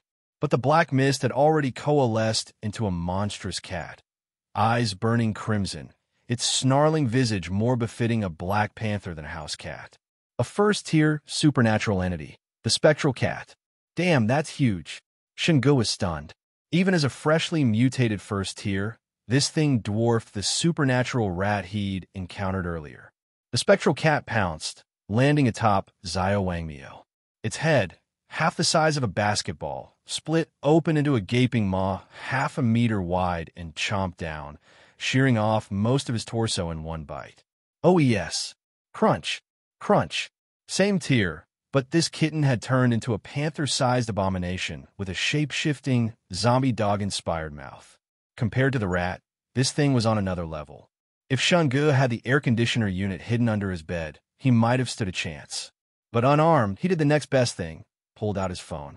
The moment the call connected, Deng Yuqi's furious roar blasted through. Don't tell me you ran into another one. You really are my future boss. Nailed it. Shen Ge chuckled. He could practically hear Deng Yuqi taking deep, calming breaths before she snapped. Location. Entity tier. Any civilians? Shinga gave a quick rundown. First tier, but twice the size of the rat. About as big as a panther. Its mouth can shapeshift. One casualty. The idiot torturing it just got bisected. As he spoke, alarms blared in the background, followed by rapid footsteps. Deng Yuqi was already mobilizing. Stay put. Keep the line open. If it's indoors, don't provoke it. Backup's en route, she ordered. Bit late for that advice, Shinga muttered. The spectral cat's enhanced senses had already locked onto him. With a thunderous crash, it burst through the shattered patio door and landed in the yard, back-arched, glaring at him with pure malice. Maybe it recognized him from the villa. Maybe it just hated humans. Either way, its blood-red eyes promised far worse than what Zio Wangmio got. Hey, long time no. Wait, I asked that you're Emon. Shingu pointed dramatically behind the cat, then bolted inside. The spectral cat lunged, only to eat a folding chair to the face. Shingu hadn't run blindly. He grabbed the nearest weapon and swung hard. Begone! Wham! With 92% strength, close to peak human, the chair sent the cat crashing through another window. No time to celebrate. This thing was way out of his league. Shingu sprinted upstairs, barricading himself in a room as the cat shredded the door like cardboard. Time to go. He slipped out the balcony, vaulted into the yard, and booked it toward the gate. Just as he cleared the fence, a black streak shot down from above. The spectral cat was hot on his heels. Shingu raced down a steep slope, hurdled the gate barrier, and plowed straight into a power walking squad. Speed fuels passion. Power walking for glory. Rise and stride, conquer the road. The retirees marched in a human centipede formation, chanting with militant zeal. Shinga barely avoided bowling over their leader, Annie Wong, but she shoved him back with a scowl. Watch where you're going, punk. Can't you see we're exercising? Yeah. Stop exercising and run. There's a man-eating monster coming. Shingu warned. Annie Wong scoffed. Monster? In broad daylight? Nice try, you little creep. Shingu blinked. Did you just insult my face? The squad erupted. Look at him. Not a patch on your son, Wang Jia. Even the guards don't mess with us. Buzz off before I fall and sue you. Power walkers. Square dancers. Tiny dog ladies. Annie Wong was the trifecta of unstoppable Annies, and she owned this neighborhood. Shingu grinned. All right. He slung an arm around her shoulders and pointed. See that cute little panther sprinting at us at 100 kilometers per hour? Want to say hi? Don't worry. You're too big to swallow whole. The spectral cat was barreling toward them, jaws unhinged, half its body rotting like a zombie hound. Annie Wong's scream shattered glass. Shingu winced, prying a finger in his ear as the squad scattered like roaches. Hey, don't leave. Let's get a group photo first, he called after them. Where's that stand-your-ground spirit? That block traffic energy? A drowsy guard poked his head out, just in time to see the spectral cat leap off the slope, maw gaping wider than its body. Holy, live-action Resident Evil. He ducked under his desk, trembling. Shingu whipped out his phone and tapped it against the vehicle gate scanner. With a beep, the barrier arm lifted and the sliding gates rumbled open. Barreling down the slope was the spectral cat, now utterly unrecognizable from its kitten origins. Panther-sized with a grotesque, gaping maw and rotting flesh, it looked like something ripped straight out of Resident Evil. Though the panicked power-walking squad scattered around it, the cat's burning crimson eyes stayed locked on Shingu. It hadn't forgotten their last encounter. With a snarl, the beast coiled its powerful hind legs and launched itself at him. Shingu was ready. The moment the cat leaped, he bolted toward the gate, then suddenly jumped, grabbed the barrier arm, and yanked it down with all his weight. Crack! The arm slammed onto the cat's skull and promptly snapped in half. The gates, now closing, began squeezing inward. Please use the pedestrian gate to avoid injury, droned the automated voice. The metal bars touched the cat's body, then immediately reversed direction, retracting harmlessly. Shingu sighed. So much for movie logic. Not that he'd expected the gate to work. Swinging the barrier arm was just a Hail Mary, Bonus if it stunned the cat. No loss if it didn't. He didn't stick around to find out. Darting to a nearby stone lion statue, he glanced back just as the enraged cat charged. Time for the Emperor's secret technique, Qin Shi Huang's pillar dodge. Shen Ge began circling the 2-meter-tall statue, locked in a deadly game of ring around the rosy with the cat. Roar! The spectral cat bared its fangs, poised to strike, until Shen Ge activated stillness, freezing at mid-lunge. 1 second, 5 seconds, 10 seconds. The cat could only growl impotently, trapped in place. "Where are you now?" Shen Ge suddenly yelled, not to the cat, but to Deng Yuqi, still on the call. East Min Road intersection. How fast? About 120 kilometers per hour. What? Don't hit the brakes later. What? Releasing stillness, Shen Ge sprinted across the street. The cat, freed, gave chase instantly. Hopping over a divider, Shen Ge dove behind a parked car, initiating round 2 of pillar dodge. The cat leapt onto the roof, glaring down. Then it pounced, only for Shen Ge to duck low, sliding beneath it while jabbing upward with a handful of iron skewers. He'd snatched these from a grill during his escape. No time for better weapons. He did more in the lost folding chair. With a heave, he flipped the cat onto the car, then smashed a glass bottle of alcohol against the hood. Next, he chugged from a bottle of Nongfu Sanquan liquor and spit a fireball straight at the doused cat. Whoosh! Flames engulfed the beast and the car. The cat screeched, its body seething with black smoke as it writhed on the burning vehicle. Shen Ge, already sprinting away, hit the road's centerline, then turned back, grinning. "Hey, look both ways." Vroom! A black sedan plowed into the cat at 120 kilometers per hour, sending it tumbling into the bushes. The car skidded to a stop, and Deng Yuqi stormed out, livid. "Are you insane? You just stood there. What if I braked? You said 120 kilometers per hour. Cat takes 2 seconds to cross. Basic math." Shen Ge shrugged. "No brakes, no problem. And if I had braked, you'd be cat food," she snapped. "I trusted you. You said the team's all about reliable comrades. I took that to heart." Truthfully, he'd had 7 backup plans, including reserving 3 to 4 seconds of stillness. But flattery never hurt. Deng Yuqi looked torn between fury and guilt. Growl! The spectral cat lurched from the bushes, wreathed in churning black mist, its body twisting, evolving again. Shen Ge sidestepped behind Deng Yuqi, nodding solemnly. "The stage is yours. I'll cheer from the back." Ignoring him, she drew her pistol and unloaded into the cat's skull. "Nice stance. John Wick fan." Shen Ge mused as she emptied the magazine, then reloaded seamlessly. The cat collapsed, barely breathing. But Deng Yuqi kept her gun raised. Shen Ge eyed her weapon, not the standard issue QSC-193. "Wait, is that a modified XR920? Glock's custom job? You know guns?" She didn't take her eyes off the cat, just did some research. After drawing the Gatling, he'd binge-studied weapon specs for academic reasons. The XR920, a clone of Glock's 1719 models, was legendary for customization and non-existent in China. "These are rare here, no? Frontline agents can request preferred firearms," she said. Asterisk.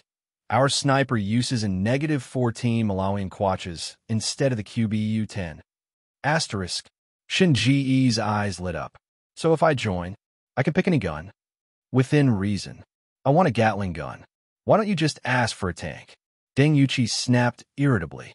Shin Ji's eyes lit up. "Can I?" If he really had a tank, he could just crush any creepy cats or dogs they encountered from now on. If they didn't die from being run over, he'd blast them with a shell. There was nothing a single shell couldn't solve. And if that didn't work, well, he'd just fire another one. At that moment, a crisp, unnatural sound came from ahead. Tap, tap, tap.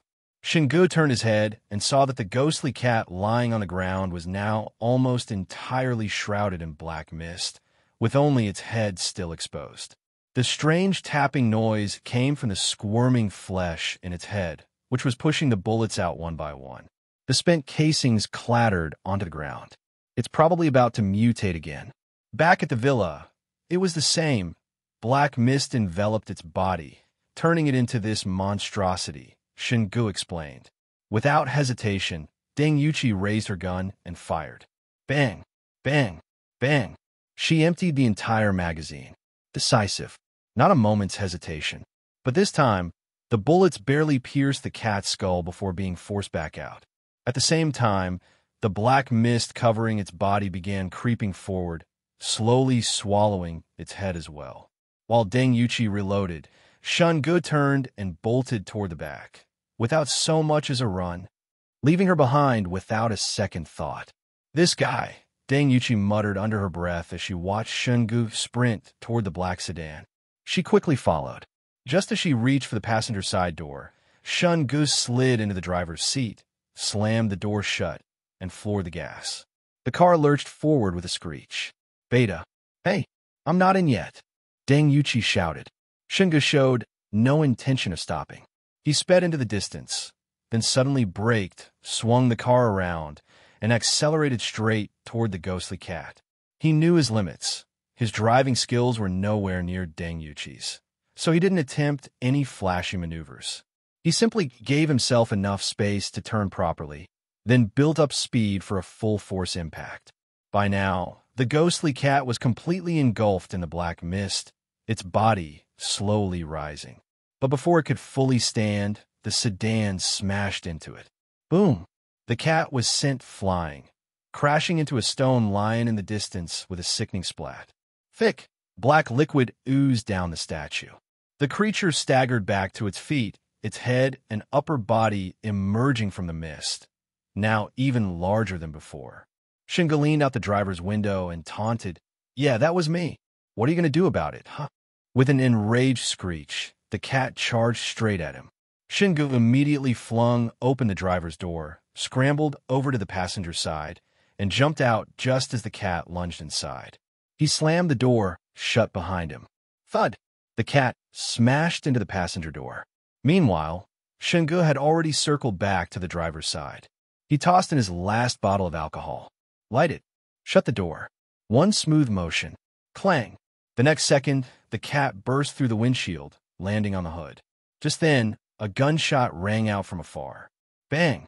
A high-powered bullet tore through the air, its impact sending the cat flying back into the burning car. Sniper 1, in position. Sniper 2, in position. Sniper 3, in position. Civilians evacuated. Min East Road fully locked down. All surveillance cameras disabled. Sweeping nearby residences. Fire and medical teams standing by. Tech and analysis divisions ready. Deng Yuqi's radio crackled with updates from each squad. Then, with a series of screeching brakes, multiple armored vehicles rolled in from both ends of the street, sealing the exits. Teams of fully armed tactical response officers poured out, assault rifles trained on the flaming wreck. The ghostly cat let out a guttural howl, struggling to escape the inferno. Deng Yuqi didn't hesitate. Open fire. Full suppression. Empty your mags. Rat-tat-tat-tat. A hailstorm of bullets rained down. All fear stems from insufficient firepower. Under the relentless barrage, the cat, now riddled with holes, seemed pitifully weak. Fall back. The assault team leader raised a fist, signaling his squad to cease fire and retreat from the burning vehicle. Shingu noticed that aside from the flames, the car was now filled with swirling black mist. The cat itself was nowhere to be seen. Feels like we're still lacking firepower. Where's the artillery? Before he could finish, Deng Yuqi had already issued a new order. Blow it. Two soldiers stepped forward, rocket launchers braced on their shoulders. Whoosh. Whoosh. Two rockets streaked toward the wreck. Boom. The sedan was hurled into the air, flipping once before crashing onto the sidewalk in a mangled heap. Ah, the beauty of an RPG, Shingu sighed appreciatively. Deng Yuqi spoke into her radio. Assault team, confirm target status. Snipers, stay sharp. Engage at the first sign of movement. The assault team advanced cautiously, rifles raised. No signs of life detected. Escort tech and analysis to the site. A group of hazmat-suited technicians emerged from an armored vehicle, handheld scanners at the ready. Deng Yuqi turned to order Shungu to fall back, only to find him already hovering behind the analysts, peering at the wreck like a curious child. Resigned, she walked over just as a technician reported, "Ma'am, no vital signs detected. Minor residual anomalous energy readings. Have Li Xiang's team handle cleanup." "Yes, ma'am." Shungu poked his head through the shattered window. The cat's charred corpse lay between the front seats, wisps of black smoke still curling from its body, but far weaker than before. Host has assisted in eliminating a Tier 2 anomaly. Reward, 50 system points. System confirmation, the cat was definitely dead. He prodded the corpse with a stick. Cell Tier 2 anomaly remains. Price, 500 system points. Still no traits. What a shame. Mr. Shun, please refrain from direct contact with anomalous remains. Risk of viral contamination and mutation. The voice belonged to Li Xiang, the same technician from before. His tone was noticeably less hostile this time. Just making sure it's dead. Wait, these things carry viruses? They can infect humans? Shungu asked. Li Xiang shook his head. No conclusive evidence yet. But past handlers who touched anomalies developed symptoms. Vomiting, accelerated cell decay, even cancer. Hence the protective gear. Good to know. Shungu stepped aside, letting Li Xiang's team take over. Deng Yuqi approached, ready to debrief him, only for Shungu to suddenly bolt toward the villa district. "Where are you going?" she called after him. "Bathroom." Deng Yuqi. "Yeah, right." She signaled 2 soldiers, and the trio gave chase. They followed him into a villa, where Shungu stood in the living room, fiddling with a phone. At his feet lay a mutilated corpse, organs strewn across the floor. The cat torture? Deng Yuqi eyed the remains with distaste. Shungu handed her the phone.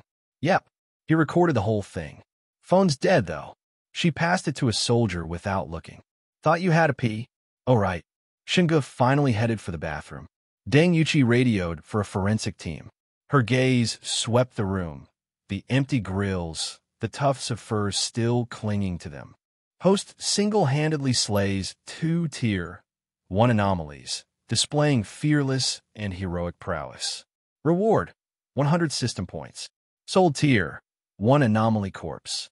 Reward, 200 system points. Sold Tier 1 anomaly corpse. Reward, 200 system points. Daily mission completed. Reward, 100 system points. Random F-grade recovery item X1. Extract rewards now. Shungu was the first to return to the villa.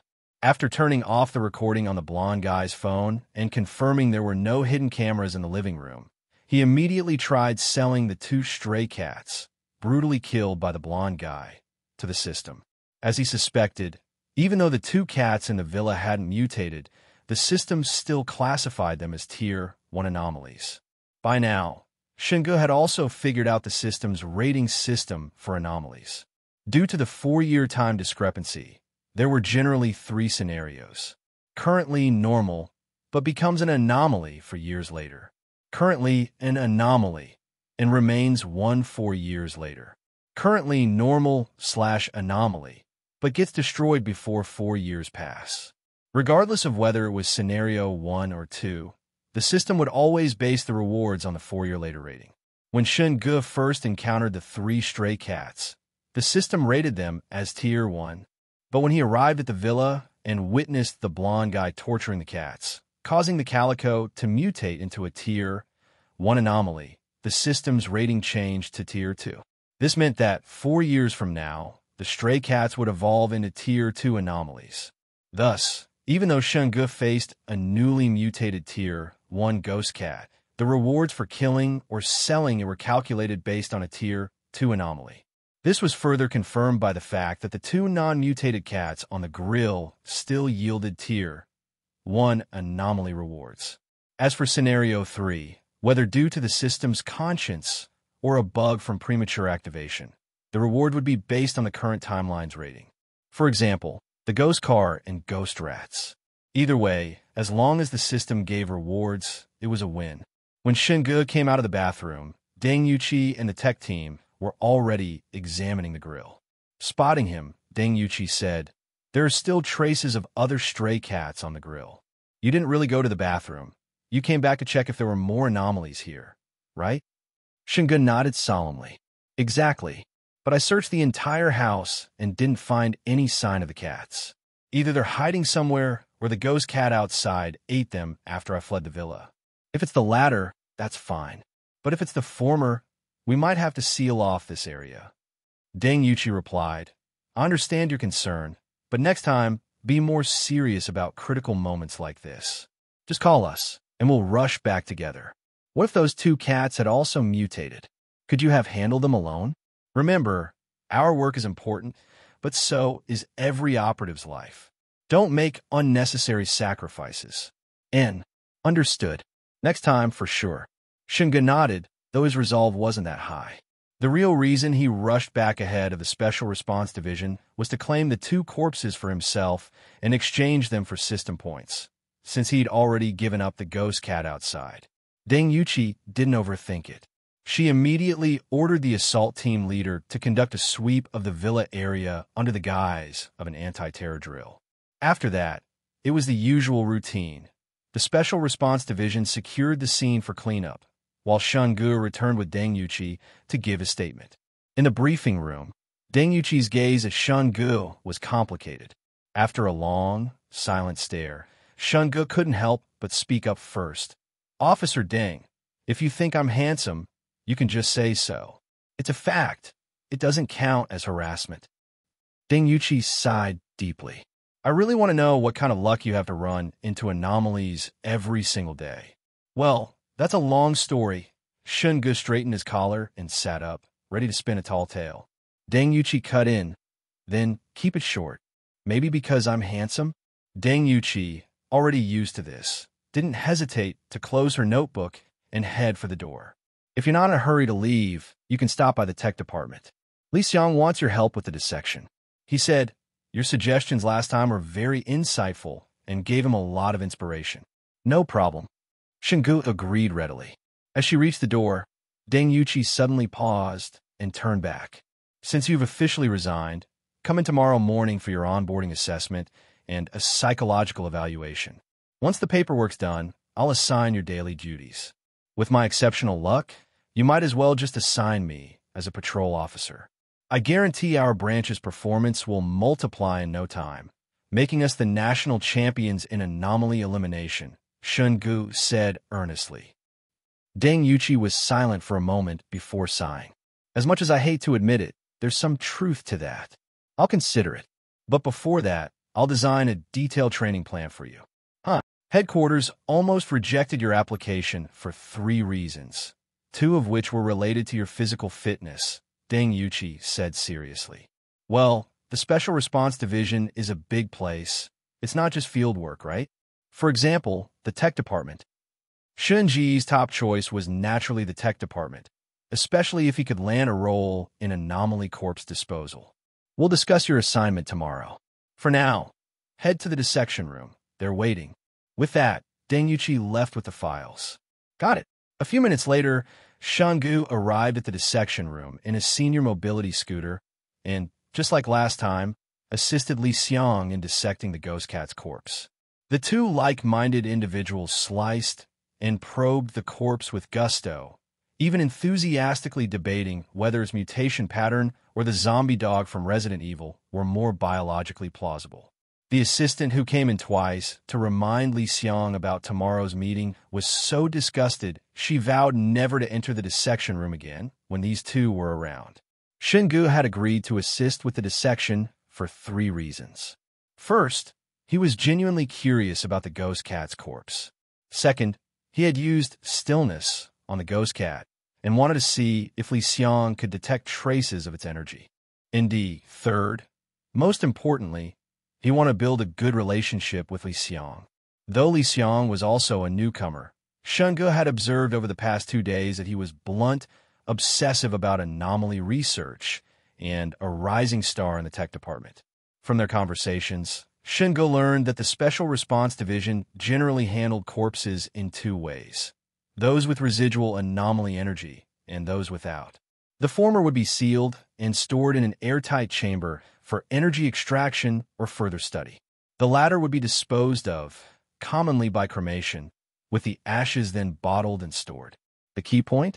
Some anomalies would burn away completely, leaving no ashes behind. And those were Shun Ji's target. If he could become an anomaly corpse disposal worker, he could sell them to the system right as they were tossed into the incinerator. Free system points, just like that. Maintaining a good relationship with Li Xiang was crucial. At the very least, it could secure him a position as an autopsy assistant. From there, becoming a full-fledged handler of supernatural corpses was just one step away. The two of them worked on dissecting the eerie cat corpse until nearly dawn. This time, Li Xiang once again detected traces of the supernatural energy stillness lingering on the cat's body. However, Shun Ge had come prepared. He pulled out a stack of fire bricks from his bag as his explanation. He claimed that, worried about the possibility of more supernatural activity at the market, he had woken up early to search the area. But since the market had already been cordoned off by the Special Measures Department, he could only patrol the surrounding area. By chance, he stumbled upon a construction site, where the sight of fire bricks gave him a sense of familiarity. So, he bought a few from the foreman as part of his personal collection. If it had been anyone else, they'd have already landed on the suspicion list. But when it came to Shun Ge, the department just considered it another day in the life of their resident oddball. Shun Ge suspected that the supernatural car was of a higher level than the rat and the cat, possibly even possessing the ability to create a supernatural space. It was likely still under observation. Otherwise, if the car had already been fully examined, his claim about the supernaturally charged fire bricks being hidden artifacts would have fallen apart. Even so, Li Xiang insisted on drawing a tube of Shun Ji's blood for testing, citing concerns about possible supernatural energy contamination. After the autopsy, Shun Ge dragged his exhausted body home, took a shower, and made himself a late-night snack of instant noodles. Then, it was time for the highlight of his day. The lottery draw. BGM. Today's theme song. Miracle reappears. Ding. Congratulations, host. You've survived another day in a world overrun by the supernatural. Reward. 1% freely distributable attribute points, 10 system points. Smile in the face of danger. Dreams aren't far away. Summon your courage. Press forward with determination, and miracles will surely appear. As the song reached the line, miracles will surely appear. Shun Ge, a firm believer in the power of superstition, immediately initiated the lottery draw. Would you like to spend 100 system points for a draw?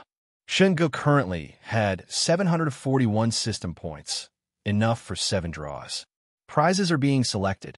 Ding! The flickering light gradually slowed as it cycled through the 5 options, finally landing on freely distributable attributes, 3%. A standard system move. Shun Ge wasn't surprised. Next, the light cycled again before stopping at daily supplies. A box of instant noodles. A typical little brother move from the system. Still, Shun Ge wasn't too shocked. Next, this time, the light landed on daily supplies again, a large barrel of water. The system was being a little brat, but Shun Ge held his temper. Again, ding, ding, ding, ding, ding.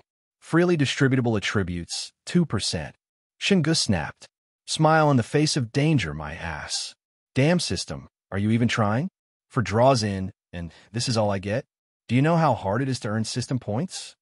Ands. Wait, the BGM was the problem.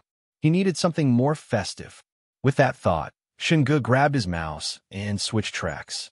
This one, ridiculously upbeat tune blasted from the speakers, even more shamelessly cheesy than Jiangnan Leather Factory.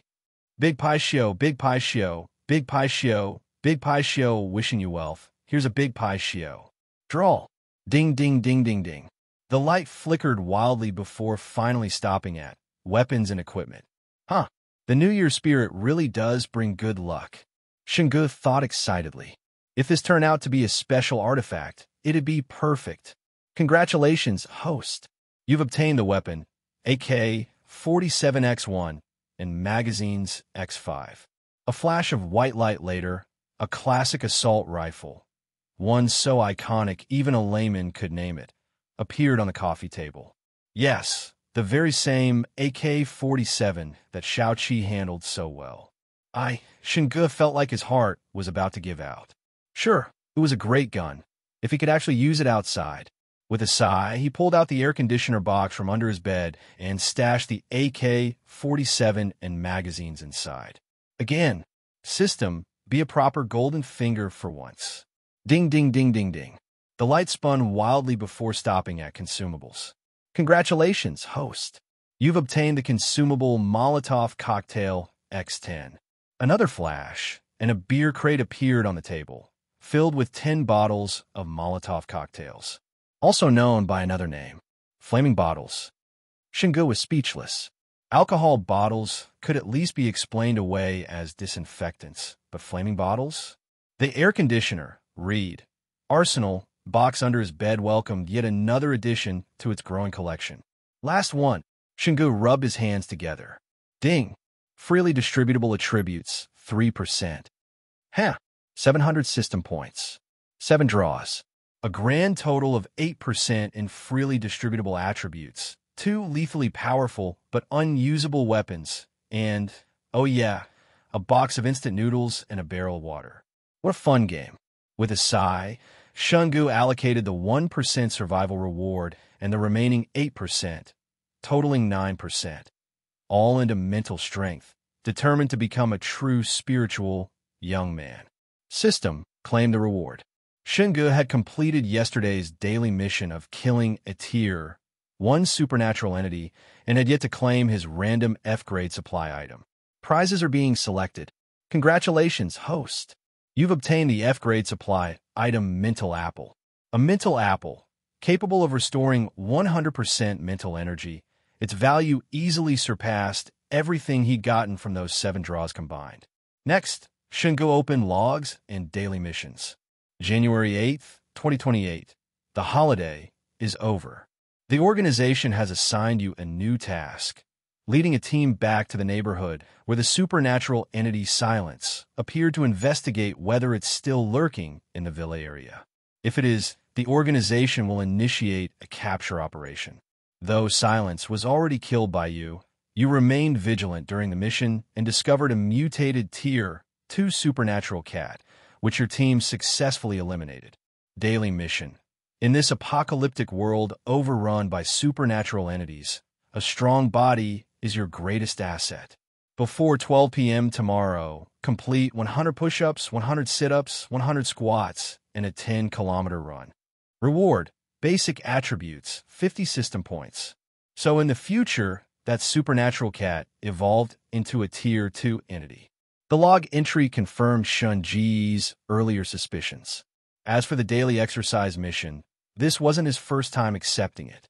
He had experience now, so he decided to turn in early and wake up at dawn the next day. After breakfast, he began his workout.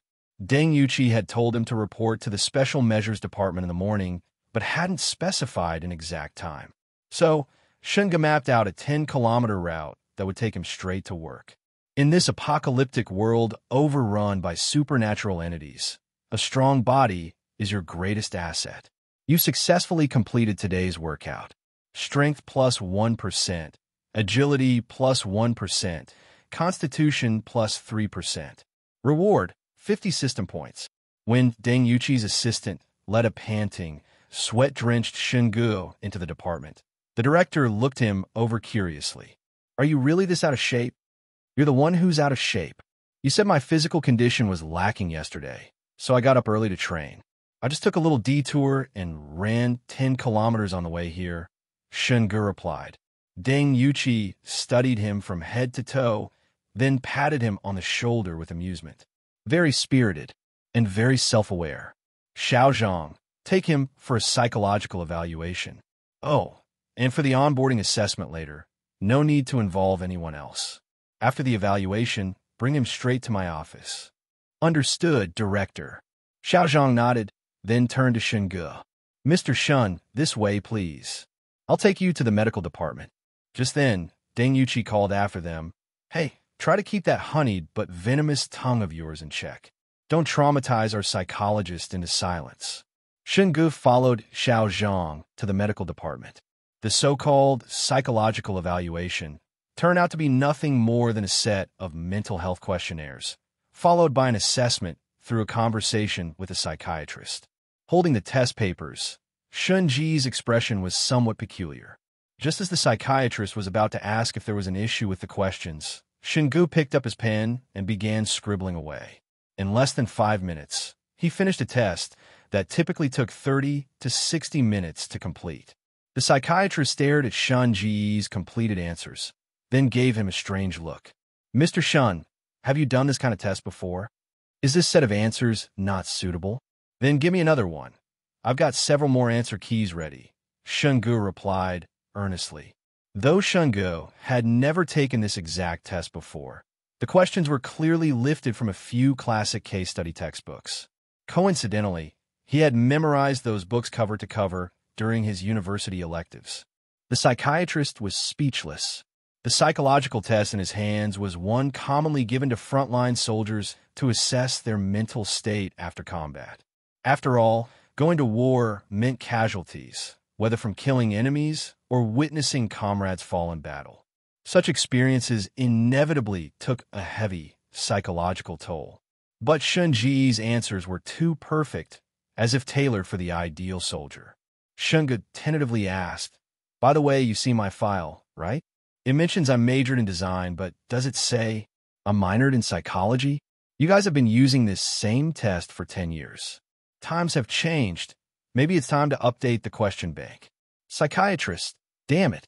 No wonder something fell off. This guy's one of us. What's even the point of testing him now? The psychiatrist had no interest in playing mind games with Shungu. The moment he'd read Shunji's file, he'd known there was something off about him.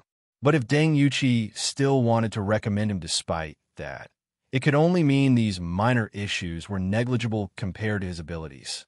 With a resigned sigh, the psychiatrist noted Shunji's situation on the evaluation form, then called in his assistant, Xiao Zhang, to take Shungu to Deng Yuqi. Deng Yuqi was somewhat surprised when she saw Shunji's psychological evaluation. "You studied psychology before?" "Yeah. My teacher said it's good to have an extra skill. Makes job hunting easier. Worst case, I could always become a criminal consultant," Shungu replied. "Who was your teacher, Moriarty?" Deng Yuqi decided not to dwell on the topic, afraid Shungu might drop any more dangerous statements. His file already had enough red flags as it was. "Your initial job application wasn't approved for 2 physical reasons. First, your recent company health checkups weren't great. Your physical condition is actually worse than the average person's. Did you really never exercise before? Office workers don't have time for that." Deng Yuqi had no response to that. "Fine, that's not a problem. I've already prepared a detailed diet and exercise plan for you. Stick to it for a month, and you'll see major improvements." As for the second issue, she paused, then looked up at Shungu. "You were in a mental hospital as a child." Shungu nodded honestly. "Yeah. When I was 10, I had a bit of a breakdown and got sent to a mental hospital for advanced studies for 3 years. Discharged at 13. RN. Advanced studies? Are you freaking Leon from Resident Evil?" After a moment of silence, Deng Yuqi finally asked, referencing the file, "Was it because you witnessed your parents' car accident?" Shunji's expression darkened slightly. The first time Deng Yuqi had seen such a look on his face since meeting him. "Yeah," he replied with a nod. Deng Yuqi said, "I'm sorry. I don't want to bring up painful memories, but this is a routine inquiry. It'll be recorded and kept in your file." "It's fine. It's been over a decade," Shungu said with a smile, regaining his usual relaxed demeanor. Deng Yuqi continued. "The case file states it was an ordinary accident, but why was it reported as a disappearance? Were your parents' bodies never found?" Shungu replied, "My parents showed signs of suicidal tendencies. They drove off a cliff into the sea. The car was recovered, but their bodies weren't found." "Suicidal tendencies?" Deng Yuqi frowned. Shungu sighed inwardly. "What was I supposed to say? That my dad split his head open and swallowed my mom's skull, causing the car to crash into the sea? That kind of honesty was what got him locked up in a mental hospital for 3 years. But after activating the system and learning about the existence of anomalies in this world, Shun-gu had begun to reconsider what had happened that day. Though more than a decade had passed, he still remembered it clearly. His family had been on a seaside vacation.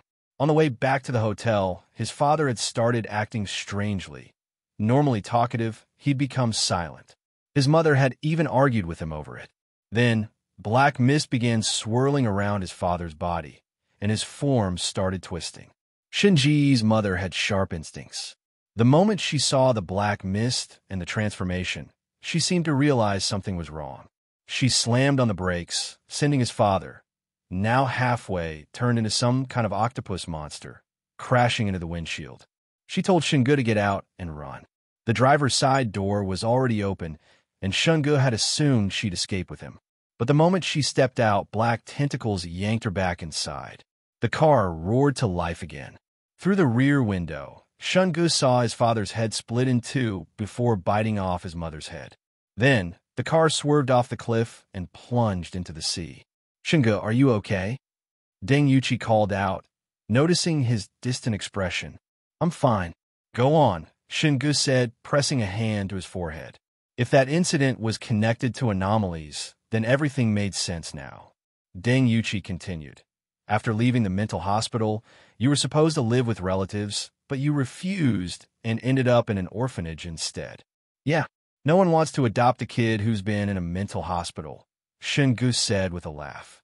He still remembered the way his relatives had looked at him, like he was some kind of disgusting monster. Deng Yuqi scanned the file. "You did well at the orphanage, got into high school, and moved out. Records show you've been sending money to the orphanage as recently as last month. People need something to hold on to.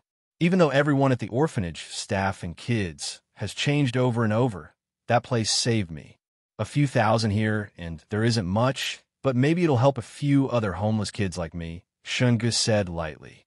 After the old director of the orphanage passed away from illness, Shun-gu had never gone back. No one there remembered him anymore. The only reason he kept sending money was out of gratitude for the old man.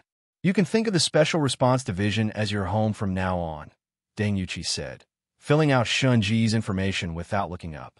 Her tone was casual, as if she were simply inviting an old friend over for dinner. Shun-gu was momentarily taken aback.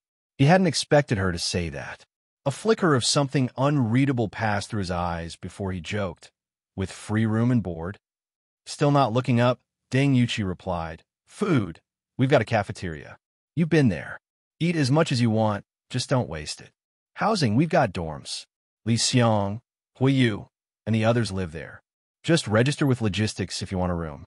"Forget the contract," Shun-gu said seriously. Deng Yuqi raised an eyebrow. If you're covering food and housing, then from now on, I belong to the Special Response Division alive or dead. Let's just sign a lifelong servitude agreement," Shun-gu declared solemnly, as if taking an oath. "Oh, and do the dorms come with computers and Wi-Fi?" Shun-gu asked. "After that impassioned speech, this is what you focus on?"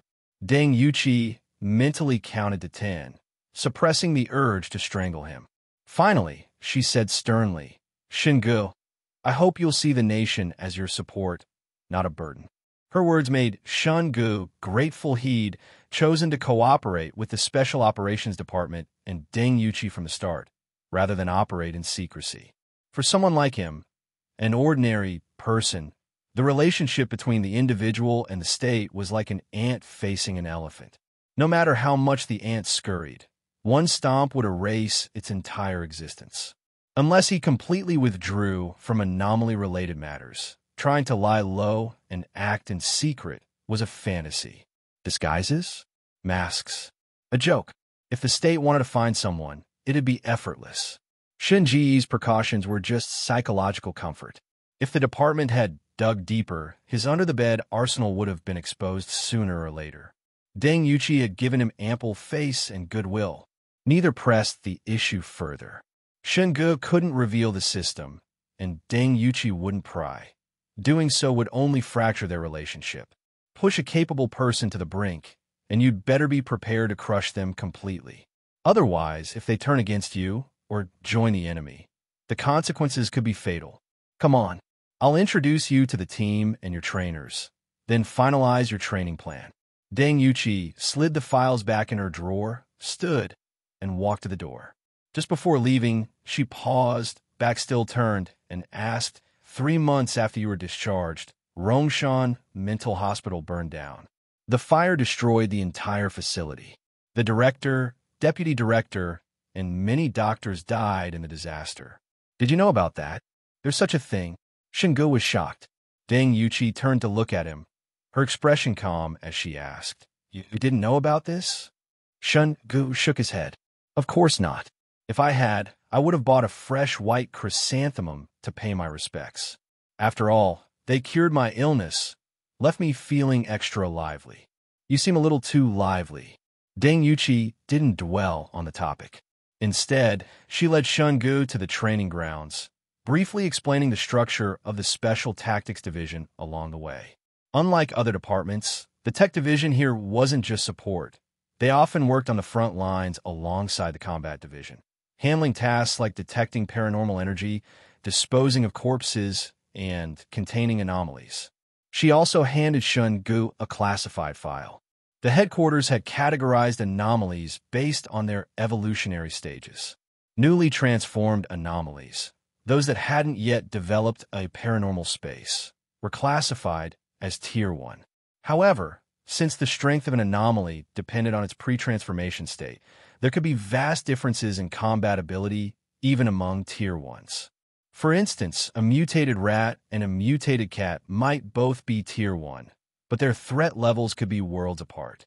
That's why, after an anomaly incident, the Tech Division's analysts first assessed the threat level before the Combat Division formulated a response plan. Tier 2 and Tier 3 anomalies, which had developed paranormal spaces, were far more troublesome to deal with and usually required specialized equipment. Once a paranormal space formed, the anomaly would pull its targets into a separate dimension, isolating them from reality. To enter, there were only 3 methods, the same ones Deng Yuqi had mentioned earlier. The most straightforward way was to use paranormal equipment to forcibly collide with the space, creating a distortion that allowed external personnel to enter. But this was only a stopgap measure. Collisions from the outside had a success rate of over 70% and could be attempted multiple times. However, once inside, triggering a collision had less than a 30% success rate, and only if the equipment's energy level surpassed that of the anomaly controlling the space. Worse, the duration and entry point of the distortion were unpredictable. What started as a rescue mission could end up trapping even more people inside. And against anomalies, numbers didn't guarantee safety. More victims often meant higher casualties. In one Tier 3 anomaly incident in Don City, the rescue team that breached the space never made out. After that disaster, the Special Tactics Division launched the Paranormal Soldier Project, creating specialized equipment to arm elite squads. But mass-producing such gear was nearly impossible.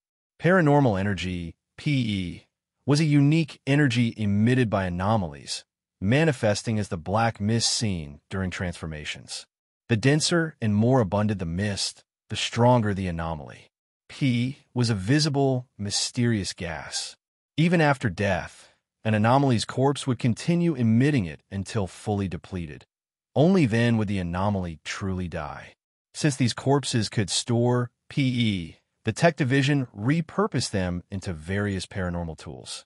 They also developed PE extractors to harvest and store the energy. The freezing device and black gloves Shingu encountered during the ghost car incident were both made from Tier 3 anomaly remains. The former, crafted from a corpse found in snowy terrain, released an icy mist, the original anomaly's PE. The latter, made from the skin of Deng Yuqi's first major kill, allowed direct contact with non-corporeal anomalies, like the ghostly driver of the Phantom car. In short, the number of PE tools depended on the number of anomalies. The division wanted more equipment, but that meant more incidents, a paradox in itself. This was why Deng Yuqi had insisted on keeping Shingu, despite her suspicions.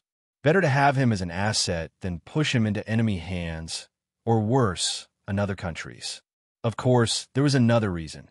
Shingu had resolved 3 anomaly incidents, the ghost car, rat, and cat, without a single casualty, delivering 3 corpses to the Rome City branch. That meant 3 new PE tools, enough to double the branch's performance, just as he'd boasted. Asterisk, this is the training ground. The combat division has about 200 personnel, excluding non-combatants. 100 are assault specialists, plus Huayu sniper team, Huanghe support team, and Li Xiang's detection team. Asterisk. The facility buzzed with activity. Assault team members drilled combat techniques, while others trained in the shooting range. Observers scribbled notes, tracking progress. We have instructors for traditional martial arts, Muay Thai, Judo, Taekwondo, any combat style. Pick what suits you, Deng Yuqi said. Really? Then I want to learn knife skills, Shen Ge declared. Deng Yuqi frowned. Knife skills? Those are usually incorporated into tactical combat now. You don't mean ancient broadsword techniques, do you? No, I mean kitchen knives. His tone was dead serious. Deng Yuqi, straight face. I'll find you a chef mentor later. I'm serious. So am I. Just then, a towering, muscle-bound man, who looked like a cross between Schwarzenegger and Van Damme, approached. Chief, new recruit. Deng Yuqi nodded. This is Shen Ge. You saw him during the Ghost Cat incident on Min East Road. Shen Ge, meet Feng Qingxiu, our top combat instructor, nicknamed Devil's Muscles. He leads the assault team and will oversee your training. Host single-handedly slays 2 Tier 1 anomalies, displaying fearless and heroic prowess. Reward, 100 system points. Sold Tier 1 anomaly corpse. Reward, 200 system points. Sold Tier 1 anomaly corpse. Reward, 200 system points. Daily mission completed. Reward, 100 system points. Random F-grade recovery item X1. Extract rewards now. Shen Ge was the first to return to the villa. After turning off the recording on the blonde guy's phone and confirming there were no hidden cameras in the living room, he immediately tried selling the 2 stray cats, brutally killed by the blonde guy, to the system. As he suspected, even though the 2 cats in the villa hadn't mutated, the system still classified them as Tier 1 anomalies. By now, Shen Ge had also figured out the system's rating system for anomalies. Due to the 4-year time discrepancy, there were generally 3 scenarios. Currently normal, but becomes an anomaly for years later. Currently an anomaly, and remains 4 years later. Currently normal/anomaly, but gets destroyed before 4 years pass. Regardless of whether it was scenario 1 or 2, the system would always base the rewards on the 4-year later rating. When Shen Ge first encountered the 3 stray cats, the system rated them as Tier 1, but when he arrived at the villa and witnessed the blonde guy torturing the cats, causing the calico to mutate into a Tier 1 anomaly, the system's rating changed to Tier 2. This meant that 4 years from now, the stray cats would evolve into Tier 2 anomalies. Thus, even though Shen Ge faced a newly mutated Tier 1 ghost cat, the rewards for killing or selling it were calculated based on a Tier 2 anomaly. This was further confirmed by the fact that the 2 non-mutated cats on the grill still yielded Tier 1 anomaly rewards. As for Scenario 3, whether due to the system's conscience or a bug from premature activation, the reward would be based on the current timeline's rating. For example, the ghost car and ghost rats. Either way, as long as the system gave rewards, it was a win. When Shen Ge came out of the bathroom, Deng Yuqi and the tech team were already examining the grill. Spotting him, Deng Yuqi said, "There are still traces of other stray cats on the grill. You didn't really go to the bathroom. You came back to check if there were more anomalies here, right?" Shen Ge nodded solemnly. "Exactly. But I searched the entire house and didn't find any sign of the cats. Either they're hiding somewhere or the ghost cat outside ate them after I fled the villa. If it's the latter, that's fine. But if it's the former, we might have to seal off this area." Deng Yuqi replied, "I understand your concern, but next time, be more serious about critical moments like this. Just call us, and we'll rush back together. What if those 2 cats had also mutated? Could you have handled them alone?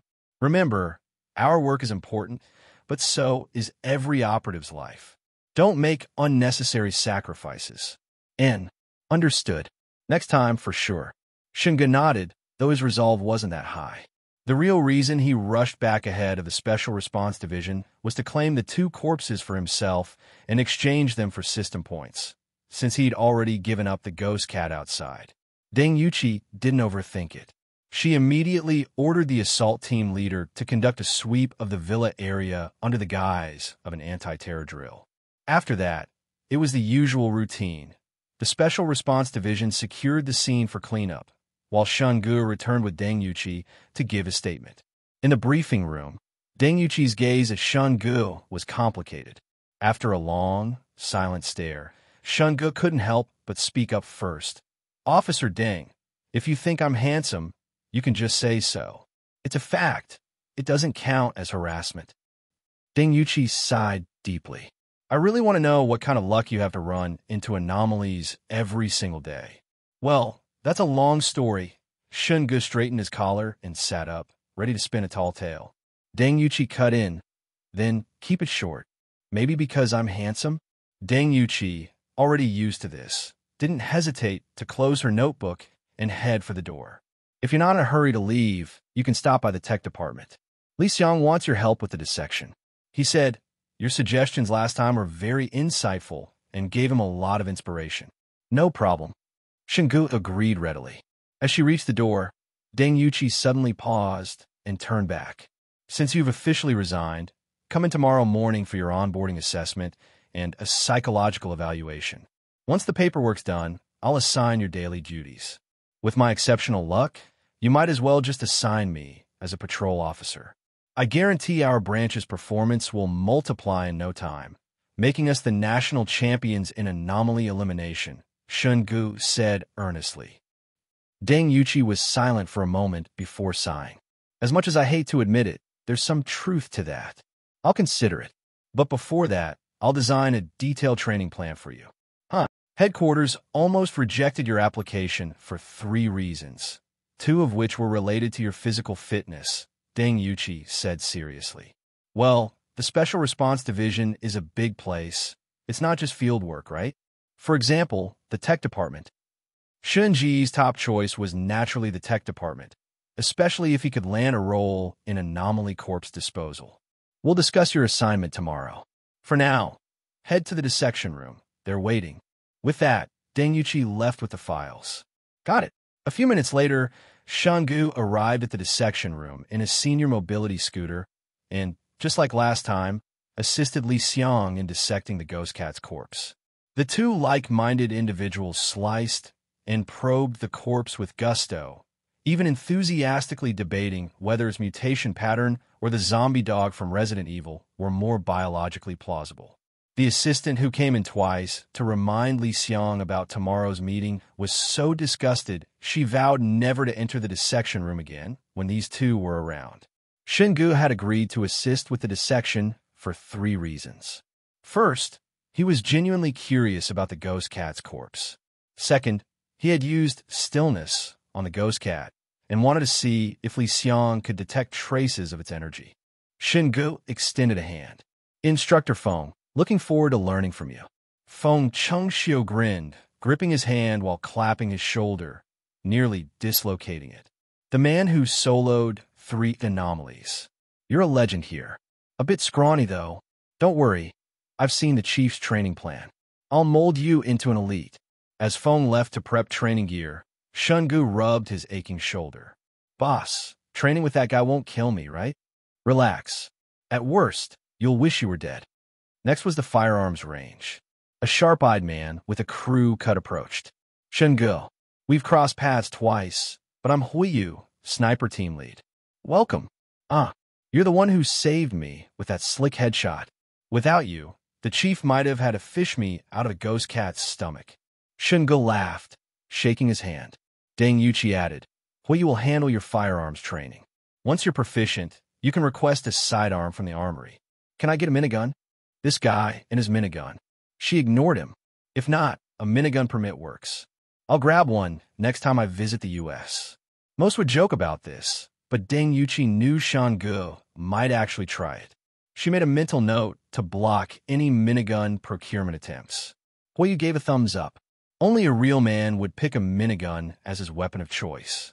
Honestly, I prefer tanks, but driving one downtown might be too flashy. So I'll settle for something more low-key, like a minigun. Has anyone ever told you that miniguns aren't exactly subtle either? After leaving the firearms training room, Shungu familiarized himself with the operations department under Deng Yuqi's guidance. Next, she took him to the technology department. As they passed the research lab, they saw Li Xiang and several other technicians gathered around a transparent glass panel, manipulating mechanical arms resembling octopus tentacles to perform intricate research tasks. The lab was specially reinforced to withstand earthquakes and explosions, equipped with multiple air purification and filtration systems to prevent the leakage of anomalous energy or viruses while studying the corpses of supernatural entities, known as anomalies. To Shungu, the scene looked strikingly similar to the moment in Avengers Endgame where Tony Stark used machinery to embed gems into the Infinity Gauntlet. Curious, he leaned in and asked, "Are those tentacles the same model as Iron Man's?" "Tentacles? How uncult." "Oh, it's you. Finished your onboarding? Welcome to the Special Anomaly Response Division. By the way, last time you mentioned that the muscle tissue of those rat anomalies moved like worms, fusing together to heal wounds, right? Well, under 1500x magnification, I found that those worms are actually clusters of smaller maggots. Their constant wriggling makes the whole mass look like it's squirming." Li Xiang had initially been annoyed at the interruption, but the moment he saw it was Shungu, his attitude shifted instantly. After a quick welcome aboard, he immediately launched into research talk, truly the department's top mad scientist. Shungu replied, "Today, the director gave me a basic rundown on anomalies and their energy. Since the healing effect is tied to the rat anomaly's energy, I was wondering if we could develop a healing drug, or something like a bandage that uses that energy to accelerate wound recovery in other living beings. I actually tested that idea yesterday. Check this out. These are leeches infused with processed anomaly energy." Li Xiang walked over to a workstation, opened a storage unit, and retrieved a small glass jar containing 2 thumb-sized white leeches. "I experimented on lab mice. Whether ingested or applied directly to a wound, the anomaly energy accelerated healing. Ingestion worked noticeably faster than topical application, but we still need extensive testing to confirm whether the energy causes mutations or adverse effects in humans." Shungu pinched the jar between his thumb and forefinger, holding it up to the light to observe the squirming leeches. "So anomaly energy can heal wounds rapidly. It really is fascinating stuff. If you run out of test subjects, I could always volunteer, slice myself open, and see how it works." "No way. Division regulations strictly prohibit human testing until we confirm anomaly energy is safe," Li Xiang said, though he sounded just as disappointed as Shungu. When the two turned around, they found Deng Yuqi and the other staff had backed away by at least 3 meters, their faces a mix of disgust, shock, confusion, and other expressions usually reserved for lunatics. Deng Yuqi's expression was stern as she said firmly, "Li Xiang, if I'm ever critically injured, just let me die. Do not shove those things into my mouth. Also, notify logistics to draft a new rule. You and Shungu are not allowed to collaborate without supervision." And just like that, a reluctant Shungu was dragged out of the lab by the scruff of his neck by a thoroughly unamused Deng Yuqi. She was genuinely worried these two might actually attempt human experimentation with anomaly energy. One was bold enough to suggest it, the other reckless enough to try. However, the largest and most devastating anomaly incident in the country's history had been triggered by early human trials in the Anomaly-Enhanced Soldier Program. That said, human mutation from anomaly energy wasn't as simple as it seemed. Years of research had shown that the human body strongly resists anomaly energy, much like how unneeded gases are expelled from the lungs. But if a person absorbed large quantities of highly concentrated anomaly energy through artificial means, it could amplify bodily functions and negative emotions to uncontrollable levels, causing rapid physical mutations, not unlike the G virus in Resident Evil. Anomaly energy wasn't as instantly corruptive as the T virus or G virus, though. There were safe thresholds for concentration and exposure. Higher-tier anomalies produced more concentrated energy. Testing had shown that if a normal person inhaled air containing Tier 1 anomaly energy daily, it would take about 30 days for mutations to manifest. The higher the energy tier, the faster the mutations occurred. However, if exposure stopped after a few days, the body would gradually expel the energy. This proved that affecting humans required prolonged, high-volume, and high-concentration exposure. Since anomaly energy was a gaseous substance, dilution in the air usually prevented dangerous accumulation. Still, these findings were based on currently observed anomaly tiers. No one knew if Tier 4, Tier 5, or even higher anomalies might emerge in the future, or whether their energy could spread as rapidly as a fictional virus. After Deng Yuqi's explanation, Shun Ge fell into thought before suddenly asking, "Director, if the human body rejects anomaly energy, but anomaly corpses can store it, could we transplant anomaly cells, organs, or limbs into humans to control that energy, like the mutants in fiction?" At that moment, Deng Yuqi's resolve to keep Shun Ge and Li Xiang apart grew even stronger. "Drop that idea right now. Do you think nobody's tried it?" Headquarters once attempted it with a volunteer soldier, only for him to be consumed by the anomaly, turning into a mass of flesh monsters. That incident remains the only recorded Tier 4 anomaly event. It destroyed an entire research facility. The area is still under lockdown, and we lost multiple anomaly tech devices and hundreds of personnel. After that, human experimentation was banned outright. Hearing this, Shun Ge frowned, recalling the missing security guard, Old Wang, whom the system had identified as a Tier 5 anomaly, 3 heads, 6 arms.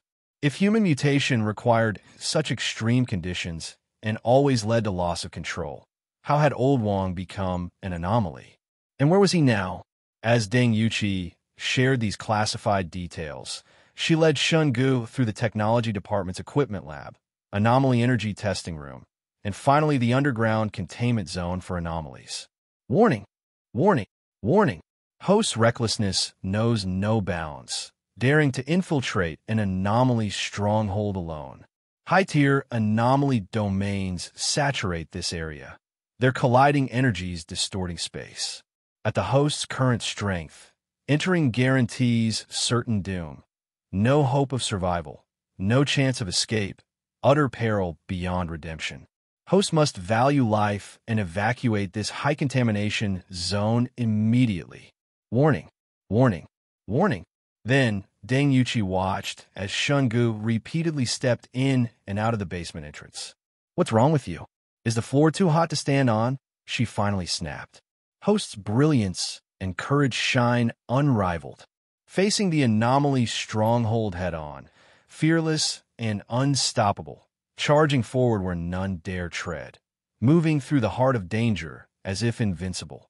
3 strides in, 3 strides out. Reward: 100 system points, x3. 300 system points acquired. Shun Ge scratched his head sheepishly.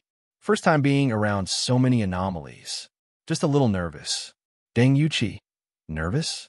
Should I dig up the footage of you chasing that rat anomaly through the market with a metal cage to remind you what nervous looks like? Well, are we going in or not? You were the one who insisted on seeing the containment area. We're going. The underground anomaly containment facility was far larger than Shun Ge had imagined. Of the hundreds of specially sealed chambers, only the first few housed captured anomalies. But what shocked him most was that the very first cell contained a system-confirmed Tier 4 trait, class anomaly. Warning, warning, warning. Host is approaching a Tier 4 anomaly, trait, unforgetting. Host's current attributes are insufficient for combat. Evacuate immediately. Do not throw your life away. Behind the bulletproof glass, in the center of the containment chamber, stood a 1-meter-tall cylindrical pedestal resembling an exhibition stand. Atop it rested a silver tray, overflowing with blood that had seeped over the edges, pooled on the floor, and drained into a filtered storage tank via a corner outlet. And in the middle of that tray sat a lump of pig's brain. The brain appeared to be alive, pulsing faintly like a heart, a thoroughly unsettling sight. But just a lump of brain jelly, and the system claimed he was no match for it? Shingu felt personally insulted. Rolling up his sleeves, he seriously considered storming the containment chamber to duel the thing. Except, unfortunately, the door required a passcode. Noticing Shun Ji's scrutiny of the brain, Deng Yuqi explained, "If you follow the news, you might recall a fatal explosion at a fireworks factory in the southern suburbs in 2019. Officially, over a dozen died in an industrial accident. In reality, a mutated Tier 2 anomaly, originally a wild boar, had breached the facility. Every agent dragged into its anomaly space ended up brain dead. To minimize casualties, I requested headquarters to authorize a missile strike, leveling the factory. Our tech team later identified its brain as the source of mutation. It's been sealed here ever since. So it was genuine pig brain delicacy." Shingu leaned closer to the glass, studying it with interest. "Any breakthroughs on its anomaly energy effects?" Deng Yuqi replied, "Animal trials suggest it stimulates memory. Test subjects retained trained behaviors and commands flawlessly, until the energy dissipated. Then, immediate brain death followed. Bet it'd taste great grilled with chili flakes," Shingu mused. Deng Yuqi, long accustomed to his mental detours, said flatly, "I'll pass. Liver and kidney stir-fry is already the limit of my local cuisine tolerance. Also, this is anomaly tissue, not supermarket offal. Are you trying to drop dead? And given its post-mutation resemblance to human brains, how would you even? I'd just say Hakuna Matata first.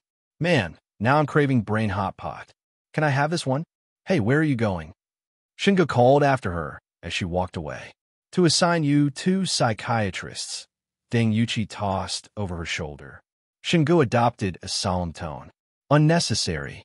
As someone who nearly certified as a therapist, I self-diagnose via mirror sessions daily. Trust me, I'm very sane." Deng Yuqi silently upgraded mandatory psychiatric evaluation to the top of Shun Ji's training agenda. Speaking of which, Shun Gu pressed, "If I transfer to R&D, can I request research access to this thing? All elite agents can apply to utilize anomaly remains for equipment or energy extraction, after tech team confirms safe handling protocols. This brain stays locked up because every test subject died. Would you approve turning it into gear?" She turned to him. "By division rules, agents who secure 2 anomaly corpses in operations earn rights to 1 for personal use. Thanks to you, we've bagged 3. So yes, you qualify." Shinji's eyes lit up. "So, denied," Deng Yuqi said calmly. "Not until I'm sure you won't grill it, eat it, and keel over by morning. That's discrimination." Admittedly, he did want to consume via system assimilation to bypass the brain death side effect. Deng Yuqi relented slightly. "But you can request pre-made anomaly gear." "Seriously?" "Seriously. Then I want a cryo unit and a pair of anomaly gauntlets." "Approved." "Whoa, that was easy. Director, you're not into me, are you? My body's on the payroll, but my soul's off limits. Pick 1 item." "My apologies. I was wrong."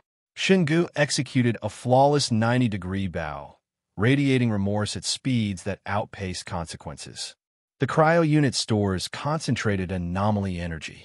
Unauthorized removal is prohibited. The gauntlets will be issued by logistics." Though the gauntlets were practically Deng Yuqi's signature gear, she trusted Shinji's creative applications more. If nothing else, his insanity might unveil new functionalities even the designers hadn't imagined. As they proceeded deeper into containment, the next chamber housed a crow wreathed in black mist. Its crimson stare triggered primal dread. A Tier 1 anomaly, per the system. Tier 1 4 years ago, still Tier 1 now. Trash. Shingu dismissed it, moving to the 3rd cell. Their old friend, the charred skeleton of the anomaly car. The fourth room contained a 1-meter-long, fog-emitting rat anomaly, minus its tail. Wait, this rat. Didn't Li Xiang dissect it? How's it alive in pieces? Shun Ge blinked. Deng Yuqi sighed. After energy extraction, Li wondered if reassembling the corpse would trigger regeneration. It worked. Anomalies are wild, Shun Ge muttered. The fifth cell stored the corpse of the cat anomaly. Only 5 anomalies in total? Shun Ge asked. Deng Yuqi arched a brow. Expecting more? Nah, just claiming dibs on the brain. Deng Yuqi, straight face. Done talking. Hey, wait up. Shun Ge trailed her out, already plotting. Infiltrate R&D, request the brain, let the system devour it, then blame accidental incineration. Assuming no one beat him to it. Exiting the tech wing, Deng Yuqi considered summoning Assistant Zhang to handle Shinji's uniform and ID logistics, but opted to escort him personally. The logistics staff froze upon seeing the director herself ushering in a newcomer. At Shinji's name, realization dawned. This was the rookie who'd soloed 3 anomalies pre-recruitment. 3 junior staffers promptly swarmed him. Ge Shun, will you dorm here? Ge Shun, what hobbies do you like? Ge Shun, do you game? Ge Shun. Watching the trio's starry-eyed admiration, Deng Yuqi coughed pointedly. A mercy intervention. Don't be fooled by the pretty packaging, kids. Director, sore throat. Director, have some water. Director, please sit. They scrambled, fetching water, pulling up chairs. Still here, Director? Shun Ge chimed in. Deng Yuqi, get lost. Amused, Shun Ge examined his new ID. The photo, taken that morning during psych eval, looked sharp. Special Events Management and Anomaly Countermeasures Division. Badge No asterisk 9320. Elite Agent, Rome City Branch, Shun Ge. He flashed the card at Deng Yuqi. Next time some idiot crosses me, can I slap this on their face like in the movies? Deng Yuqi deadpanned. Technically, yes. Your clearance roughly equals a deputy police commissioner. I'm that badass. Shun Ge smirked. No, it's the division's name that's scary. Sure, boss. You're the boss. I really want to hit him.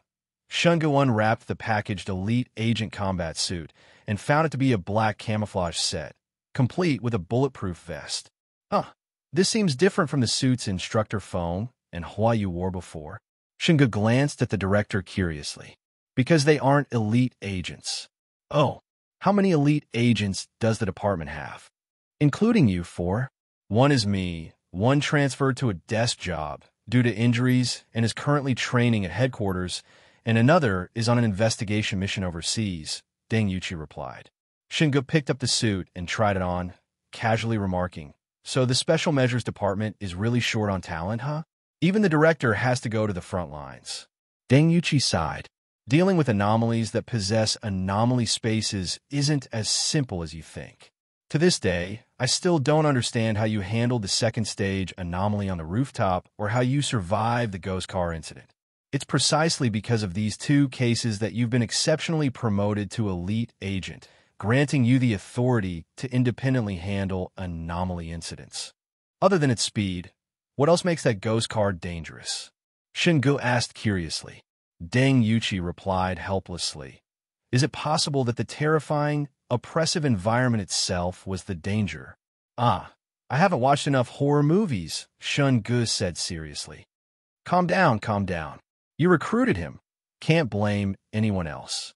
Shun Ge draped the black camouflage suit over himself, then abruptly shifted his tone, his expression turning solemn and serious. Do you know what it means when I put on this suit? That you'll be an elite warrior? His grave expression made Deng Yuqi unconsciously straighten up. Clearly, even the most unserious person would become solemn in the face of this combat suit. No, it means I'll be the most stylish guy in the department. Thud! Deng Yuqi slammed the door shut and left the logistics department without looking back. After collecting his equipment, Shun Ge reported to the operations division.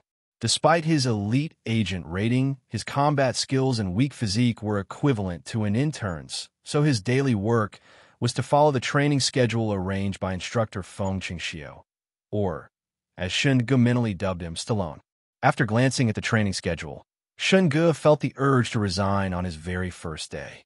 8:30 to 10:30, physical training. 10:30 to 11 o'clock, break. 11 to 12:30, basic combat techniques. 12:30 to 13:30, lunch plus nap. 13:30 to 15:30, specialized combat techniques. 15:30 to 1600 hours, break. 16 to 18:30, firearms training. 18:30 to 19:30, dinner plus rest. 19:30 to 21:30, specialized combat skills, traditional martial arts or others. 21:30, clock out. Shun-gu, who had envisioned a 7-day-a-week vacation upon joining. Hold on, this overtime is even worse than being a corporate drone. Shun-gu wailed. Stallone laughed heartily and clapped him on the shoulder. Xiao Shun, you're great at everything, except your physique is a bit lacking. A man can't get by without a strong body. Here's your training gear. I prepared 3 new sets for you. Change up and let's start today's physical training. I want to quit. If the world needs saving, call the Avengers. Goodbye. Before Shun-gu could voice his thoughts, Feng Qingxiu and another soldier hauled him off to the training grounds for his first day of physical training. Due to time constraints, Shun-ji's morning session only lasted an hour before lunch. Even so, it made him realize that his previous training routine had been child's play, because by the time they reached the cafeteria, Feng Qingxiu and Huiyu had to carry him there. Even sitting on the stool, Shun-ji's legs wouldn't stop trembling. Lao Shun, what do you want to eat? You probably don't have the strength to get food yourself. Tell me what you like, and I'll grab it for you, Huiyu offered. Feng Qingxiu was 10 years older than Shun-gu, while Shun-gu was 3 years older than Huiyu. Thanks to their easygoing natures, Shun-gu had quickly become Xiao Shun and Lao Shun to them.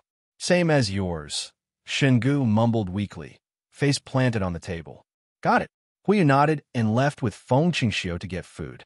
Well, if it isn't the most stylish guy in the special measures department. What's got you floored? Deng Yuqi's voice chimed in from the side. Not interested. Shun-gu turned his head away, presenting the back of his skull to her. Deng Yuqi sat across from him with her tray and smiled. This training plan was tailor-made for you. Trust me, in less than a month, you'll have the physique of a normal person. Thanks. Next time we hit the night market, I'll treat you to some grilled pig brains, Shun-gu replied with a sweet smile. Deng Yuqi's expression froze as she recalled the still-twitching pig brain she'd seen in the underground containment room that morning. Suddenly, the mapo tofu on her plate didn't seem so appetizing. Ah, Director, you're here early today? Huiyu and Feng Qingxiu returned with their trays. Deng Yuqi stood, picking up her tray. I still have work to finish. I just came to grab food early so I wouldn't forget later. Enjoy your meal. As she turned to leave, she paused and glanced at Feng Qingxiu. Oh, right, Instructor Feng. Agent Shin mentioned that the department's training intensity is a bit too light for an elite agent like him. I think you should step it up a notch. Feng Qingxiu snapped to attention. Understood. The mission will be completed. Before Shun-gu could protest, Feng Qingxiu sat beside him, clapping him on the shoulder excitedly. Xiao Shun, you're truly worthy of being a fast-tracked elite agent. To think you'd push for even harder training despite your condition. Also, you can join Anomaly Operations sooner. Respect. Absolute respect. Wait, no, hold on. Shun-gu suddenly realized something and sat up straight, staring at Feng Qingxiu in shock. I can't participate in the department's Anomaly Operations right now. Feng Qingxiu nodded. Right. The director considered your weak physique and assigned the department's most intense training regimen. But since daily high-intensity training would leave you fatigued and at risk of injury during missions, you're barred from any anomaly operations for this 1-month training period. Huiyu added, don't worry, anomaly incidents don't happen that often. These recent cases were exceptions. Shun-gu, then what the hell am I training for? The whole reason he joined the Special Measures Department was to accidentally absorb some anomaly corpses during operations. If he couldn't participate for a month, what was the point of? Oh, Wait. Given his anomaly-attracting physique, whether anomalies appeared or not wasn't really up to them. Still, after lunch, Shun Ge went to Deng Yuqi to negotiate a revised training schedule, cutting rest and training times to free up 2 hours in the afternoon for him to roam outside. His reasoning was simple. Anomaly incidents were occurring far more frequently than in previous years. Since he had a special anomaly-attracting physique, he might as well patrol around, nipping potential incidents in the bud before they escalated into uncontrollable disasters. Deng Yuqi considered his logic sound. Moreover, as an elite agent, Shun Ge already had privileges. If not for his abysmal physique, his daily training wouldn't need to be so lengthy. When Shun Ge handed the revised schedule to Feng Qingxiu, the instructor was moved to tears. To think Shun Ge would carve out time for patrols despite such a grueling regimen. Truly an elite agent who put the nation's safety first. Respect. Utter, kneel-worthy respect. Watching Feng Qingxiu's admiring expression, Shun Ge wondered if the guy had a few screws loose. But given the instructor's Stallone-like build, he wisely kept that thought to himself. After surviving 2 hours of basic combat training in the afternoon, Shun Ge collapsed in the break room for half an hour. Then, a system notification echoed in his mind. Host's rating has been upgraded to Tier 1. Traits silent and still have evolved. Hearing the system's notification, Shun Ge shot up from the rest chair, his exhaustion instantly forgotten. Had the system finally gotten its act together and decided to upgrade his rating? He opened his panel and confirmed that the line rating, none, had indeed changed to rating Tier 1. Looks like Stallone's basic combat training actually has some substance. Just half a day of learning and my system rating went up. That said, Shun Ge's week of consistent training had already boosted his 3 base attributes by over a dozen points. Combined with his previously lacking combat skills, it was no surprise his rating had improved. But more than the rating or attributes, what Shun Ge cared about most were the evolved traits. Traits. Silent. When activated, the user enters a soundless state, consuming 0.5% spirit per second. Can be used simultaneously with other traits. By expending 10% to 100% spirit, scaling with the object's noise level, the user can imbue an object with their spiritual energy, keeping it silent even after release for a limited duration. Still, when a user remains completely motionless, they can manipulate their shadow to bind similarly immobile targets. The spirit cost per second varies, 10% to 100%, based on the target's tier, quantity, and distance, max range, 10 meters. While using still, the user can choose whether to pull the target into the still anomaly space. Even outside the anomaly space, the binding effect remains active. Shun Ge's first reaction upon seeing the evolved traits? The descriptions got longer. His second thought? Silent could now affect objects after release, meaning, with enough spirit, he could practically slap a silencer on a grenade. At first glance, it didn't seem groundbreaking, but the tactical possibilities were endless. For example, making a grenade silent after being thrown meant he wouldn't need to expend massive spirit to mute the explosion. Just silencing its landing and rolling would be enough to give enemies a nasty surprise. As for still, being able to restrain targets outside the anomaly space without making them disappear opened up coordination with teammates. Imagine Deng Yuqi or Huo Yu lining up a shot. Shun Ge could freeze the monster at the critical moment. As for exposure, did I use an ability? When did I use an ability? Maybe the enemy just paused mid-battle to reflect on their life choices. Overall, while the evolutions weren't earth-shattering, they added significant tactical flexibility. System, if my rating improves again, will already evolved traits evolve further? Shun Ge asked. After achieving an official rating, Tier 1, each subsequent rating upgrade will grant 1 trait evolution point, allowing 1 trait to evolve. Then why did 2 traits evolve this time? First time rating bonus. Damn, what a waste. If you told me earlier, I'd have stockpiled 10 or 8 traits before hitting my first rating. Then I could have upgraded them all at once. Shun Ge grumbled. The system was speechless. Did he think traits were cabbages at a farmer's market? Now that I'm Tier 1, does that mean I can finally check out Tom's Mall? Xingu was still obsessing over that Tier 7 anomaly. Based on recent experience, if the anomaly at Tom's Mall would reach Tier 7 in 4 years, it had to be at least Tier 3 or 4 by now. But this puzzled him. If a Tier 3 or 4 anomaly was already there, casualties should have occurred. So why hadn't there been any reports? With that in mind, Xingu decided to use tomorrow's patrol time to visit Tom's Mall. Once his break ended, Xingu headed to the firearms training room, where Huiyu was waiting to begin his first day of gun training. Compared to physical and combat training, firearms were far less demanding on the body. But after an afternoon of basic combat drills, Xinji's hands trembled like he had Parkinson's. Huiyu had no choice but to start with theory. OS. After the basics came practical application. Huiyu began by demonstrating handgun techniques. Asterisk, the Glock 17 Gen 5, standard model with a 17-round magazine, paired with 9mm parabellum rounds, offers excellent sustained fire capability.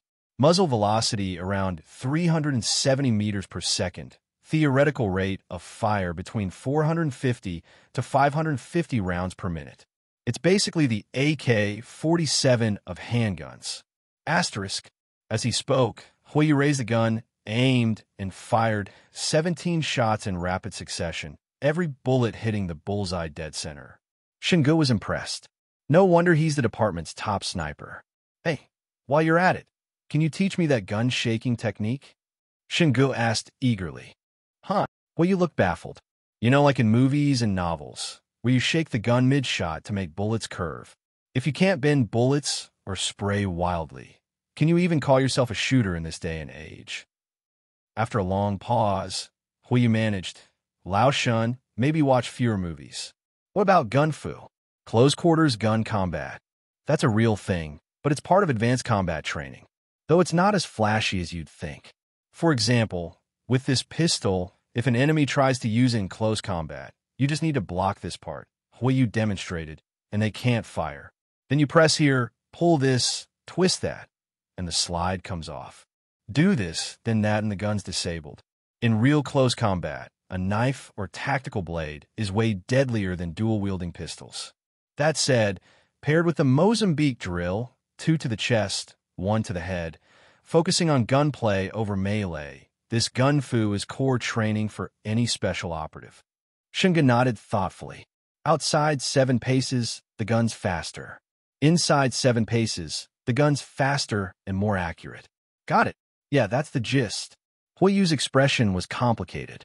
Now he understood why Deng Yuqi had patted his shoulder and solemnly advised, keep calm and treat everything Xingu says as background noise. This guy's thought process is on another level. Under Huiyu's guidance, Xingu experienced firing a gun for the first time and found it harder than expected. First, the recoil.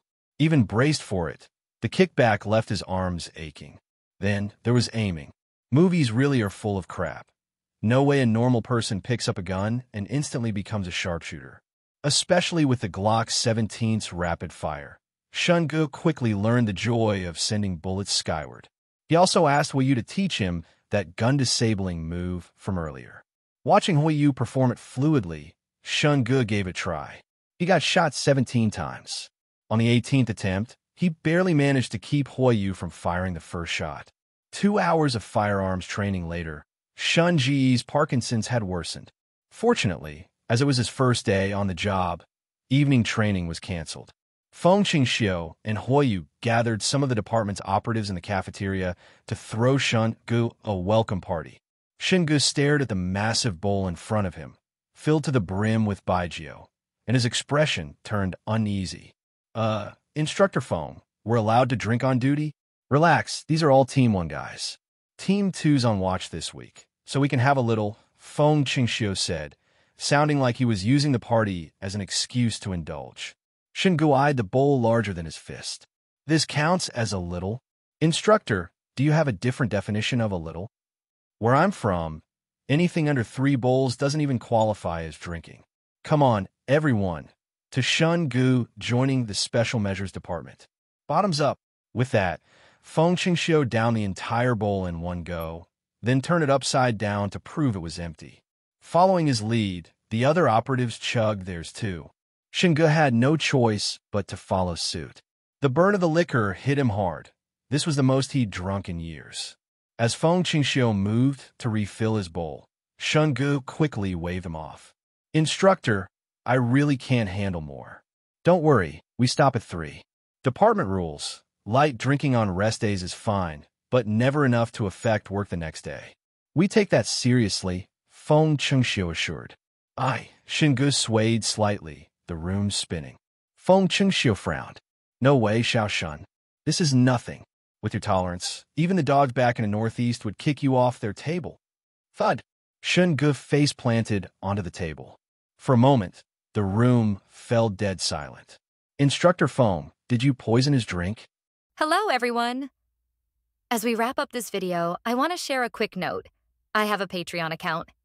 If you'd like to support me and enjoy on-demand audiobooks, you can become a Patreon member. Alternatively, you can check out my Google Drive link, which has 500+ novel audiobooks available through my Ko-fi or Patreon shop. I appreciate your support.